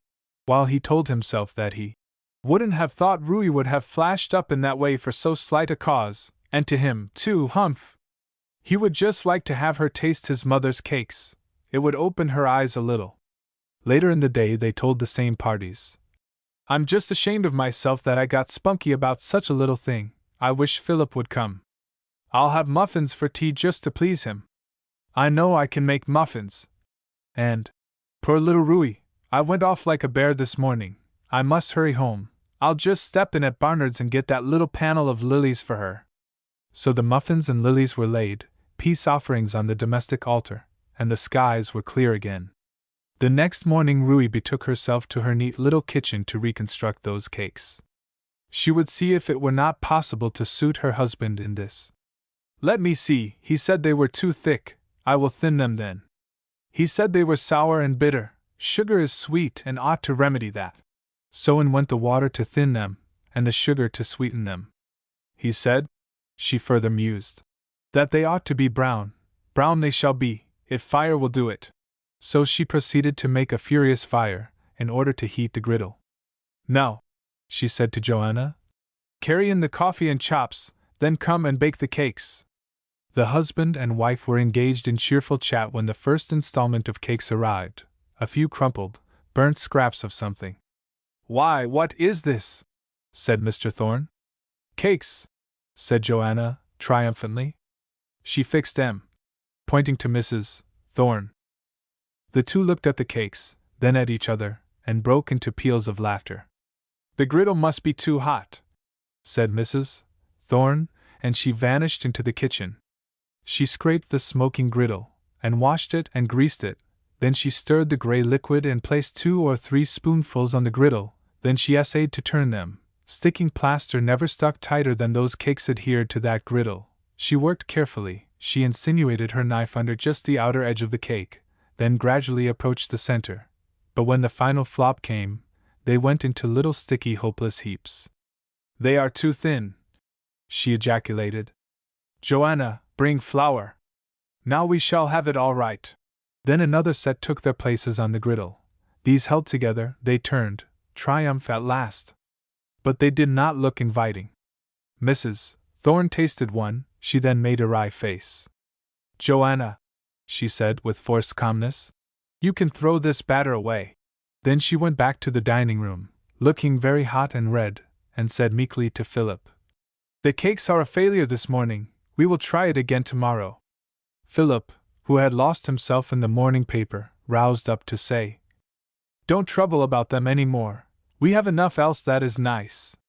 The cakes will be all right another time. Philip, there was a mistake made. They were too thin this morning. Mother never makes them thin." Philip looked as if he would like to say, "I don't care what your mother does. My mother's cakes are nice and thin, and can't be beaten." But he didn't. Mrs. Thorne had no intention of abandoning buckwheat cakes as a failure, not she. It was not her way to give up easily and yield to discouragement. Difficulties only strengthened her determination to conquer. "I'll see if I am to be vanquished by a buckwheat cake," she said, studying her receipt book that same evening. "I shouldn't wonder if there was not yeast enough in those others," she said, as she mixed some fresh butter and added an extra quantity of yeast. "Keep them warm while rising," the receipt read. She placed them near the register near the dining room and retired with a complacent feeling that now all the conditions had been surely met. The total depravity of inanimate things. Mrs. Thorne had reason to believe in that doctrine next morning, when she entered her dining room and found a small sea of batter on her carpet, surrounding the pail and widening in all directions, though this stuff could hardly be called inanimate. It oozed from under the pail cover in a most animated manner. "It is light, at least, that is one consolation," said Mrs. Thorne, trying to be philosophical as she ruefully surveyed her carpet, then hastily calling Joanna to clean it up. "Philip should not see that." When the cakes were brought in this morning, Rui cast a little triumphant look at Philip. By dint of a hot griddle and much grease they had a streak of brown here and there. "Horrible!" exclaimed Mrs. Thorne, after her first mouthful. "These cakes are sourer than vinegar." Philip should not be the first to speak of any lack, as if she were not supposed to know more about such matters than he. "What does ail them? I'm sure I made them exactly right this time. I must tell Joanna to put some sugar in them. My dear wife, if you will allow me, I would suggest soda instead of sugar." "Really?" responded Rui, her pride touched in an instant. There it was, he actually thought he knew more about cooking than she did. "And pray how do you happen to be so wise? You must have assisted your mother in the kitchen," she said, with a slight curl of her pretty lip. "Up there in the country boys do those things, I suppose?" Philip was nettled. Rui had cast little slurs on his country home before, when she got her spirit up. He controlled himself, however, only saying, "I don't profess to understand the science of cookery, but I do know a little chemistry, and understand that an acid requires an alkali to neutralize it." Mrs. Thorne went straight to the kitchen, shutting the door after her with the least perceptible bang, and sprinkled a liberal allowance of soda into the batter, and then returned to the dining room to await developments. These cakes were yellow and spotted, and savored of hot lye. Mr. Thorne went bravely through a few mouthfuls until he encountered a lump of soda. The wry face that followed was wholly involuntary. "I declare they are horrid!" exclaimed Rui, bursting into tears. "I knew soda would spoil them, bitter stuff!" Mr. Thorne did not then attempt to show why soda would not spoil them, if properly used. Grieved at his wife's distress, and becoming hygienical, he said, "Don't have anything more to do with these wretched things. They are unwholesome anyway, and we are better off without them. Give them up." "Never!" said Rui, resolutely. When Rui spoke in that way, Philip knew she meant it, and he sighed at the prospect of discordant breakfasts through a series of experiments. A text about a dinner of herbs floated through his mind as he walked abstractedly toward his store. After Mrs. Thorne had dried her tears, she walked to the kitchen, and with her own hands scraped that acid, alkaline mess into the drain. "Buckwheat cakes are very mysterious and trying things," she remarked to herself. "But I shall never give up till I can make them like Philip's mother's. I find," said Mr. Thorne that evening, "that I must start tomorrow morning for New York, and will need a very early breakfast. Let Joanna just make me a cup of coffee. No cakes, remember," he laughingly added. "You may have a whole week to experiment upon them in my absence." Rui watched him down the street in the gray dawn of the next morning as he hurried to the depot, and a bright idea came into her head. Why not take a little trip on her own account? She might run up to Father Thorne's. Why not be visiting as well as moping here alone? She wished she had thought of it and mentioned it to Philip, but it was better not. He would probably have thought she could not go so far alone. But what was a day's journey when it could all be accomplished before dark? Then it was going to be a bright day, she could see that by the rosy flush in the east, just the day for a journey. Besides, Philip could not go to visit them this winter, and how delighted they would be to have her come and break up the monotony of their lives. She glanced at the clock. Only 6 o'clock. She would have ample time to get ready for the 8 o'clock train. The dress she had on would do to travel in. Just slip her black cashmere into her satchel, and she was ready. Yes, she would go. Artful Ruy! Down in her heart she had a secret reason for this visit that did not come up to the surface with the others. She wanted to know exactly how Philip's mother made those cakes. She could not be happy until she succeeded. Here appeared an old trait of the girl Ruy, almost a fault, settled persistency in accomplishing her ends, a determination to walk over all obstacles, however large. It took much lively stirring about to accomplish it, but the house was put in order, and Mrs. Thorne reached the depot in time for the 8 o'clock train, the happy Joanna being dismissed to her home for a week, after carrying her mistress's satchel to the depot. Mrs. Thorne had visited the old homestead with her husband at the time of their marriage, and looked forward with real pleasure at the prospect before her. "Won't they be surprised, though, to see me coming without Philip?" And then she smiled to think how she was whizzing along in one direction, and Philip in another, while he thought her snug at home. There was a spice of adventure about this going off by herself that she enjoyed exceedingly. There is no more delightful place to step into than the home of two old people, who are young, and who love you. They have their hearts at leisure, can take time to pet you, and are interested in the smallest details of your lives. Philip's father and mother belonged to this type. The juices of their natures were not dried up.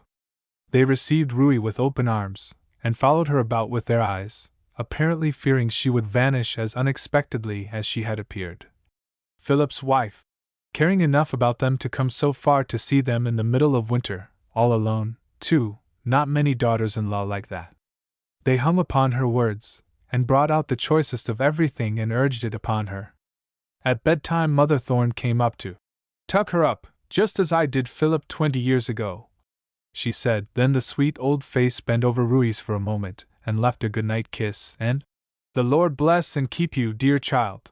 Rui's heart went out to her, and from that hour Philip's mother was her mother. Breakfast was all ready the next morning when she came down, and she sat in Philip's old seat, and the sun looked in at the east window, and a stray ray fell upon her, and burnished the gold of her hair, so that she looked more like an angel than ever to those dear old eyes. How happy they were, Philip's other self in that vacant chair. Moreover, she ate those famous cakes. It was all true, they were brown, they were thin and delicate, and light and sweet, and tender, the most delicious morsels, with the amber maple syrup, that she had ever tasted. She must confess it to herself, they were better than her mother's. City people could not concoct such amazing cakes as these. Then the fragrant golden butter, how she wished poor Philip were there to get some of all these good things. She had not proposed that her mother-in-law should know that there was anything in the universe that she was ignorant of in the housekeeping line, but now she resolved to lay down all her pride and learn whatever she could, so she followed Mother Thorne as she trotted in and out from pantry to kitchen, initiating herself into the mysteries of this and that dish, and storing up many a lesson of housewifely skill. It all came out after a little, the struggle she had been through with those horrible cakes. Father Thorne laughed until the tears came, to hear his pretty daughter-in-law naively narrate her many grievous failures in that line, enlarging not a little on Philip's wry faces, when he tried to eat her cakes to save her feelings. She had confessed it all, now she felt free to watch the process of setting the cakes, and to ask all the questions she pleased. "What made mine so horribly bitter once?" she asked. "Why, you put too much yeast in, I suppose." "I only put in a teacupful," said Ruy. Then Mother Thorne shook her sides with laughter, as she said, "Why, child, that ought to make cakes enough for 24 people. You only need about 2 tablespoonfuls for the quantity you would make. What made them run all over creation when I left them by the fire to rise? Why, maybe you didn't have room enough for them to rise, and they must go somewhere, you know. What made them sour? They stood too long after they got light, before they were baked. Very likely they would have raised in time, if you had left them on the table, say." "What do you do when they are sour?" asked Ruy. "Put in a little soda." "I did. I put soda in, And you never saw such looking things as they were, yellow and spotted, and ugh! How they tasted! Philip nearly choked himself on one of the lumps of soda in his cake. Don't you know, said Mother Thorne, indulging in another laugh, that you must not put in but a little, and you must dissolve that in a spoonful of warm water and then stir it in. Ruy studied those cakes as thoroughly as she ever had a problem, or a French verb. She insisted on setting them at night, and baking them every morning during her stay, and she was finally pronounced an adept in the work. This was not all she did. She put new life in the silent old house, sung all her songs, read the newspapers aloud, made a cap for Mother Thorne, and a marvelous tidy for the best chair, besides telling them all about Philip, as if she could tell them anything new. But the pleasant visit must come to an end. It was almost time for Philip's return.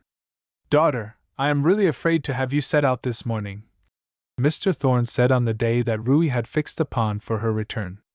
It has been snowing hard all night, and if it keeps on at this rate the railroads will be blocked up. Oh, Father! I must start. Philip will be home tonight, and what will he think if he does not find me there? Ruy said eagerly. Better, said the wise old father. Better stay and telegraph to Ralph. Oh, no, indeed, that would spoil all the fun. You know I will get home at 4 and Philip at 7. I shall have tea all ready and sit there demurely waiting for him, and he never will imagine that I have been off on a frolic until I tell him. And so she started, with many misgivings, however, on the part of the old people. She's such a bright little thing, Father Thorne said to his wife when they were toasting their feet at the fire that night before going to bed. It's like seeing the crocuses and daffodils coming up, or getting a sniff at the hyacinth, to have her light down here like a pretty bird, to sing and chatter to us. Philip always did know just the right thing to do. He couldn't have found a better wife if he had searched the whole land through. The train that carried Ruy thundered on its way, as though it disdained the thought that the snowflakes that filled the air could have aught to do with its progress. When the first tiny white feather came and softly laid itself down on the iron rails, did it secretly exult that it was one of a myriad that should rear a gigantic barrier before which this puffing fiery monster should stand powerless, and acknowledge the soft bits of down master of the situation? The storm raged through the day, increasing each hour in strength and fury. The long train began to plod in a labored, tired way, after the manner of mortals, stopping often, while snowplows in advance cleared the track. Darkness came down, and still the fearful mass of whiteness piled itself in huge billows about them. The snowplows were unavailing. As fast as they cleared a space the wind surged down, and filled it up in a trice. The mighty engine struggled in vain to press forward, but only crept at snail's pace and finally came to a dead halt. There they were fast shut out from the world. They could do nothing but wait for morning. Most of the passengers might not have resigned themselves to sleep so contentedly had they known that they were in the midst of the woods many miles from any town of much size, not near, even, to one of the straggling hamlets that dotted the country. When the morning dawned they found themselves literally enclosed in snow, snow above, beneath, to right, to left, behind, before, a beleaguered host. Those who understood the situation looked appalled. The world was well represented there in that restless company that stared from their windows into snow. How strange that one particular class did not set out on this journey, but each class had its type, as if someone had gone about, and gathering up handfuls of people stowed them on this train. They were all there, the woman with 5 children and the one with a lapdog, and all acted out their individual natures more fully than they might have done under other circumstances. Many lost that reticence that is supposed to belong to well-bred people on a journey, and told out their private affairs. The man of business knit his brows and said that he must reach C by a certain time or the consequences would be most disastrous. The fashionable lady wrapped herself in her furs and bestowed withering looks on the crying baby. The grumbler grumbled, and was sure somebody was to blame somewhere. The funny man bubbled and sparkled as usual, and sent rays akin to sunshine over lugubrious faces. The profane man opened his mouth, and out came toads and scorpions, and the tobacco chewers made dark pools on the floor to vex the souls of cleanly people. By the close of the day they were a very forlorn, hungry people. There was one among them, though, who seemed to rise above it all, a plain-looking woman with an unfashionable bonnet, and a face like a benediction. She drew a little worn Bible from her satchel, and read it a while by the dim light. Rui wondered if she did not get something from that book that made her patient when others were not, that sent her to relieve the tired mother, by caring for the fretful baby a long time, and when another, a sad mother, unable longer to control her grief, moaned out, "My child will die before I can get to her." This woman was the one who went to her with words of comfort. Rui's poor perturbed heart envied that calm face. She felt well-nigh distracted, not so much at the fact that she was cold and hungry, but what would Philip think when he returned and found her gone? No one knew where, not even a neighbor had the least intimation of her whereabouts. What a night of horrors he must have had! Oh, to be obliged to sit there and wait when she felt like flying! She heard the woman with the Bible whisper to the poor mother, "Pray, that will surely help you." Perhaps it would help me, thought Rui. She was not used to praying, but she needed help. So she put her tired head down, and whispered a request for deliverance. What did Philip do? He essayed to walk into his house. The door was locked, and there was no response to his repeated rings. He tried other doors with no better success.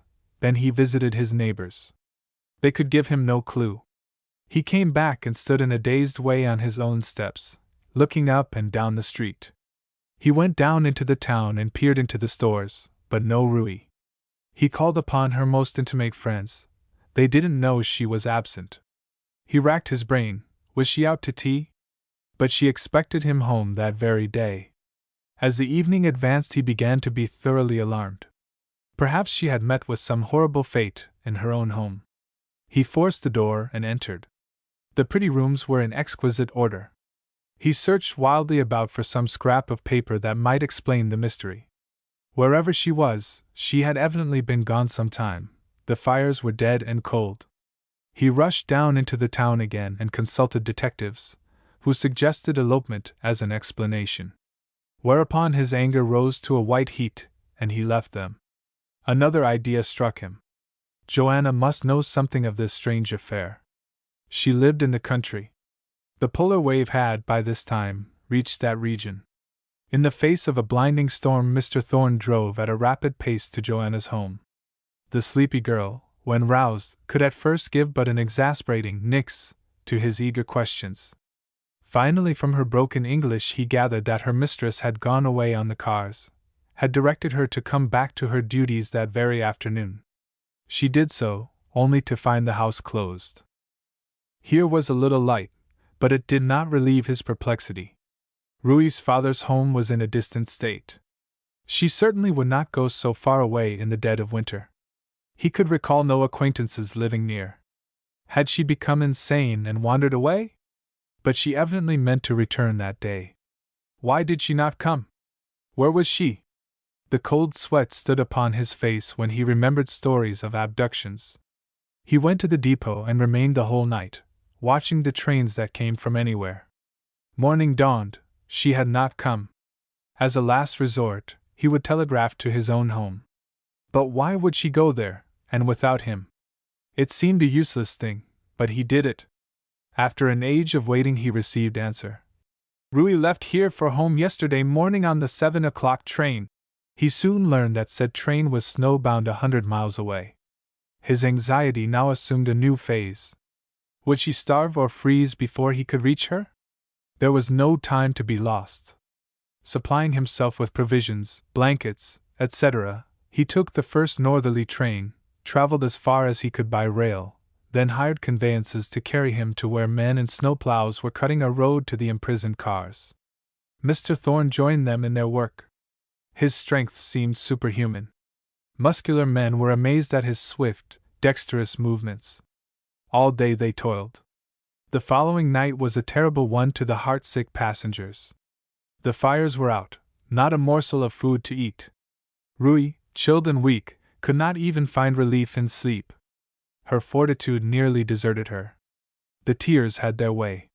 She lay curled in her seat, a wretched, disconsolate little heap, when a brown-bearded man, muffled in furs, entered, flashing the light of his lantern here and there, eagerly scrutinizing the faces.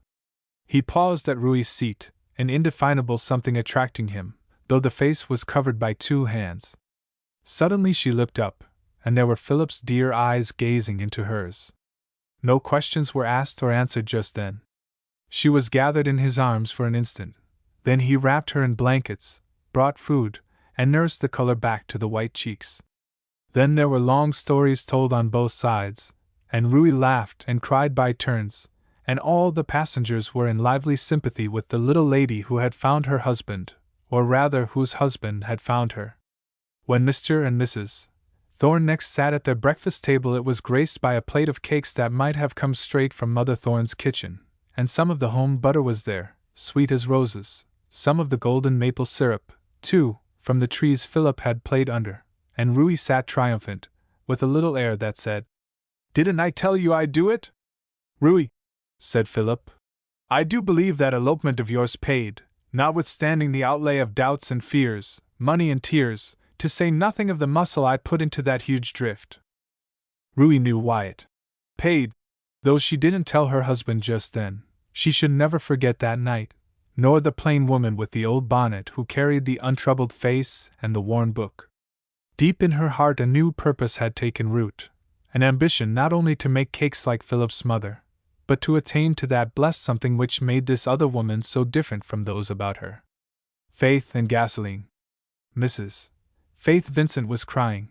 There was no denying it. Veritable tears were in her eyes and on her cheeks all the time she was bathing the plump limbs of her baby and robing her in dainty garments of flannel and embroidery. Then she struggled through the notes of a sad lullaby, and now the long lashes lay quietly on the pretty cheek, and the fair young mamma was free to lay her head on the side of the crib and indulge in a good cry. The clue to all this trouble was condensed in a sentence that the young husband let fall just as he left for his business a few moments before. "I see no other way, my dear. You will be obliged to take baby and go to Uncle Joshua's for the summer. The extreme heat will come on now very soon, and then neither you nor Daisy will be able to endure it in this room."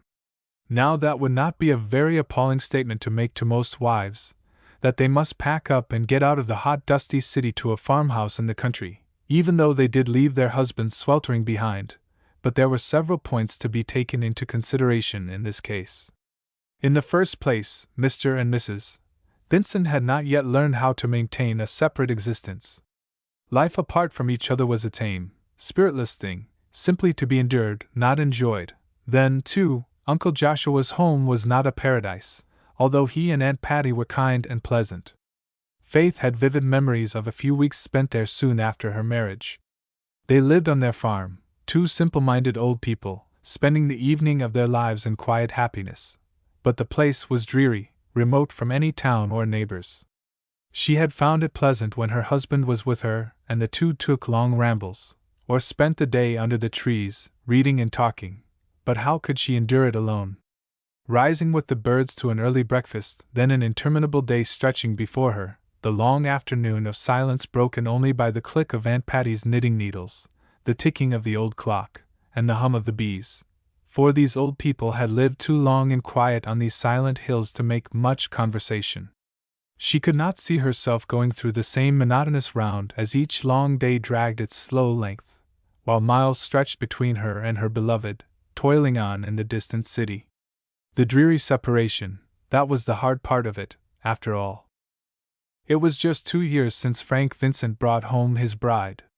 He had succeeded in securing rooms in a pleasant boarding house in one of the wide, airy streets of the city. He felt justified in going to the utmost of his means in providing an attractive home, for his Faith had been delicately reared by a wealthy uncle who had frowned upon the love-making of the young bookkeeper, handsome, intelligent, and with unblemished reputation though he was, and held a good position in one of the largest and oldest firms in the city. The uncle had more ambitious plans for his favorite niece. He did not forbid the marriage, but gave Faith to understand that if she persisted in marrying a poor man, when a good $500,000 awaited her acceptance, she did it at her own peril. Not a penny of his should go to eke out the scanty living of a poor clerk.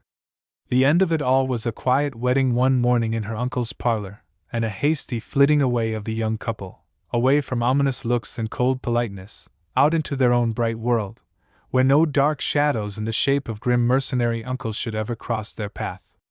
It was not without many misgivings that the young husband conducted his wife to her apartments, for neat and pretty though they were in marked contrast with the roomy, elegant mansion where she had spent her life, and so was the noisy, dusty city with the beautiful, quiet old town where trees and flowers and birds and pure air and room to breathe in made existence doubly delightful.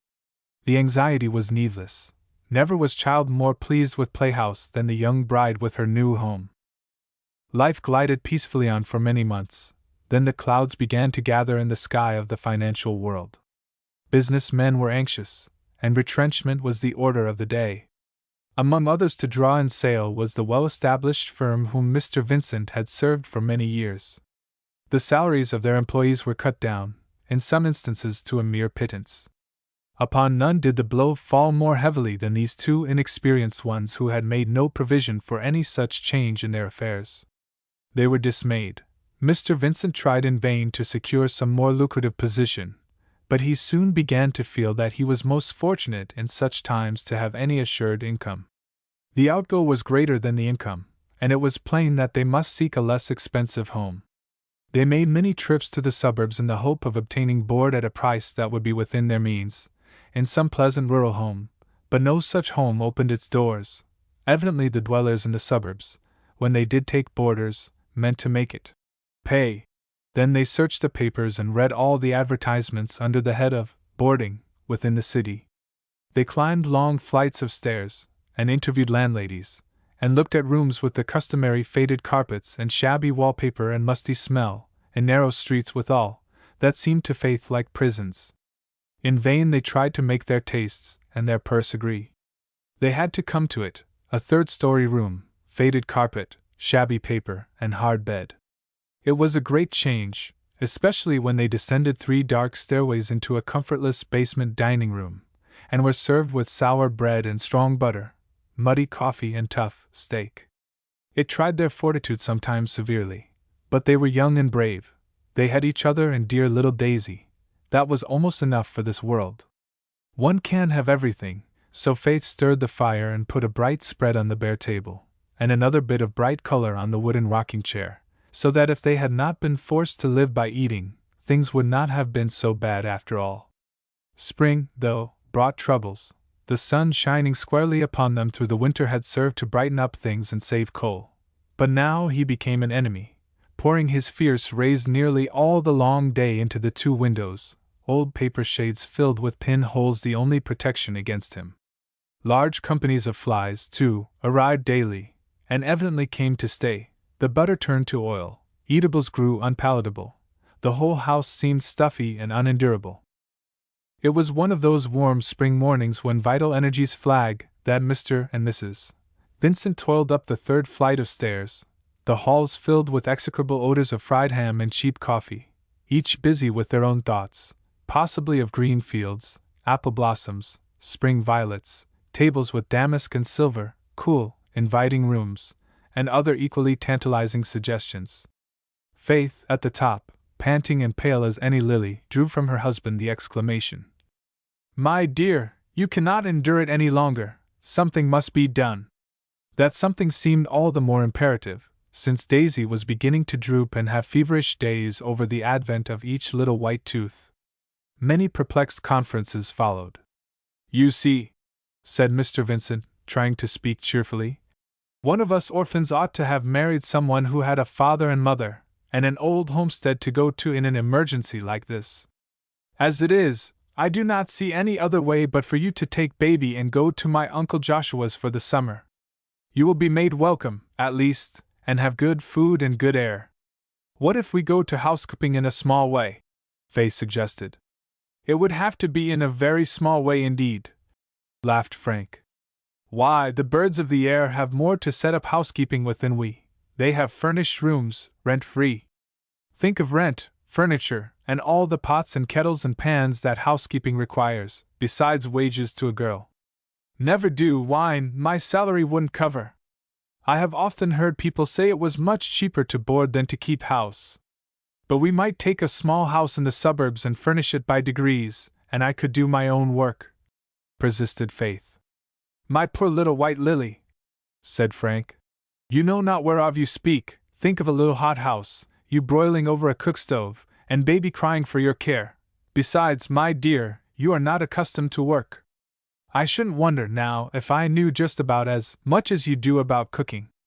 I think I can see you with blistered fingers and aching head, studying cookbooks. No, Faith, we shall be obliged to live in 2 places this summer, I fear. I know it will be lonely for you at Uncle Joshua's, but for your own sake and the dear baby's, it must be done. Let us be of good cheer, and perhaps by fall business will revive and my salary be increased, or I can get a better position. Now goodbye, my blossoms, I must be gone. And he sprang away down the stairs hastily, lest Faith should see that his courage was more than half assumed, for the prospect before him was dismal in the extreme. What Mrs. Vincent did when her husband left her we already know, yet she was not one to sit down in weeping despair before a difficulty until every energy had been put forth to remove it. She sat long and pondered the question. No light came, although she bent her white brows into a deep frown in perplexed thought. If I could only keep house, she mused. Frank imagines I know nothing of cooking. I'd just like to have him eat some bread and puffy biscuits of my making. I am so glad I never told him that I took lessons of Dinah all one winter before we were married. I'll surprise that boy some day with my knowledge. If it were not for the horrid heat of the cook stove, I know I could keep house nicely, and save money too, I dare say. But my head never would endure a hot kitchen, I suppose. Just here the clock chimed out 10, reminding Faith of an engagement at the dressmaker's. Leaving Daisy with her young nurse, she was soon on her way, not to Madame Aubrey's, but to plain Mrs. Macpherson's, who lived up 2 flights of stairs, and was nevertheless a good fitter, and kept her rooms and herself as neat as wax. While Faith waited, and the busy shears slipped and snipped her wrapper, she had time to look about her. The rooms wore such a pleasant, home-like air. They were cool and comfortable looking, and not a fly to be seen. Faith, reared to the finest and best of everything, now looked with almost covetous eyes on this poor, plain home. What a cozy place you have here, Mrs. Macpherson, she said, and she wearily leaned her head back in the comfortable old rocking chair, newly covered with chintz. It is so nice, I would like to stay. Mrs. Macpherson glanced up in surprise, the tones were such tired, sad ones. She noticed for the first time the dark rings under Faith's eyes, and the eyes themselves looked suspiciously red. Her motherly heart went out to the poor young thing straightway. Something troubles you, child, she said, or you don't feel well. Can I help you? The tender tones almost made the tears come anew, and Faith, contrary to her reticent nature, found herself telling kind-hearted Mrs. Macpherson just what did trouble her. Poor dear, Mrs. Macpherson said. That is hard. If I can't help you, I know one who can. Why don't you go straight to the dear Lord and tell him all about it? You see, everything is at his disposal. You know the way to him, don't you? Faith nodded assent, and then said despairingly, It never seemed to me that God would condescend to think about the small affairs of our everyday life. But Mrs. Vincent, you surely read in the Word how he numbers the hairs of our heads, and he says himself if he gives thought to such little things as lilies and grass, he'll surely look after us. Doesn't the Good Shepherd care when the sheep are worried? Indeed he does. Would you stay upstairs when you heard your dear baby crying? Oh, but you'd run fast to her. He says himself that he is our Father, and we are his children, and is he going to stay away off up in heaven and not care about our everyday troubles? No, just you tell him, and believe that he'll help you in some way, and he surely will. You see, I can tell all about this because I've proved it. I know it is so, and it's not every minister that knows that.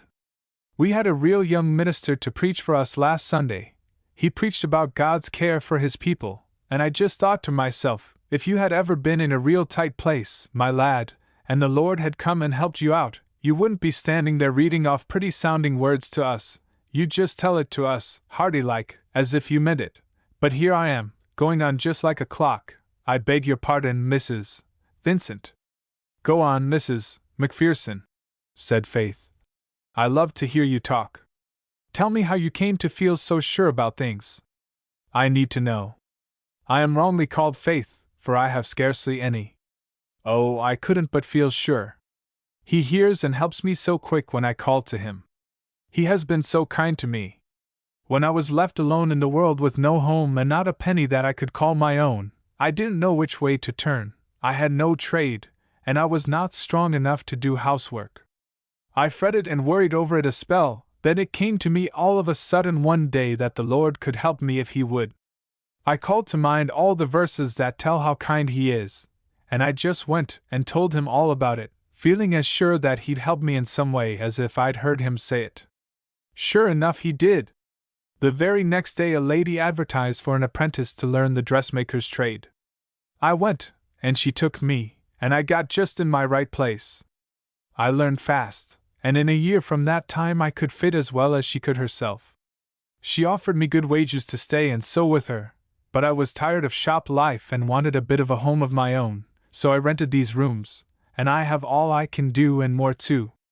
It is a nice, pleasant place, I think to myself. It's cool and comfortable, even if it is 2 flights. You see, I have a north and south window, and if there isn't a good breeze from one way there is from the other. Here's my bedroom. Opening the door into a good-sized room with a large window. Blinds too. I can make it as dark as a pocket, and here's my dining room, and kitchen all in one. Here the lake water comes in. Oh, I tell you, I lack for nothing. But don't your rooms get all heated up when you cook? Faith asked. Not a bit of it. See here, calling Faith's attention to what appeared to be a small light table made of iron. This is a gasoline stove, and the man that invented it ought to have every woman that owns one blessing him as long as he lives, for it's a jewel. And Mrs. McPherson turned a screw and the flame flickered and glowed in one of the burners like a bright star. Here's my fire all made. Pretty soon I shall cook my dinner. Over this burner I'll put my oven, and bake a potato or 2 nice and brown in 20 minutes or so. Over the other burner I'll boil my tea kettle and make my tea, then I'll clap on the gridiron and cook a bit of steak. Nicest way in the world to cook steak, it is so quick, you know that makes steak juicy. The quicker you can cook it the better it is. Will it bake bread nicely? Faith asked, growing deeply interested. To be sure. And Mrs. McPherson produced a plump brown loaf. You can see it is beautifully done. The least bit over half an hour bakes my loaves. Oh, there isn't a thing the creature won't do. I can tuck a chicken in the oven and it comes out done to a turn, or put in a joint of meat to boil and go on with my sewing. It cooks itself, you know. I can roast a turkey. Last Christmas I roasted one, invited in a neighbor or two, you know, and you would have thought it came out of my mother's old-fashioned brick oven, it was done so beautifully. I can wash and iron on it too, heats the irons as fast as you can use them. It's my opinion that women wouldn't get so used up at their work if they would have these stoves. It is the heat that takes all the life and soul out of one. It is pleasant to work if you know how, and can keep cool. It is a real saving of tempers, this stove is, for if you ever noticed it, folks begin to get cross just as soon as they get well heated up over a cook stove. No, it doesn't give out any heat, and there are no ashes, or smoke, or soot, or dirt of any kind about it, and it is cheaper to burn than coal. But have I not heard that gasoline is explosive? Faith asked. It isn't. It will take fire if you bring it near a flame, just as alcohol will, but it can't explode. There might be a little danger of its taking fire if you filled it when burning, but nobody would be foolish enough to do that. I meant to tell you that this little stove is another proof to me that our Father pities us in our little troubles, and helps us. I used to have an iron cook stove, and even with my little work it would heat up everything so. Just as I got all tuckered out with it, I heard of the gasoline stove, but I couldn't afford to get one, for work was rather scarce just then. I expected, though, he would send me one before long, and sure enough he did.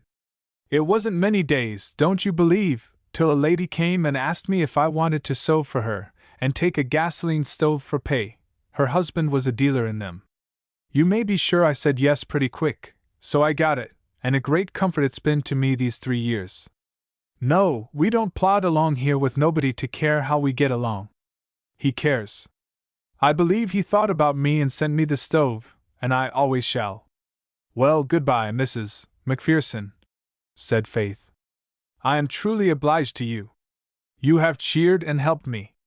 I think I shall have more trust hereafter, and who knows how I shall set up housekeeping with a gasoline stove," she added laughingly. "Dear heart, I wish you might." Mrs. Vincent walked home with an idea in her head and a light in her eye that were not there when she started. Trust a woman for doing what she wants to. It did not take Faith long to lay a plan, and by the time she reached home a plan lay fair and clear before her. Once in her room she sat down and mentally inventoried her possessions. She went to her trunk and brought out her jewelry. They made a goodly array, all the birthday and holiday gifts of many years, several of them quite costly. She hesitated a little over a beautiful watch and chain, but finally laid them with the others, a fair offering at the shrine of love, retaining only a plain gold pin and the rings her husband gave her. When baby took her afternoon nap, Faith gathered up her rings, and pins, and earrings, and bracelets, and chains, and all the other tinkling ornaments, made them into a package, and went with a resolute look in her eyes to Mr. Seymour's, one of the largest jeweller's stores in the city. Mr. Seymour was a member of the same church, and took a fatherly interest in the young couple. Faith, with much inward trepidation, unfolded her plans to him. After careful examination, he named a price for each article that made her heart bound with joy. "As a matter of course," he explained, "we never give full value for goods bought in this way, but when a woman sacrifices her ornaments for such an object, I want to bid her Godspeed, and I shall give you what I think I can dispose of them for." He counted out the fresh bills to Faith. She could have hugged him, but she only said, in low, excited tones, "Mr. Seymour, I cannot tell you how much I thank you." She almost flew home, and then dismissing the nurse, acted in a most extraordinary manner. She danced about the room with baby, nearly squeezing the breath out of her, and laughed and cried by turns. Then she did some tender serious thinking how had the clouds of the morning turned into sunshine. She recognized the hand of the dear Lord in it all. These suggestions and plans were given by Him. His loving kindness was over her. She would never doubt it more. When her husband returned that evening, she tried to banish from her telltale face all traces of exultation. This was her secret. He could not know it yet. So poorly did she succeed that he was happily surprised by finding her cheerful, instead of sad, and yet, inconsistent mortal, he began to feel slightly annoyed that she seemed to be taking the prospective separation so coolly. "How soon can you be ready to go?" he asked in the course of the evening. That roll of bills in Faith's pocket made her eyes dance with glee, as she answered, "Oh, in about a fortnight. But let us not talk about that tonight. Let me read you this exquisite little bit I found today." "Women are queer," soliloquized Frank. "I don't believe Faith is going to feel our first separation as much as I shall myself." Faith studied the daily newspapers diligently for a few days. "To rent" was always the subject. "I do believe I have found the right thing at last," she announced to baby one day, and she read aloud. "To rent at Maplewood, a cottage of 4 rooms, convenient to street and steam cars, pleasantly located, rent low." Another hurried consultation with the paper disclosed the fact that a train for Maplewood left in an hour. Baby was put to sleep to a hurried tune, and Faith had just time enough to reach the train. Maplewood proved to be a pretty little suburb 4 miles out. It was rather new, so that it seemed quite like being in the country. Green fields and hills stretched away on either side, and the one broad, quiet avenue was shaded with maples, grand old forest trees. It looked like paradise to Faith. She soon found the cottage, a lovely nest of white and green glimmering through the trees, the smooth lawn gay with daffodils and crocuses. Vines clambered over the porch, and the sweet breath of lilies and violets distilled subtle perfume on the spring air. She stood on the porch almost afraid to ring, lest she should hear that the house was rented yesterday. But no, it was to be had, and the nice old lady who owned it wanted to rent it, and take up her abode with her daughter, was just as much delighted as Faith. So eager and enthusiastic a tenant was not found every day. The 4 pretty rooms, parlors, bedroom, dining room, and kitchen, exactly suited, a bargain was soon concluded, and Faith on a homeward train, congratulating herself on the success of a part of her plan. Many visits were made during the next few days to furniture, carpet, and china stores. One would have supposed, at the least, that Mrs. Vincent was furnishing a hotel, but it is no easy matter to take fine tastes and a small purse, and make both ends meet. The purchases were all made at last, first and foremost the gasoline stove, then the pretty light carpets, the matting, the neat furniture, some cheap white muslin curtains for the windows, and a small store of china. The young housekeeper bought carefully. There was nothing for mere show, but when it was all arranged in the little house, and Faith's pictures hung on the white walls, there was nothing to be desired in the way of beauty or comfort, that is, in the estimation of those most nearly concerned. Meanwhile Faith had kept her secret well, going to and fro to the cottage, busy and happy as any other robin in springtime preparing her nest. The nest was all finished now, and Faith stood one afternoon in her kitchen door, taking a critical and comprehensive view of the whole, then turning with great satisfaction to survey the kitchen. It was a mite of a room, but Faith was very proud of it. This was to be her workshop. Here cooking was to be carried on as a fine art.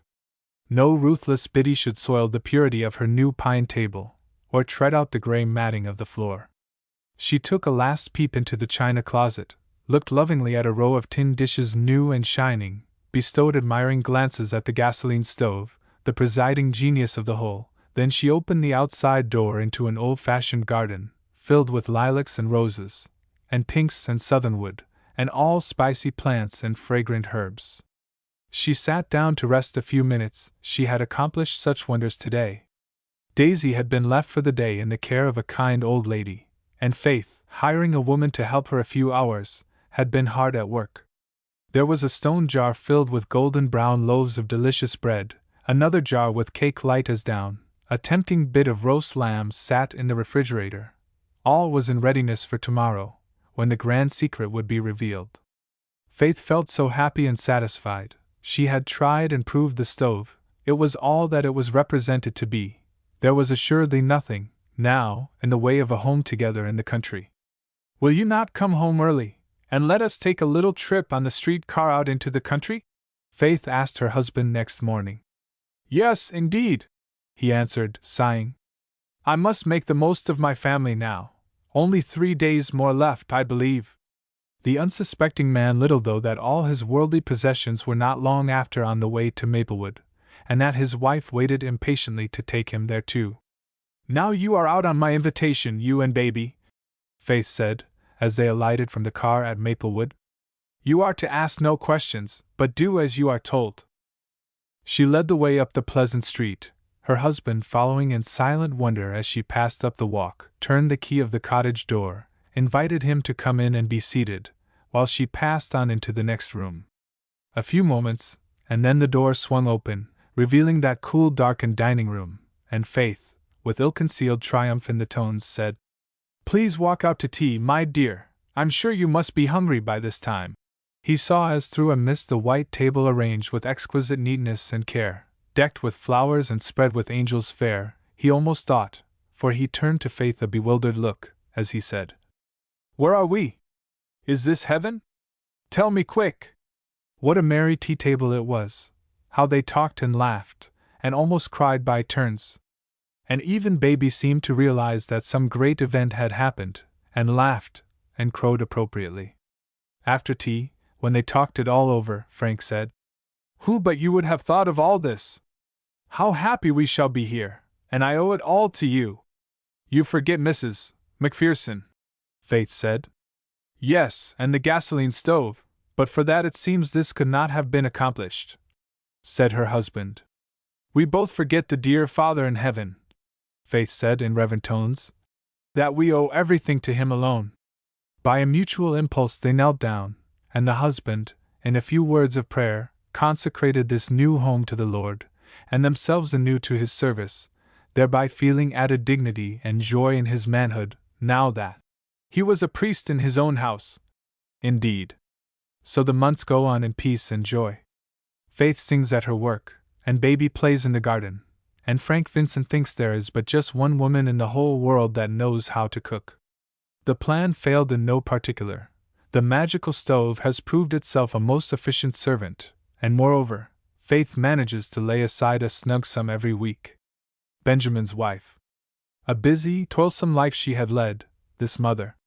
She had reared a family, had laid some of them down to sleep in the old cemetery, had struggled through poverty, sickness, and sorrow, she and Ephraim together, always together. He brought her to no stately home that day so long ago, that she put her hand in his, and he had no stocks or bonds or broad acres, yet Mrs. Kensett had for 40 years counted herself a rich woman. She possessed the true, tender, undivided heart of a good man, a love that nothing dimmed, that trials only made stronger, that hedged her life about with thoughtful care. Even when gray hairs crowned the heads of both, this husband and wife rejoiced in the love of their youth. Nay, that love purified, tried, as gold is tried in the fire. In the last few years this good old couple seemed to have reached a Beulah land. They had enough laid by to support them comfortably now that their children had all flown from the home nest, and their quiet, happy life flowed on without a ripple. "Mother," Mr. Kensett had said, "I'm going to stop work now and lay by. I'm getting old and we've got enough to do us, I guess, as long as we stay. You can tend your flower beds and darn my stockings, and I'll make the garden and take care of the chickens. We'll just take comfort a spell, if anybody has earned the right to we have." As often as once a week he remarked, "There's one thing I must see to, right away. I must make my will, so that if I go first you'll be sure to have the old place all to yourself. I want you to have every cent of it to do as you please with." And Mother always answered, "Now, Father, don't. It won't make much difference how it's fixed. It isn't anyways likely that I'll stay long behind you, we've been together so long." There came a morning when the hale, cheery old man did not rise with the sun and step briskly about his work. The messenger came for him in the night, and when the first streak of light in the early dawn stole through his chamber window, and fell upon his face to waken him, he did not awake, he had gone, in the darkness alone with the messenger. Strange journey! Mysterious messenger! His grey coat hung over the chair where he laid it off, the garden tools stood against the fence, the house had a strange silence, the sunshine a cold glare. He who passed in and out yesterday, and worked and smiled and talked and read the news, today lay in the darkened parlor white, cold, and still. No, not that. Today walked the golden streets, joined in the everlasting song, and looked upon the face of his Lord. The old Bible lay open on the stand, the psalm book beside it, his glasses shut into the place where he sung at family worship a few hours before, and the psalm he sung, his favorite, was in the words of the quaint old version. "I will both lay me down in peace, and quiet sleep will take, because then only me to dwell in safety, Lord, dost make." Had he known how quiet the sleep was to be, the calm triumphant faith of the singer would not have wavered, nor would the peace with which he laid down have been less. The will had never been made, so the old homestead must be sold and divided among them all. They met at an early day to arrange affairs. Mr. John Kensett, the eldest son, and Mrs. Maria Sinclair, the eldest daughter, were the self-appointed managers. They were both wealthy, but were just as eager to secure the small sum that would fall to them as was Hannah, another daughter, who married a poor man and had many mouths to feed. Whatever of sentiment or tender feeling these two might originally have possessed had been well rubbed out by the world. In their catechism, the answer to "What is the chief end of man?" read, "To make money, to be fashionable, to please ourselves, now and here, always and everywhere." In Benjamin, the youngest of the family, were condensed all the noble qualities and tender, poetical nature of both father and mother, while the other children brought out the unlovely characters of some distant ancestors. "Why not give it all up to mother?" said Benjamin. "It will only be enough to keep her in comfort." "No doubt you think that would be a most excellent arrangement," John answered, "inasmuch as you being the youngest would naturally live with her, and share the benefits, and in the end hope to fall heir to the whole, by skillful management. Pretty sharp, Benny! I see you have an eye to business. I am willing to go to the end of the earth and never set foot in the house again, nor get a cent," Ben exclaimed indignantly, "if mother can have a place of her own to live in comfort, while she does live." "Hold on, my dear boy. Who said she was not going to live in comfort? I believe we all have comfortable homes, and it will be much more sensible for her to live amongst us than try to keep house and take care of this place. Women always let property run down, it will only be a trouble." After much talk and some bickerings, it was arranged that Mother had better not try to keep house, but would spend a year or two at a time around among them all. "A year or two in a place," burst out Benjamin again. "The idea of Mother running about like that, begging to be taken in, no place that she can call home, it's too bad. This place is hers, she helped to earn it, and Father meant she should have it all, I heard him say so." "Really, Benji," Mrs. Sinclair said, "you are getting excited. Mother does not care for the property. It would only be a trouble to her. She will live much more easily with us. You ought to see that we propose to be quite generous with Mother. Of course, the interest of her share will not pay her board anywhere else, but we shall take turns in keeping her, for that, besides making her presents of clothing." "Keep her?" Ben groaned. "Perhaps Benny proposes to set up housekeeping on his own account soon," said John. "Then Mother will have a royal place to go to, and stay, no doubt. By the way, my dear young brother, do you think it quite the thing for you to come around finding fault with us who propose to bear all the burdens ourselves, knowing that you haven't a cent to give toward it?" The young man restrained the bitter answer that was rising to his lips, for Father's mild eye looked into his from the photograph on the wall. He made a firm resolve, though, as he walked sadly away, that the one purpose of his life should be to make a home for Mother, and he would never say "Thornton" either. Dear old Mrs. Kensett was so smitten, so amazed to find that her other self had gone, where she could not follow, that for days it seemed as if she sat waiting, expecting the summons to go herself. "Surely Ephraim would send for me," she thought in her sorrow and bewilderment.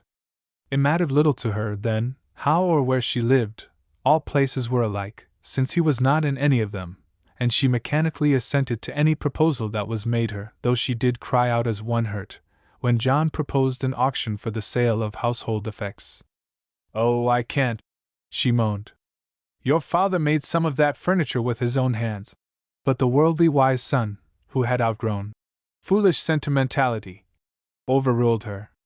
It all went, the cradle in which they rocked, the old clock, the table they surrounded so many years. The rage for the antique had not yet shown itself, or John's wife and Maria would have secured some of the old-fashioned furniture. As it was, they could not think of having their houses lumbered by it. The other two daughters were not well-to-do, and prized money more than mementos. Benjamin protested most earnestly at this sacrilegious disposal of the dear home things. He could do but little himself, as he was still pursuing his law studies, though he did bid in his father's armchair and a few other cherished articles. John touched him on the shoulder and said, "Ben, are you crazy? What in the world will you do with a lot of old furniture?" "You'll see," said Ben quickly. If John could have seen his brother's next proceeding, he would certainly have pronounced him a hopeless lunatic. He took the sum that fell to him and placed it in the bank to his mother's credit. "The interest money won't amount to much, Mother," he said, as he handed her the certificate of deposit. "But I shall enjoy thinking that if you want some little thing you can get it without asking anybody." Mrs. Sinclair was a woman who lived for society. She had long ago cast aside as puritanical the wholesome restraints that had governed her girlhood. What with parties, operas, and theaters, she was a very busy woman. Her young family was much neglected, and she was only too glad to transfer to her old mother what little care she did give them. The restful days were gone. One would have supposed that Mrs. Sinclair had engaged, in her mother, a maid and seamstress. "It's so nice," she told her friends. "Mother takes the entire charge of them, and relieves me. Children are such a responsibility." It was news to her friends, the fact that she was an anxious, burdened mother. It was hard for Mrs. Kensett to take up her life at the beginning again, to be confined day after day in a close room with noisy, fretful children, to go through the round of story-telling, tying shoes, mending tops and dolls, and minister to the thousand small wants and worries of undisciplined childhood. She had gone through all that. Those chapters of her life she had considered finished and sealed up. There is no occupation in this world more soul and body trying than the care of young children. What patience and wisdom, skill, and unlimited love it calls for. God gave the work to mothers and has furnished them for it, and they cannot shirk it and be guiltless.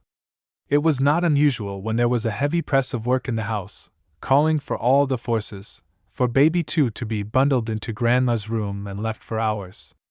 This worked very well while all were in good humor, for Grandma loved children, but when baby writhed and fretted with aching teeth and would not be comforted, and Master Freddie resented the least correction by vigorous kicks from his stout little boots, and Miss Maud lisped, "I shan't! You ain't my mamma!"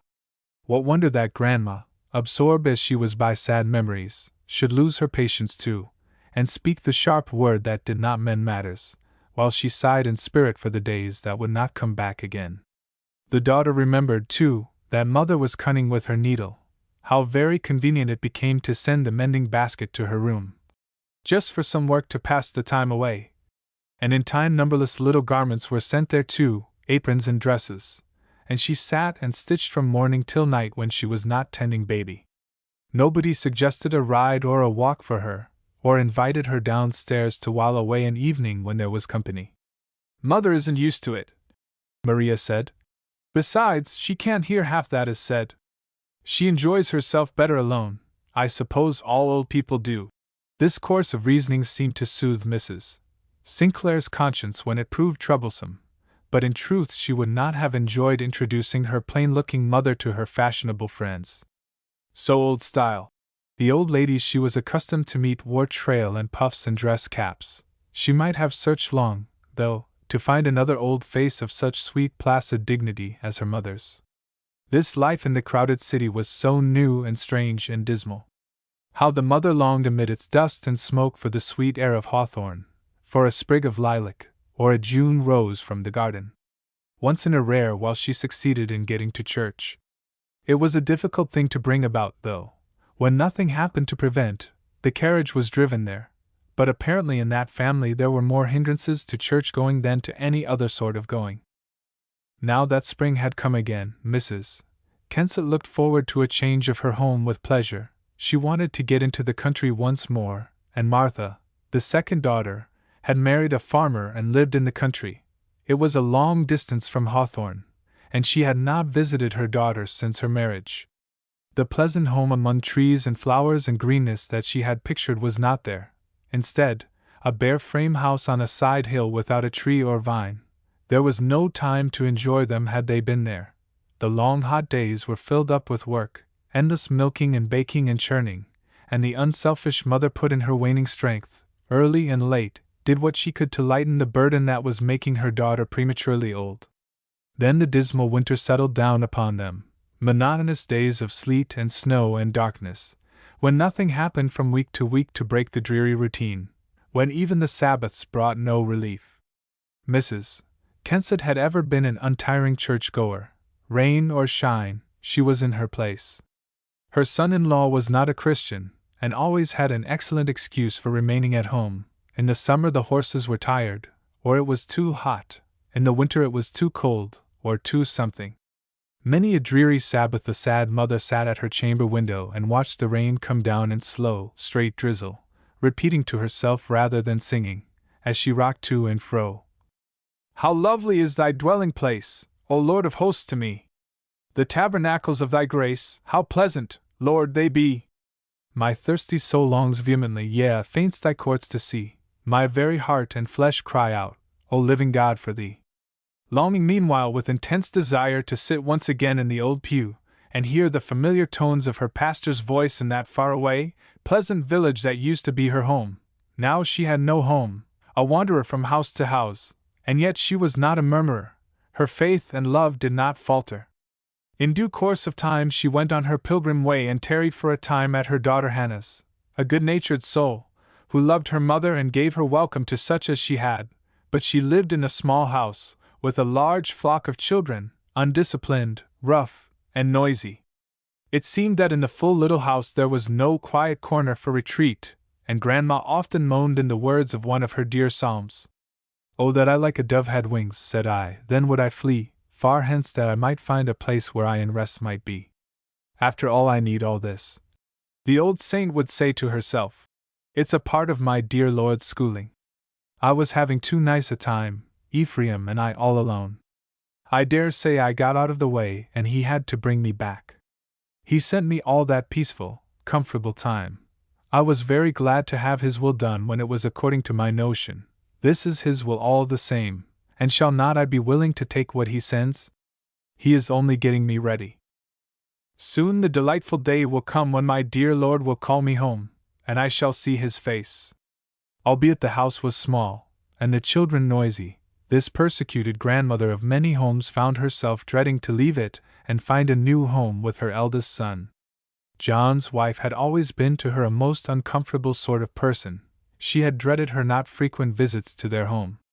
Both were glad when they were over. 20 years had passed since his marriage. She never seemed to get any nearer to his wife. Now the time had come to go and live with them. She shrank from it, and postponed it for weeks.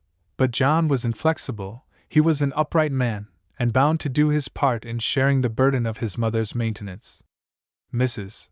John Kensett was one of those icy women with thin lips and cold gray eyes, made up from the first without a heart, women who make a cool atmosphere about them even in the heat of summer. She was tall and stylish and handsomely dressed, and when she mounted her gold eyeglasses and through them severely looked one over, she was formidable indeed to so meek a woman as her mother-in-law. She must have married John Kensett because an establishment is more complete with a man at the head of it, for that was the chief end of her life, to keep all things in perfect running order in that elegantly appointed home, and to keep abreast of the times in all new adornings and furnishings under the sun. One scripture admonition at least she gave heed to: she looked well to the ways of her household. One might explore from garret to cellar in that house and find nothing out of place, nothing soiled, nothing left undone that should have been done. She was withal a rigid economist in small things. Everything was kept under lock and key, and doled out in very small quantities to the servants. Her table could never merit the charge of being vulgarly loaded. The furnace heat was never allowed to run above a certain mark on the thermometer, no matter who shivered, and she had doubtless walked miles in turning gas jets to just the right point. In this most elegant, precise, immaculate house, where everything and everybody was controlled by certain unvarying and inflexible rules, the old mother felt almost as straitened as she ever had in the small topsy-turvy one. Her room was scarcely above shivering point, and the back windows overlooked no cheerful prospect. Here day after day she sat alone. She had food and shelter and clothes. What more could old people possibly want? At meal times her son was silent and abstracted or absorbed in his newspaper. If anybody had told him that his old mother's heart was nearly breaking for lack of loving sympathy, he would have been astonished. The faded eyes often grew dim with tears as she looked at him, the frigid, unbending man, and remembered him as he was in those first years of her married life, darling little Johnny in white dresses and long curls, running after butterflies and picking flowers. If he only would kiss her once more, or do something to make her sure that he was Johnny, she was hungry for a tender word from him. Ah! If mothers could see down the years that stretch ahead, it would not always be so hard to lay the little lisping ones under the ground. Was it decreed that most mothers shall be in sympathy with that other one, of whom it is written, "A sword shall pierce thine own heart also"? We shall never know about the wounds from those dear, self-sacrificing mothers, but they are there, even though they may strive to hide them and find excuses for the cold neglect, indifference to their comfort, impatience, and the putting them one side as if to say, "What is all this to you? It is time you were dead. John is busy," she would say, as she mounted the stairs to her lonely room, and he buttoned his coat and hastened away to business, without a good-bye or a good night. Then she would draw out her knitting and knit on, often through tear-blinded eyes. Sometimes she did not hear a remark the first time and would ask to have it repeated, but the manifest impatience with which it was done always sent a pang well likened to a sword thrust. But the dear mother would cover the wound and think within herself, "I know it is a great trouble to talk to deaf people, I ought to keep still." Strange that these stabs come not alone from the lost sheep of the family, but from the son who is the honored citizen, from the daughter who shines in her circle as a woman of many virtues, from grandchildren trained up in the Sabbath school. Into each life some sunshine must fall, as well as rain, and Mrs. Kensett had much of hers from Benjy's letters. They were regular as the dew and cheery as the sun, a balsam for the wounds in the poor heart. They were not mere scribbles either. I am well, and I hope you are. I haven't time to write more now. But good long letters, with accounts of all his comings and goings, the people he met, the books he read, here a dash of fun and there a poetical fancy, and through them all ran like a golden thread the dear boy's tender love and reverence for his mother. Never did maiden watch for lover's missive with more ardor. Sometimes he wrote one day, sometimes another, but always once a week, and Mrs. Kensett kept a sharp lookout for the postman. When the time drew near for him to come, she made many journeys down the stairs to see if she could get a glimpse of him. When the expected letter was not forthcoming, she felt somehow as if the postman were to blame.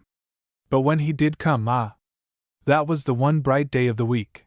How she read and reread it, and put it in her pocket and thought it over, while she went on with her knitting, then when some little point was not quite distinct in her mind, brought it out and read it again, so that by the time another one came this one was worn out.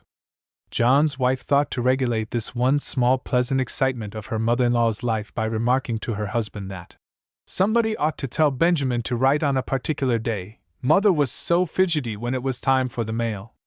How small a thing is a letter to make one happy! And yet some of us let the sword pierce the dear mother heart by withholding that which costs us so little.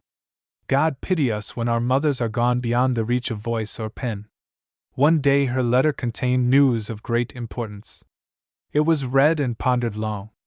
Benjy was going to be married. The mother did not like the news. Somehow in all her plans for Benjy the wife had not come in. Now this would be the last of her comfort in him. He would marry and settle down, and probably be just like John, given up to business. He pictured out his future bride as good and lovely. Of course he thought so, but poor Mrs. Kensett could get no vision of a daughter-in-law except a tall woman with severe expression. She is an heiress, Benjy wrote. Well, what of that? John's wife had property too. She would likely be proud, and ashamed of a plain old woman like her. Benjamin was no fortune hunter. He was hard at work in his profession with no other ambition directly before him but to get together a humble home to which he might take his mother. He intended to surprise her as soon as his income would at all warrant it. But as John Milton, when he met Mary Powell, fastened his eyes earnestly upon her, knowing that he had found Mistress Milton, so Benjamin, the first Sabbath he took a class in the mission Sabbath school, and found himself near neighbor to a sweet-faced young teacher, knew that no other face in all the world could so closely resemble the ideal picture he had sketched of that dim, shadowy, far-off person, his wife. Marian Ledyard, too, would not willingly have confessed with what a thrill of pleasure she noticed the young stranger was in his place again on the following Sabbath, nor how for a time she searched diligently through every assembly for that one face that had such strange power to attract her. In no place, though, did she happen to meet him except that one, where there was no opportunity for acquaintance. Benjamin had fully resolved to seek her out, but learning that she was an orphan who possessed a large fortune in her own right, he was too proud to be counted one of the moths that flutter about a candle, so he made another resolve, to think no more about her, which stoical purpose was not easy to carry out, especially as the blue eyes were often meeting his, much to the discomfiture of their owner. The coveted opportunity came at last. The holidays brought the annual entertainment for the children, and under the friendly boughs of the Christmas tree the acquaintance began, and progressed remarkably fast. It was not strange either, considering that each had been in the other's thoughts constantly for the last 6 weeks. They walked home in the moonlight wondering at the singular beauty that crowned the earth. The telltale eyes of each must have revealed the secret to the heart of the other, for the usual preliminaries, formalities, windings and turnings of modern courtship seemed unnecessary. The two drifted together as naturally as fleecy, white clouds in the blue sky. He forgot that she was worth $500,000. And what did she care that he possessed not anything but his own precious self?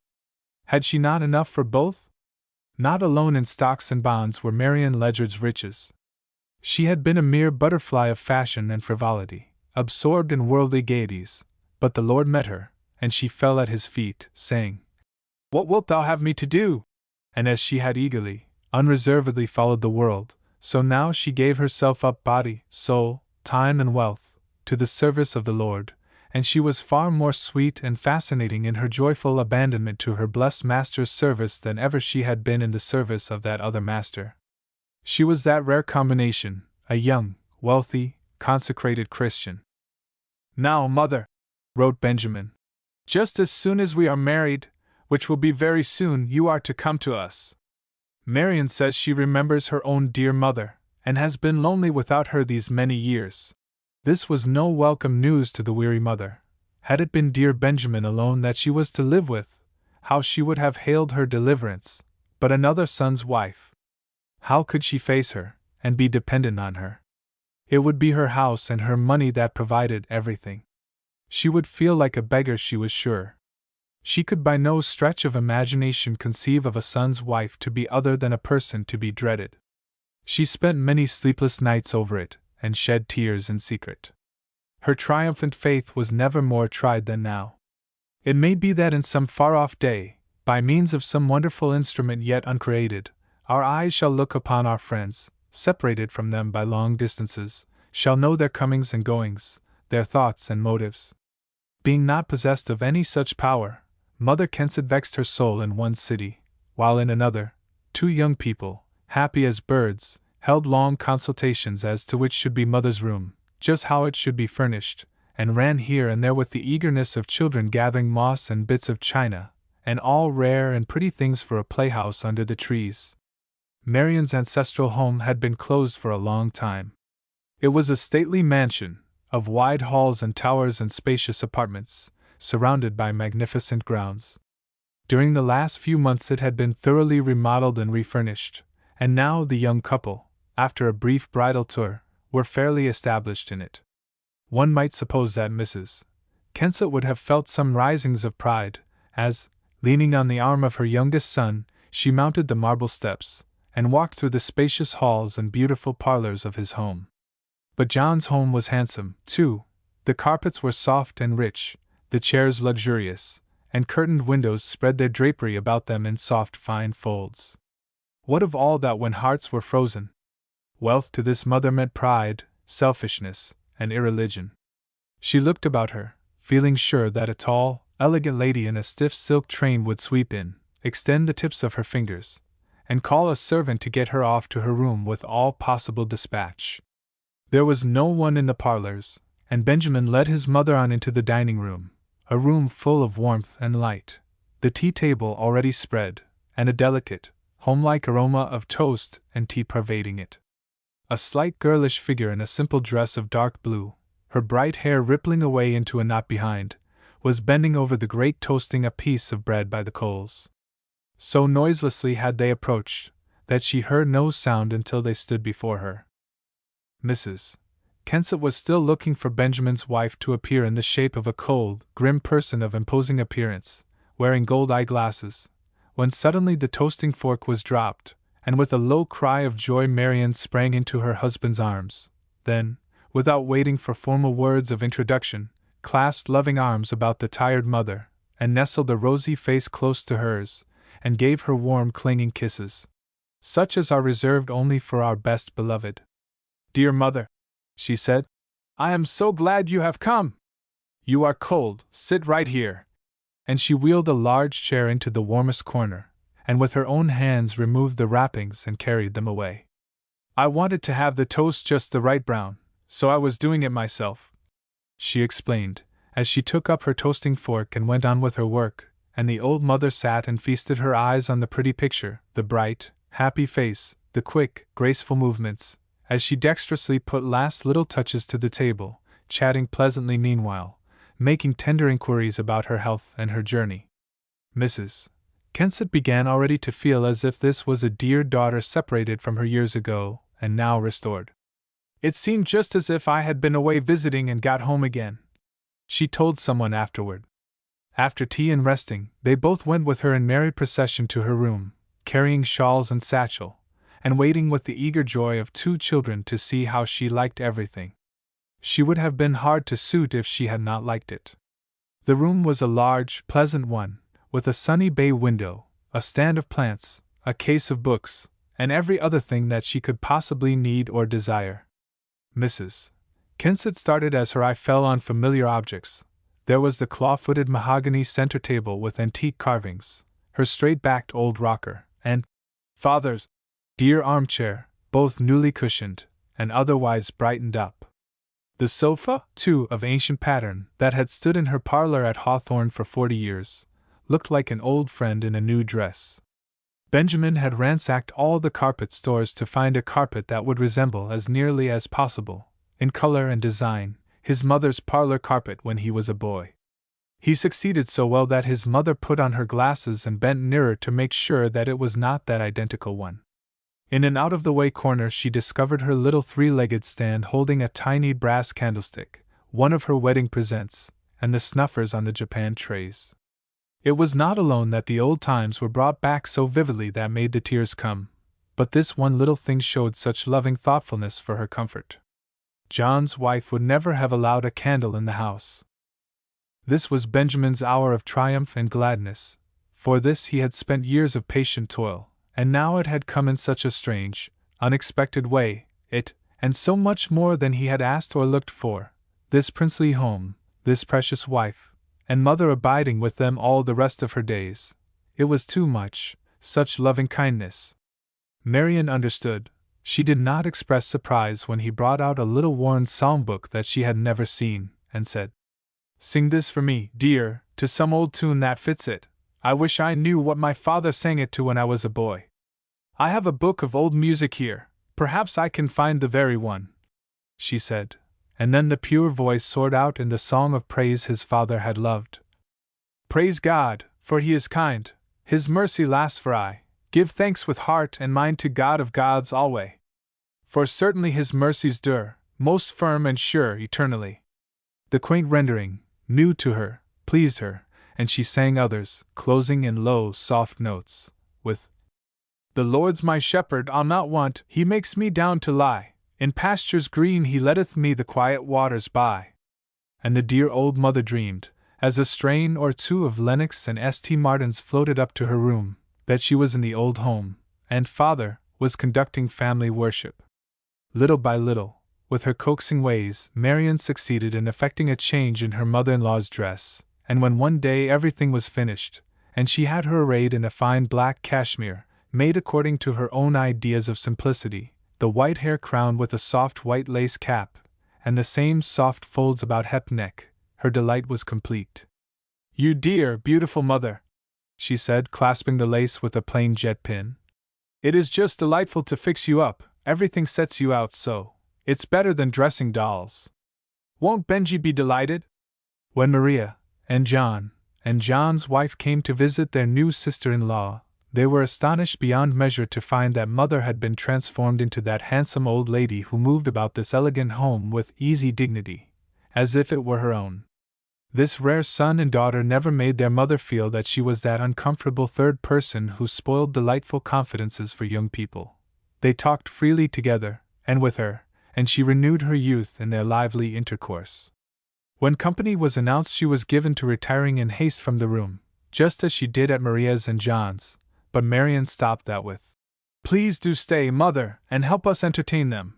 Besides, I want you in that corner with your bright knitting to make our rooms picturesque. You're the greatest ornament they contain." Then the old lady would say, "Pooh! You don't want an old body like me." Albeit she was well pleased that she was wanted, and would remain, occasionally throwing in her quaint remark, adding zest to the conversation. If an old lady could be easily spoiled, Mrs. Kensett was in danger. These two fond children were continually bringing offerings to her shrine, flowers, choice fruit, new books. Wherever they went they remembered her. It was an altogether new and delightful life that she had entered upon. With Marian she visited charitable institutions, dispensed bounties, read the Bible to the sick and poor, and ministered comfort to many a distressed soul. They attended wonderful meetings, and sat in heavenly places, and Marian and she enjoyed each other quite as much as they did everything else. The tie that united them was not Benjamin alone. Each recognized in the other the lineaments of the Lord she loved. Their sympathies flowed together, as if half a century did not stretch between them. Is there any other influence known that levels all differences and brings souls so near together as this strange personal love to Christ? They talked and read together, they were dear, confidential friends. Such intercourse is rarely found between mother and daughter. The following summer, when they all took up their abode in Hawthorne, in the old home that Marian had purchased and refitted for a summer residence, and Mrs. Kensett trained again the vines in her garden, her cup was full, especially when in the old church she joined her voice to the great congregation and sang her joy and thanks in the sweet psalm. O thou my soul, bless God the Lord, and all that in me is, be stirred up, his holy name to magnify and bless. Bless, O my soul, the Lord thy God, and not forgetful be of all his gracious benefits. Printed by J.S. Virtue and Company, Limited, City Road, London. End of Project Gutenberg's Divers Women, by Pansy and Mrs. C.M. Livingston.